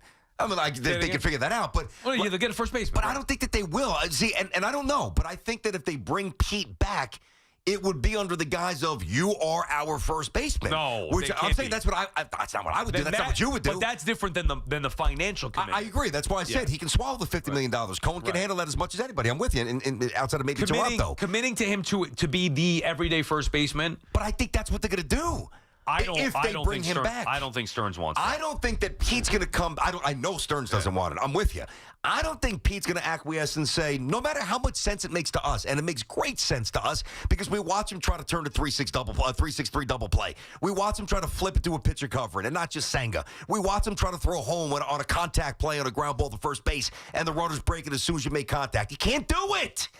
We watch him, labor, just plod down the right field line on these pop-ups that real athletes go and get a lot more naturally, right? We watch that. So, but I think that he thinks that he's a really good first baseman. I think that he thinks that because he can pick balls out of the dirt, whatever. He's got pride, and I respect that as well. So if somebody looks at Pete Alonso as a 4-5-year option with a prolific power bat, which he obviously is, and he's going to play first base for whomever, the Red Sox, whatever, well, then I don't think he's going to come back to the Mets and say, yeah, I'll take another year of money and more, another year and more money, but I'll play DH 75. He's not going to consent to that. He thinks he can play first base. Well, then he's nuts. I told you my stipulation. It would be we want you back. I'll even extend some of the money. You got to be a part-time DH. If it's anything other than that, I'm saying goodbye. I agree with you. Yeah. I think Stearns would agree. Yes, he would. And we'll see what happens with. I don't think Pete's going to agree. That's all. He's the one who's got to sign the contract. Frankie calling from Flushing. What's up, Frankie? What? E.T. Sal. What's up, guys? What's up, Frank? All right, so I'm good, bro. I'm good. I love your show. I'm not calling to hate. I'm just BT. I go back with you to Stephen A. days. I've talked to you before. I've always you and Don LaGreca are the only people in New York on the radio that I've never disagreed with until recently. I just want to say, dude. Again, your hate for Alonso is just immense. I can't listen to it. BT, he's not going to have a downswing next year. He's a great first baseman. I don't understand what you're watching. What makes him terrible? That he can't catch a pop-up in foul territory? Okay. Well, Frank, I'm going to let's talk a little bit here. Okay. So you could believe this or not, there are, and I will not mention names, there are a lot of people who do shows that don't watch both teams. They just don't. I can promise you, I do. Okay, and I think that you think that I know the game of baseball at least a little bit. Are you telling me that I'm wrong? That he's a good defensive first? Let's start there. You think he's good? I'm telling you that I do think he's a good first baseman. However, I think now this is my point. I think that, and you're going to say no. Go ahead. But if he wasn't a Met, you would not think as less of him as you do. Okay, now that's a good point. Frank. That's a good point. I might even meet you halfway there because you know why? When you watch somebody like Karl Anthony Towns, I thought Karl Anthony Towns was better when he went with Minnesota because I didn't see all the soft deficiencies that I see as the Knick. So when you see somebody every night, I do think that's a good point, and I'll meet you a little bit, as I said. When you watch somebody and you fixate on their flaws, it could cloud the overall judgment to an extent. I've never once said he's not among the most prolific power hitters of his generation. I've never once said that he isn't strapping on every day, which he does. I've never once said he can't pick the ball out of the dirt. What I've said, and what everybody who knows an ounce of baseball, including you and everybody else that watches him, everything else on defense, he sucks. What exactly? Just explain to me so I can have an understanding of where you're coming from. What aspect of his defensive first base? Frankie, do you watch the series? This is Sal here. Serious question. Do you watch the Mets? Like all their games? Almost every game. Then that's a question you should never ask in your life. If you have to ask, I don't see it. Maybe I have Mets colored glasses on, but I don't see. I don't think he's a Gold Glove first baseman. Not at all. I'm not saying that. But he's still a really good first baseman. Have you seen him try to throw? Have you seen him try to throw the ball? Not a lot. He doesn't do that. Okay, fine. I told you. That's why I want to ask you what gets you guys going with him. I don't. What do you hate about his first base play? I'm going to tell you, Frankie. Good call. And listen, I love that stuff. You disagree with me, you disagree with Sal. You call up. We'll give you back and forth. That's one of my favorite things doing radio. I love that. Good job, Frankie. All right. So we know what he does well.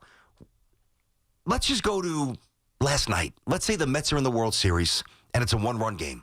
Okay? And he's holding somebody on first base, and there's a rocket a foot to his right. Do you have great confidence he's going to glove it, the footwork's going to be tight, the throw's going to be on the money to Lindor, who can then spit it back, either to Pete getting back to cover or the pitcher covering? The answer is no. And if you say yes, then you're just lying. Do you have great confidence a ball down the right field line? I'm not saying like something Soto can't get to. Man on first base. Pete's the cut. Do you have confidence him taking a relay from Juan Soto and throwing a dot to the catcher on a bang-bang play that determines if you're going to win the World Series? The answer is no. Frankie, I think it's as simple as this. And I respect the fact that you called up and at least admitted to it, saying you're not seeing it. Maybe you're looking at it through Mets-colored glasses. Take the blue and orange shades off. And if you watch him play, as much as every Met fan loves Pete Alonso, and I want him back because I believe investing in his power is a legitimate investment that will be rewarded. Like, I'd rather invest in Pete's power than I would in Francisco Lindor doing what he's done for the last several years, because I think he's going to decline at shortstop. I'm not trying to pick on him, but just give you an example. Same thing with Nimmo. I have no idea what Brandon Nimmo is going to be next year. I know, bare minimum, Pete Alonso going to hit 30-plus home runs, driving 100 runs, hitting behind Juan Soto. So I would invest in that. The question is, how much are you going to invest in that, and would you have him play first base? But if you watch Pete Alonso play first base defensively, he's god-awful. He's awful. He's the last thing that I would ever refer to an athlete as. He's gotten good with the scoops at first base, maybe even great with the scoops at first base. However, there's a lot more to playing first base than scooping the ball. His footwork is atrocious. He's not quick, nimble, none of it. He can't throw. Like, I'm not trying to knock him. If you watch him play, I know. It's quite obvious. Yeah, and the play that I referenced is a couple days ago when Vladdy, that little short hop, backhand, and that ball had some juice on it, and he came and he met rather than laying back and waiting for the ball to play him, he went and attacked it, got that backhand, threw a laser. I'd love to know, that it looked like he threw the ball 90 miles an hour to third base. Maybe 92, 90, like low 90s. Pete can't do that. And just for the number heads out there, so I can at least quantify this with a number so you guys know it's not hate. Baseball savant, he is in the 2 percentile in range. He is in the 5 percentile in arm strength. He is in the 8 percentile in sprint speed. He is a non-athlete. He is a lumbering, cumbersome, heavy-footed power hitter who could pick balls at first base, who's in his 30s early, is a righty, and just is a mess on defense. Now, with all that being said, he's nowhere near the Mets' biggest issue. Now, I would probably agree with that. His defense is a part of the problem, but it's a part of the problem. Yeah. It's a bigger picture issue, and there are other players far more detrimental or instrumental in the failures of the Mets. Like, Brandon Nimmo. He's a problem. Can't throw. You can give me the numbers all you want offensively. He's nowhere near what Pete is offensively. Nope. While I love Nimmo, the person, I think he's a great guy, great clubhouse guy. He's a leader. He's a liability in the outfield. He can't run. He's got no range. He's got no arm. Been injury prone the last couple of years. Yeah. And his offense isn't enough to outweigh the. Like, and he's making enough money to where it's like a little bit of a nuisance. Mm-hmm. They don't have a center fielder. Soto's got deficiencies in right field. Again, I don't think that's the primary thing either, but all of it together is the problem.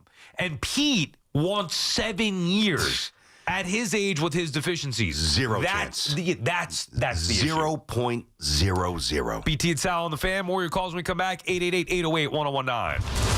Every Saturday at 8 a.m., it's Kickoff with Boomer and Mike Valenti, where the guys break down the biggest headlines and storylines from across the NFL. I think what's happening in New England is legit. I think now they can win the AFC East. Kickoff with Boomer and Valenti is brought to you by Nationwide. For your insurance and financial needs, Nationwide is on your side. The Fan, 101.9 FM, and always streaming on Odyssey, TuneIn, and the iHeartRadio app. I'm Chelsea Messenger, helping you beat the books with the BetMGM Network. Play of the day is the Ravens playing 7.5 on the road at the Dolphins. Should be a great get-right spot for a desperate Ravens team that now has Lamar Jackson back at quarterback. The Ravens have one of the most talented backfields in the NFL with Jackson and Derrick Henry, and the Dolphins can't stop the run. Miami is giving up the 5th most rush yards per game. Bet smarter, beat the books. Download the BetMGM app. Please gamble responsibly. Hey, I'm Mike Slater. My dad passed away at the age of 63. It's out of nowhere. Had a stroke. Super hard, obviously, for the whole family, but my dad had life insurance. This is why I have life insurance for my family, for my wife and 4 kids. And the best place to get life insurance is ethos.com, because you can do it in 10 minutes. And there's no medical exam and no blood test, just a few health questions. Get life insurance in 10 minutes so your family is protected. Ethos, ETHOS, ethos.com/play. If you're 55 or older and into that whole saving money thing, T-Mobile has an exclusive phone and internet bundle just for you. Right now, get 2 unlimited phone lines plus 5G home internet for just $30 each per month with autopay, plus taxes and fees. And with 5G home internet, setup is easy with just 1 cord and no technician needed, which is great if you're also into that whole keeping it simple thing. Switch now and experience the best mobile network in the U.S. Visit your local store to start saving. T-Mobile, it's better over here. Based on analysis by Ookla of speed test intelligence data Q4 2024 to Q1 2025. Ookla trademarks used under license. Unlimited on our network. Customers on voice plan may notice speeds lower than other customers and further reduction if using more than 50 gigs a month due to data prioritization. Video streams and SD on this plan. Home internet pricing after $20 a monthly bill credit plus $5 per line without autopay. Debit or bank account required. See 5G device coverage and access details at T-Mobile.com. There are a lot of reasons why people buy at Ramsey Mazda. It's their selection, it's their customer service, and it's their savings. Lease a new 2025 Mazda CX-5 2.5S Select for $229 for 36 months. Start shopping now at RamseyMazda.com. Choose wisely. Choose Ramsey Mazda. Call 833-853-2970 for details. VIN S0595-731. MSRP $31,915. Zero security deposit. Ends 10/31/25. Dunkin's $6 meal deal is kind of wild. You get a bacon, egg, and cheese sandwich, 6-piece hash browns, and a medium iced or hot coffee, all for $6. That's the main character meal energy you need this fall. Get it now in Dunkin' stores or order ahead on the Dunkin' app. No substitutions, participation and times may vary. Offer price varies in California and Hawaii. Limited time offer cannot be combined with other offers. Exclusions and terms apply. We're always talking New York sports on The Fan. Hey everyone, this is Chris Hodge, the longtime host of Sports Investors Daily from TakingVegas.com. Baltimore, Miami, Thursday night NFL action. It's free on the text line. Just text the word WIN to the number 545454. That's text the word WIN to the number 545454. Listen, if you're in New York, New York sports is finished. The Jets season was over in July. The Giants are the Giants. The only reason why the Rangers aren't in last place is because the Islanders play here too, and the Knicks will eventually mess everything up. If you are a New York sports fan, your winter is dark. The only thing you can do is make some money at sports wagering. So text the word WIN to the number 545454. Baltimore, Miami tonight. It's absolutely free. Plus, we have a player prop parlay. So text the word WIN to the number 545454. You get an NFL free winner, no questions asked. Looking for the lowest price on name brand tires? Get to Town Fair Tire and get the guaranteed lowest price on any name brand tire. Nobody beats a Town Fair Tire deal. Nobody. Name brands at discount prices. Town Fair Tire. Nationwide is so much more than a great insurance company. They're one of America's largest financial services companies. Like how I'm more than just Peyton Manning. I'm also motivating Manning. When I say insurance, you say financial services. Insurance. Financial services. Insurance. Financial services. Now when I say nationwide, you say is both. Nationwide. Is both. Nationwide. Is both. For your insurance and financial needs, Nationwide is on your side. Nationwide Investment Services Corporation, member FINRA, Columbus, Ohio. Nobody had to tell your grandparents not to drive while using their typewriters. Why should it be any different for us kids and our cell phones? Distracted driving was the cause of more than 3,000 deaths in 2022. Come on, we're smarter than this. Let's put down the phones and focus on the roads. Drive safe, everybody. Don't drive distracted. A message brought to you by the National Highway Traffic Safety Administration, Project Yellow Light, and the Ad Council. Hey, bro, weirdest thing is happening at the game. This guy sitting next to me says, "You're our good luck charm. Every time I crack a Bud Light, we score a touchdown." Now his entire family wants to buy me Bud Lights. I think I'm some kind of a football prophet. Talk soon. The team needs me. Anything for Bud Light, the official beer sponsor of the NFL. Stock up today. Enjoy responsibly. Copyright 2025 Anheuser-Busch Bud Light Beer, St. Louis, Missouri. Talk New York sports here. The Fan. There you go. Hang out, lay out, listen right here. Here we go. Come on, Sal. It's okay. Not feeling this? I know. I'm just looking at a couple of news items here. BT, it's okay. I like the song. BT and Sal back on the Fan. 888-808-1019 is the number to call. Couple of things here. Giants, Jackson Dart, rookie, NFL Offensive Rookie of the Month. So nice honor for him. That's great. Obviously well-deserved. Here's maybe even a more important note, because those, weekly awards, monthly awards, was that even a thing when we were younger? Yeah, they had Player of the Weeks, and they did. I remember that vaguely. Crap. Yeah, Player of the Week, he probably does. He's a rookie. Well, I think in his particular case, it's exciting because he's, like you said, he's a rookie. Sure. NFL Offensive Player of the Month is cool, but Baseball Player of the Month, I don't know. It doesn't, to me, that the monthly awards, come on, dude. What are we doing here? Employee of the Month in professional sports?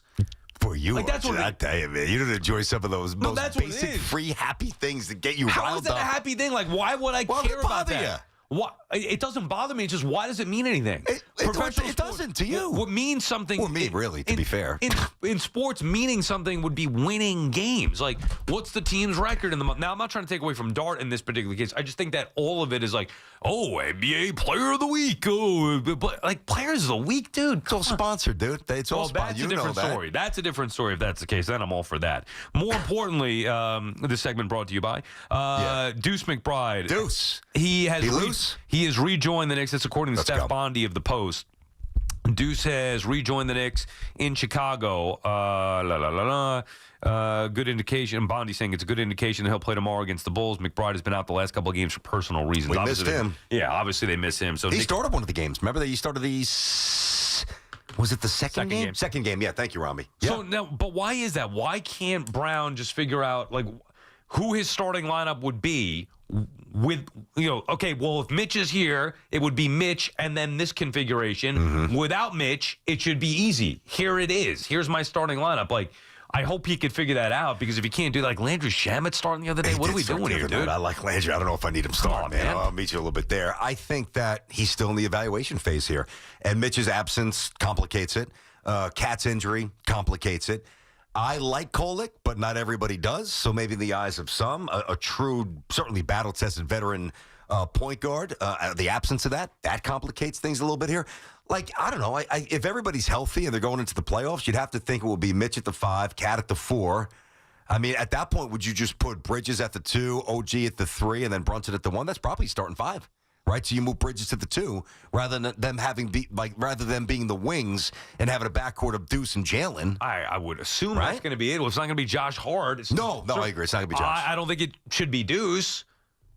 I'd rather have him coming off the bench. Let's say you have Deuce starting 2 guard. Mm-hmm. Then what would you do with the rest of it? I like Deuce coming off the bench myself. Yeah, okay. He's a spark plug. But if you have him starting, well, then who are you taking out? You're not taking out Bridges or Anunoby. Well, no, but I'm saying, is Mitch back or not? No, I'm saying Mitch would be back in this case. Mitch, then I don't think Deuce starts. That's the point. I think once Mitch comes back, then I think Cat goes to the 4. Right. I think Mitch is the 5. I think OG would remain at the 3. Bridges at the 2, better handle than OG. And then I think obviously Jalen at the 1, and then you have Deuce coming off the bench. Matt is calling from St. Augustine, Florida. What's up, Matt? Hey, Matt. Hey, boys, what's going on? Hey, BT, YouTube Carl Lewis throwing out a first pitch. I've seen it. It's embarrassing. And LeBron James. That's awful. Arguably the best athletes of our lifetime. I think our definition of athlete, BT, is different. I think yours is more towards, did you have a six-pack and could you jump high? No. Mine is more towards... That's not true. It seems like it. Well, that's not true, but go ahead. Okay. Mine is more towards can you look the part? You know, if you don't pick up a golf club for 3 years, can you go out there and look the part? Can you advance the ball? Yeah. That's an athlete. Because I told you Ben Rice was an athlete. You hung up on me and gave me some silly. I don't think he's a great athlete. Is he? I don't think he's very fast. I mean, he's got great hand-eye coordination, which is part of an athletic. You just said it. You just compared athlete to fast. It's not. Well, no, hold on. If you can Matt, catch a baseball game and play the field in the major leagues, you're a hell of an athlete. Listen, Matt. Relative to his peers, okay, he's a below-average athlete, all right? Relative to the world. Yeah, disagree. Well, that's fine. Baseball players aren't great athletes. You think he's slow? He is slow, Matt. And by the way, he can't really field. I think he's slow. Okay. Ben Rice is a terrible athlete. You know what? It's just Matt. Come on, man. Hey, real quick. I know. Bust the chops. Matt, I feel terrible. Please move on. I'm sick as a dog, man. I can't get into Ben Rice's It's an argument I have with a lot of guys. Guys say athlete is all about how high they can jump and how fast they can run. I don't know where you're getting this from. Watch LeBron James throw a baseball. He looks like he's missing a chromosome. He's not an athlete. Now, he's not an athlete. Oh, Anthony Towns. He just said LeBron's not an athlete, Sal. That's what he just said. Watch him throw baseball. Watch him throw baseball.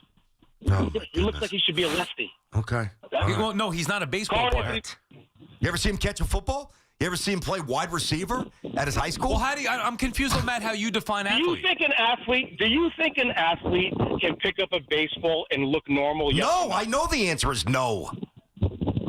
No, you can't. Wait, the answer is no? Wait. Yeah, so hold, Matt. Do you think an athlete can pick up a baseball? Did you hear me? Did I stutter? Looking normal. Did I stutter?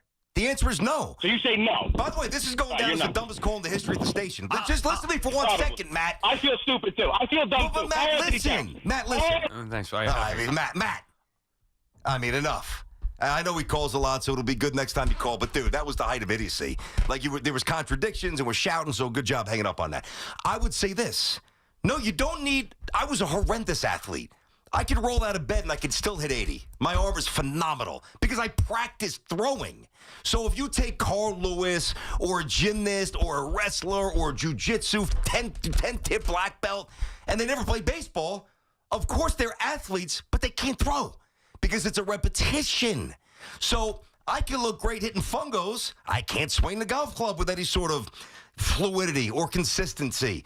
You're all over the mat, Matt. I don't even know what your point was, dude. Well, that's my question. I'm not sure.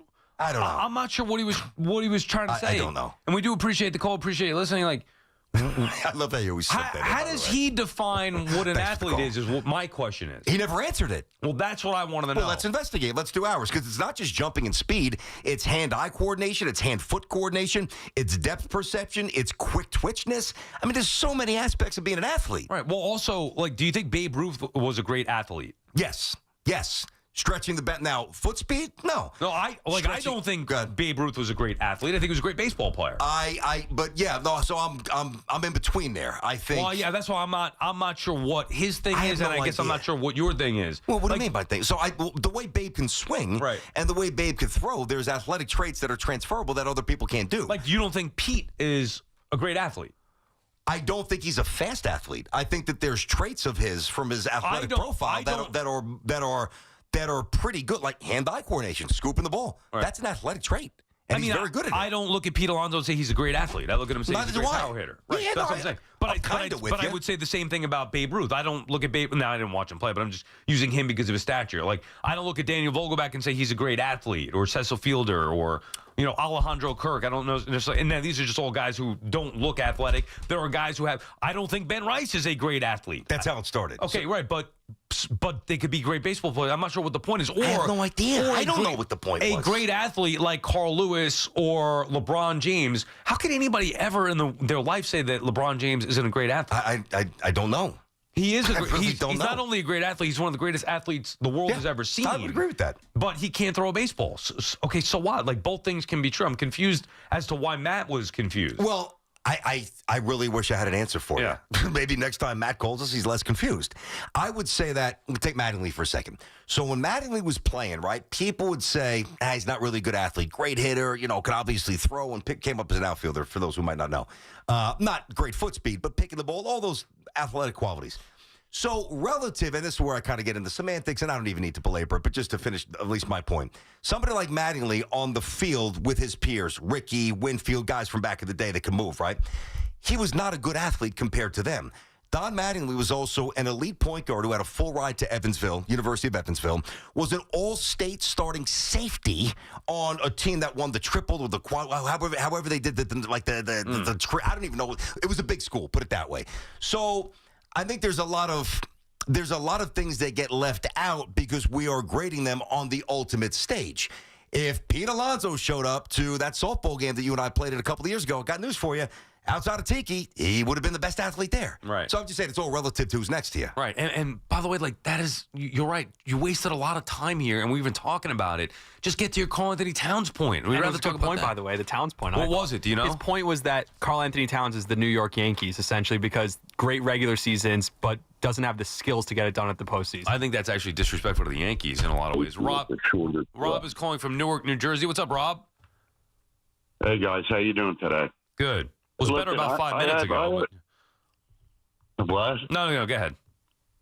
I just want to mention about a center fielder and also where Anthony Volpe belongs at that point. So I think Brian Buxton from Minnesota is a good center fielder. He's a leadoff hitter. He's a contact hitter. He's always hurt. And I know he gets hurt. He doesn't want to leave Minnesota. That was obvious last year at the trade deadline. Well, I know, but like make an attempt on him. He hit 30. Teams did. Remember? I don't know if you remember, Rob. Last year, teams did. The Mets were one of the teams who were rumored to be. They needed a center fielder. Buxton immediately shot down any kind of thought of trade rumors, saying he didn't want to leave Minnesota. Yeah, he's not going anywhere. I don't even know what his contract is. You know, Byron Buxton, and thank you for the call there. Right? Listen, I'm all open to suggestions here. They need somebody to hit top of the order. You know, Byron Buxton, suddenly 31, 32 years of age. When he was coming up, he was thought to be this ridiculously, can't miss prospect. And his talents kind of say that, but he's been around 11 years. He's a 248 hitter. He signed through 2028. He's not going anywhere. Here's a little quick AI Google search for you. I'm just going to read right here from the AI robot. There are no active trade rumors for Byron Buxton because he's repeatedly stated he does not want to be traded and possesses a no-trade clause, despite exploring the possibility that the 2025 deadline, which included teams like the Braves and Mets making inquiries, Buxton's commitment to the Twins remains strong. End of story. It's you could bring it up. Losing a lot of games. Yeah, I'm not arguing he's not. I respect that he wants to be. I'm not arguing he's not a good center fielder. Wouldn't be a good option. There are some issues there, like you said, always hurt, getting older. But I would not. There's no point of talking about it. He's not going anywhere. Victor's calling from Sacramento. What's up, Victor? Hey, Sal and BT. How are you? How are you, Vic? Good. So just real quick, moved out West Coast 2 months ago, and still listen to you guys every day. So thanks for what you do. Thank you. But I just wanted to talk about the Dexter Lawrence, Carl Banks thing, and then ask Sal a question, if I may. Yes. But so Dexter needs to own up a little bit, because here's the thing: you look at the tape. He's getting double teamed. I'm not arguing that, but last year he was getting double teamed just as much and still having impact plays and disrupting the backfield and all of that. So that's where, I think Dexter needs to step up a little bit. But look at the other defensive linemen, okay? Minus Burns, Mr. Wannabe LT, Abdul Carter, does not have more than 1 sack this season, okay? Kayvon Thibodeau, okay, only has 2.5 sacks on the year. Where are they stepping up on their one versus one matchup, okay? Carter's been applying a lot of pressure, and I know you want to get the end result, but he's been pressuring quarterbacks. He also is being played out of position early on the first few weeks of the season. That's fair. Yeah. And Kayvon, look, I think I would want more from Kayvon, but he's been better, I guess, than he was a year ago. Forget about the sack total numbers. And bottom line, overall, Victor, it just hasn't been good enough. Outside of Burns, the impact has not been felt from the Giants' defense. Agreed. Plenty of blame to go around, right? And from the hype from the offseason, they are not living up to potential, but I think those two in particular need a little bit more. Fair points that you said. But, Sal, what I really wanted to ask you, and I listen to you guys almost every day, and I want to say it was back on Monday, Tuesday. You said that Shane has done an okay job. Can you tell me where, and can I just list my points real quick? So first off, the draft class. That seems to be a running thing with Shane. I honestly don't even recall, I don't recall defending Shane. If anything, I might have said it as a throwaway, like, I'm not ripping him too much. He's done an okay job. But go ahead, continue. I don't recall this. Okay. So really your main thing was the blame on Dable and their defense corner, which I agree. Yeah, fair enough, but I want them both gone. Like, that's just to be clear. Okay, so go ahead. Agreed. But let me just, sorry. We do not say enough about how bad of a job as the GM has done because we don't see him on a weekly basis, okay? So the draft class, you want to talk about this year's draft class? That's fine. Jackson Dart, probably the best one picked this year, was Dable's guy, okay? Darius Slayton, a 3-year, $36 million. You refuse to give that contract to Saquon Barkley, but you give it to a number 3 receiver, okay? And then the last point I wanted to bring up, you talked about Daniel Jones' success being egg on Dable's face. It's really on Joe Shane's because here's the thing. That Colts team is well built. It has so much more talent on the roster, a solid offensive lineman, more weapons. Who constructs the roster, Sal? It's the GM, and he had years to do it, and he's failed.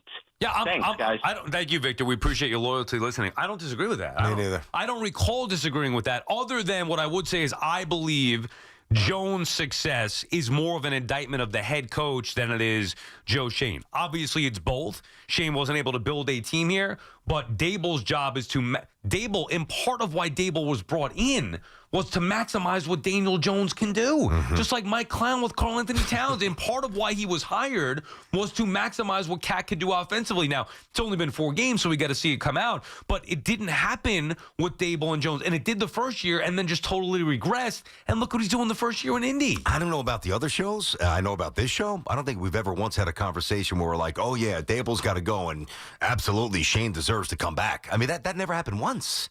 But good call. I mean, he's got a lot of his points. I might have said, like, he's done okay. But he has. Yeah. I mean, that's just being fair to the conversation. He's had a couple of things that have been okay, for sure. He's had a couple of things that have been really good. Now, his point about Jackson Dart, that's an interesting one. That's probably going to wind up saving Dable's job, where Dable wanted Dart, and the report is Shane did not. And look, imagine if there was no Jackson Dart here this year. But dude. Jeez. But you don't think there's any way that they would keep Dable and fire Shane? I don't think there's any way that's going to happen. Okay, and do you think there's a way that they keep Shane and fire Dable? I did, but less and less now because of Dart's progress. I still think that that's a possibility. Well, if they lose those games now, you think they're going to win more games than I do. They got 9 games to go. They got to start winning some games. I would bet anything. Yeah. And they got some easy games at the end of the schedule. So, right, 4. And you think they're going to win the Raiders? I forget 4 winnable games. There, right? Washington at home, Vikings at home, Cowboys at home. Yep, and Dolphins. Yeah, those you got to win a few of those. Yeah, Cowboys probably. You got to win a few of those. So, if they don't, and I'm less convinced that they will, well, then maybe he will. Then you're going to see something different. But I think it's still up to. As long as Dart looks good, it kind of seems like they're going to bring him back, and he's going to get another run. And part of me understands that, and then part of me is frustrated by it. 888-808-1019. It's BT and Sound on the Fan. All right. I got to gear up for this week, 'cause I'm dying here. Every NFL Thursday is your chance to hit the jackpot on FanDuel, America's #1 sportsbook. Of course, FanDuel's Thursday touchdown jackpot. Win a share of $2 million in bonus bets each week. Jumping on the Thursday fun.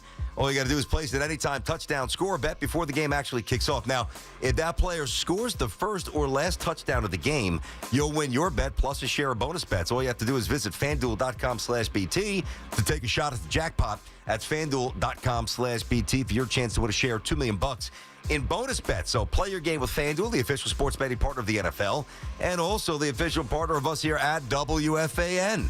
21 plus and physically present in New York. You got to be there. Opt-in required. Must apply profit boost token on select market. Prize pool to be split equally among all eligible participants who made the correct first or last touchdown pick. Bonus issued as non-withdrawable bonus bet that expires 21 days after receipt.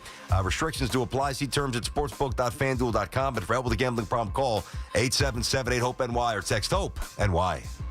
It's Evan and Tiki. Afternoons on the Fan 101.9 FM. He gets the start anyway, probably because of Tyrod's injury, but maybe we'll never know. And by the way, you're not even saying who's going to start after the bye week. I know. More on that later. Right. And that's the game where Justin Fields figures it out. Listen to Evan and Tiki on demand on Apple Podcasts, Spotify, or wherever you get your podcasts. This is Andrew Perloff with an Odyssey Sports Minute. In many ways, the story of Trey Savage sums up the 2025 Blue Jays. The Toronto pitcher started out the season in single A ball. Last night, he struck out 12 batters to beat the Dodgers and get the Blue Jays a 3-2 series lead. No one saw this guy coming, and frankly, not many people saw Toronto hanging with the mighty Dodgers. But here we are on the brink of their first championship in 30 years. I'm Andrew Perloff. Your favorite neighborhood spots run unsquare. You know the ones. Maybe it's the popular shop that just opened a new location by you, or the big sports bar that's always packed on game day. These places make the neighborhood, and the money spent there stays in your community.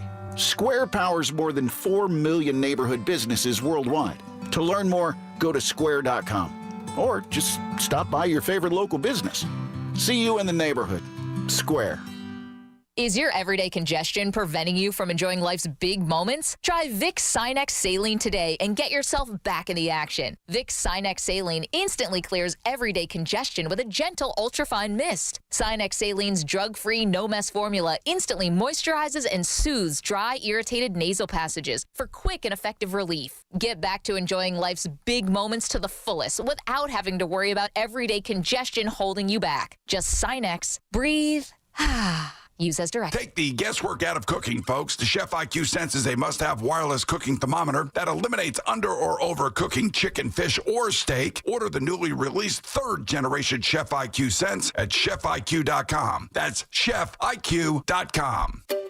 Finding great candidates to hire can be like, well, trying to find a needle in a haystack. Sure, you can post your job to some job board, but then all you can do is hope the right person comes along, which is why you should try ZipRecruiter for free at ZipRecruiter.com/free. ZipRecruiter doesn't depend on candidates finding you. Its powerful technology identifies people with the right experience and actively invites them to apply to your job. You get qualified candidates fast. So while other companies might deliver a lot of hay, ZipRecruiter finds you what you're looking for.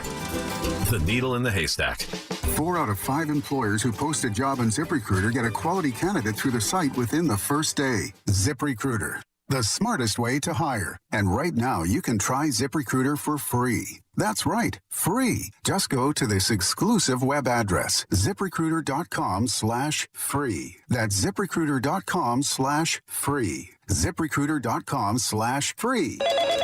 Too many tools, too much stress, and way too many bills.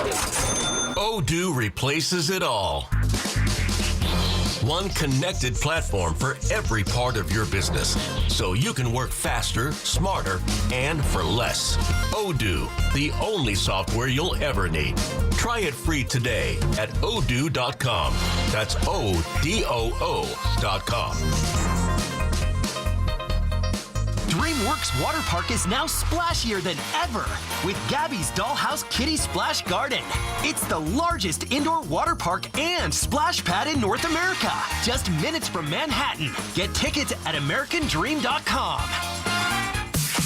Chumba Casino brings non-stop fun straight to your screen. Anytime, anywhere. Explore hundreds of games like slots, blackjack, and instant scratch-style cards. Sign up to unlock your free welcome bonus and daily login bonuses. And enjoy your chance at exciting prizes without spending a thing. Just click, play, and enjoy the ride. Sponsored by VGW Group. No purchase necessary. See terms at ChumbaCasino.com. Must be over 21 and present in a state where it's legal to play.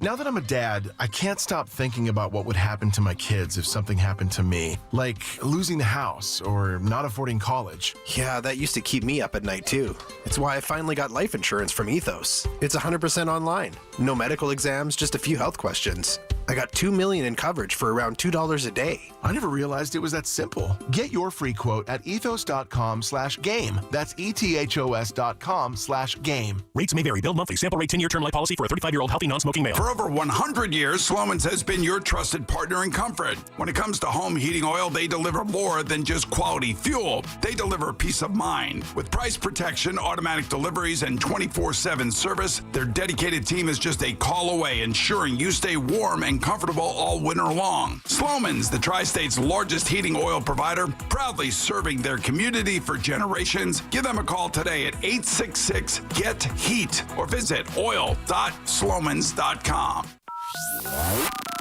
Call of the day with Brendan Tierney and Sal Licata on The Fan. Today's call today brought to you by my friends at Edison Heating and Cooling, New Jersey's heating expert. Joey Clams calling from Brooklyn on the first segment of the show. What's up, Joey Clams? Joey boy.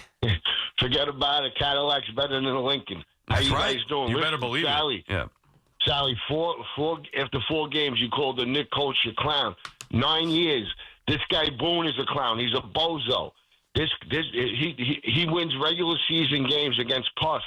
Look at the way the Yankees play. It's terrible. You know what Vladdy said? He goes, "I'm a better baseball player all around because of Don Mattingly." That's all. I didn't see that. You guys stick up for this guy, Boone. Well, Joe, hold on. I got a question for you. No. Listen, number one, we both like him and know him, but when it's time to say he made a mistake, like when he went to Cortez and getting the World Series, I crushed him. Let me ask you a question. You think that the Yankees would be champions if they had a different manager? That's pretty much what you're saying, right? If they had a better manager, is that what you're saying? Absolutely, and a better coaching staff. That's what you're saying, right? I think you're nuts. I think you're wrong. I respectfully disagree. No way. He's terrible. It's the roster, Joe. Terrible decision in the playoffs. Joe, it's the roster, Joe. You can't manage the game. NJ Prospects, bring your daughters down here for softball. Come see. There you go, Joey Clams. Appreciate it. In case you missed anything, check it out on the free Odyssey app. We've done a lot of different stuff today. Of course, fun show on this Thursday, Football Friday. Tomorrow, look forward to that. 888-808-1019. How much time we got here, Dove? Enough time for a couple? Probably 2-3 minutes. Yeah, I didn't even look. It's 52. It's already getting late. Let's get a call in here. Tyler's calling from Caldwell, New Jersey. What's up, Tyler?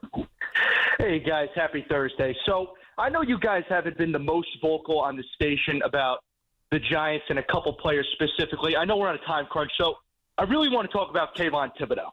Mm-hmm. I don't understand how people can watch the Giants defense right now and say that he is, I don't want to say underperforming, but he is objectively playing the best football of his career right now. He's second in the league for defensive ends and run stops. He's on pace to have the most tackles for losses in his career. Listen, there are specific indicators that pass rushers have, aside from sacks, that show that they are getting to their quarterback consistently. That's true. Pressures, hits, all that. He is doing that. He has been a much better player in the run game. If the Giants trade him, let me ask you something. Did the Giants look to move Tucker Osei when they drafted JPP? There is not a single position group on this team right now that is a legitimate strength and has depth. We saw it with the receiver core. We're seeing it with the defensive backfield. Oh, yeah, love Deonte Banks, by the way. You know, that's another thing. I know I'm all over the place, but, you know, we want to throw criticism at Dexter Lawrence. And, you know, I don't think it's coincidence that we're talking about this around the trade deadline and people call it for Shane's job. Where's the criticism for any of the draft picks who are outright busts on this football team? That 2022 draft was so crucial. You have 5 picks in the top 100. 2 of them aren't even on the field and probably cut, being Evan Neal and Josh Azudu. What? Finally showed something this year, and he should be brought back, not on some crazy deal. He's probably the best corner on the team right now. Kayvon steadily improved, and there is nothing else. Listen, Dex had a kid. He's coming off an injury, probably a little out of shape with limited reps in training camp. There is not a question in the world, in my opinion, that he's going to figure it out. You know, I'm curious. I'm going to listen to Pittsburgh radio this week and see how much criticism there is for T.J. Watt and Alex Highsmith, who have a combined 7 sacks this year, who make more than Dexter Lawrence. I bet you their defense is getting criticized, Tyler. I'm not listening to Pittsburgh. I guarantee you their defense is getting criticized. And nobody's picking apart Kayvon Thibodeau. I don't think he has been as good as he was supposed to be when you take him with that pick that they have. That's the point. We're not trying to nitpick here. We're also not trying to give out participation trophies. And again, I'm not minimizing his impact this year. Better in the run, more sound, more solid. That's great. When you take a player that high, he's supposed to be How come Micah Parsons did it when he was with the Cowboys? When you take a player that, and who's picked after Kayvon Thibodeau was, meaning a later pick. Yeah. When you're picked that high as a pass rusher, yeah, I shouldn't have to watch the film and break it down and look at the advanced metrics to feel his impact on the game. I should see it when I sit on the couch every Sunday like I do with the elite players. And it's not about Thibodeau. It's just about the defense overall, which has big names, but it's been disappointing. And he's been better this year. He just does not fully represent, at least in the eyes of you and I, what we thought he would be coming out of Oregon as the 5th overall pick here. I mean, he's on pace for 5 sacks. He's, doesn't have a ton of tackles, no forced fumbles. I mean, again, listen, there's other things interiorly that I'll let the guys who actually diagnose the film, let them do that, the stunts and this and the double teams and all that. I'm not saying there's no value. And I have been more upfront than most saying he's had a better year. I've said that most of the season. I acknowledge that. But I thought he was going to be a game wrecker, like I thought Abdul Carter would be. And I know Abdul's almost getting home quite a bit. He leads rookies in pressures, but until you start getting home, which I think eventually he will, beginning next year, et cetera, and it gets a little bit thicker and stronger, you're not wrecking the games. And you ask for Lawrence Taylor's number, you got to wreck some games. You drafted 5th overall like Kayvon was, you got to wreck some games. That's all I'm saying. It's not terrible. And He's not great. Brian Burns, and maybe because the other guys' contributions as well, it's been easier for Burns. He's been a game wrecker, and he was doing that in Carolina, and he's doing it again here this year. Yeah. Those guys, like we see him doing it. We need to see the Giants' rest of the defense start doing it. Much more on the Giants tomorrow on a Football Friday ahead of Week 9 in the NFL. Thanks to Dove, as always. Thanks to Rami filling in for Hoff, who's out sick. We're back again tomorrow afternoon, 10 a.m. We'll see you then. Thanks to everybody who listened and called. We appreciate each and every one of you as well. Evan and Tiki, they're coming up next.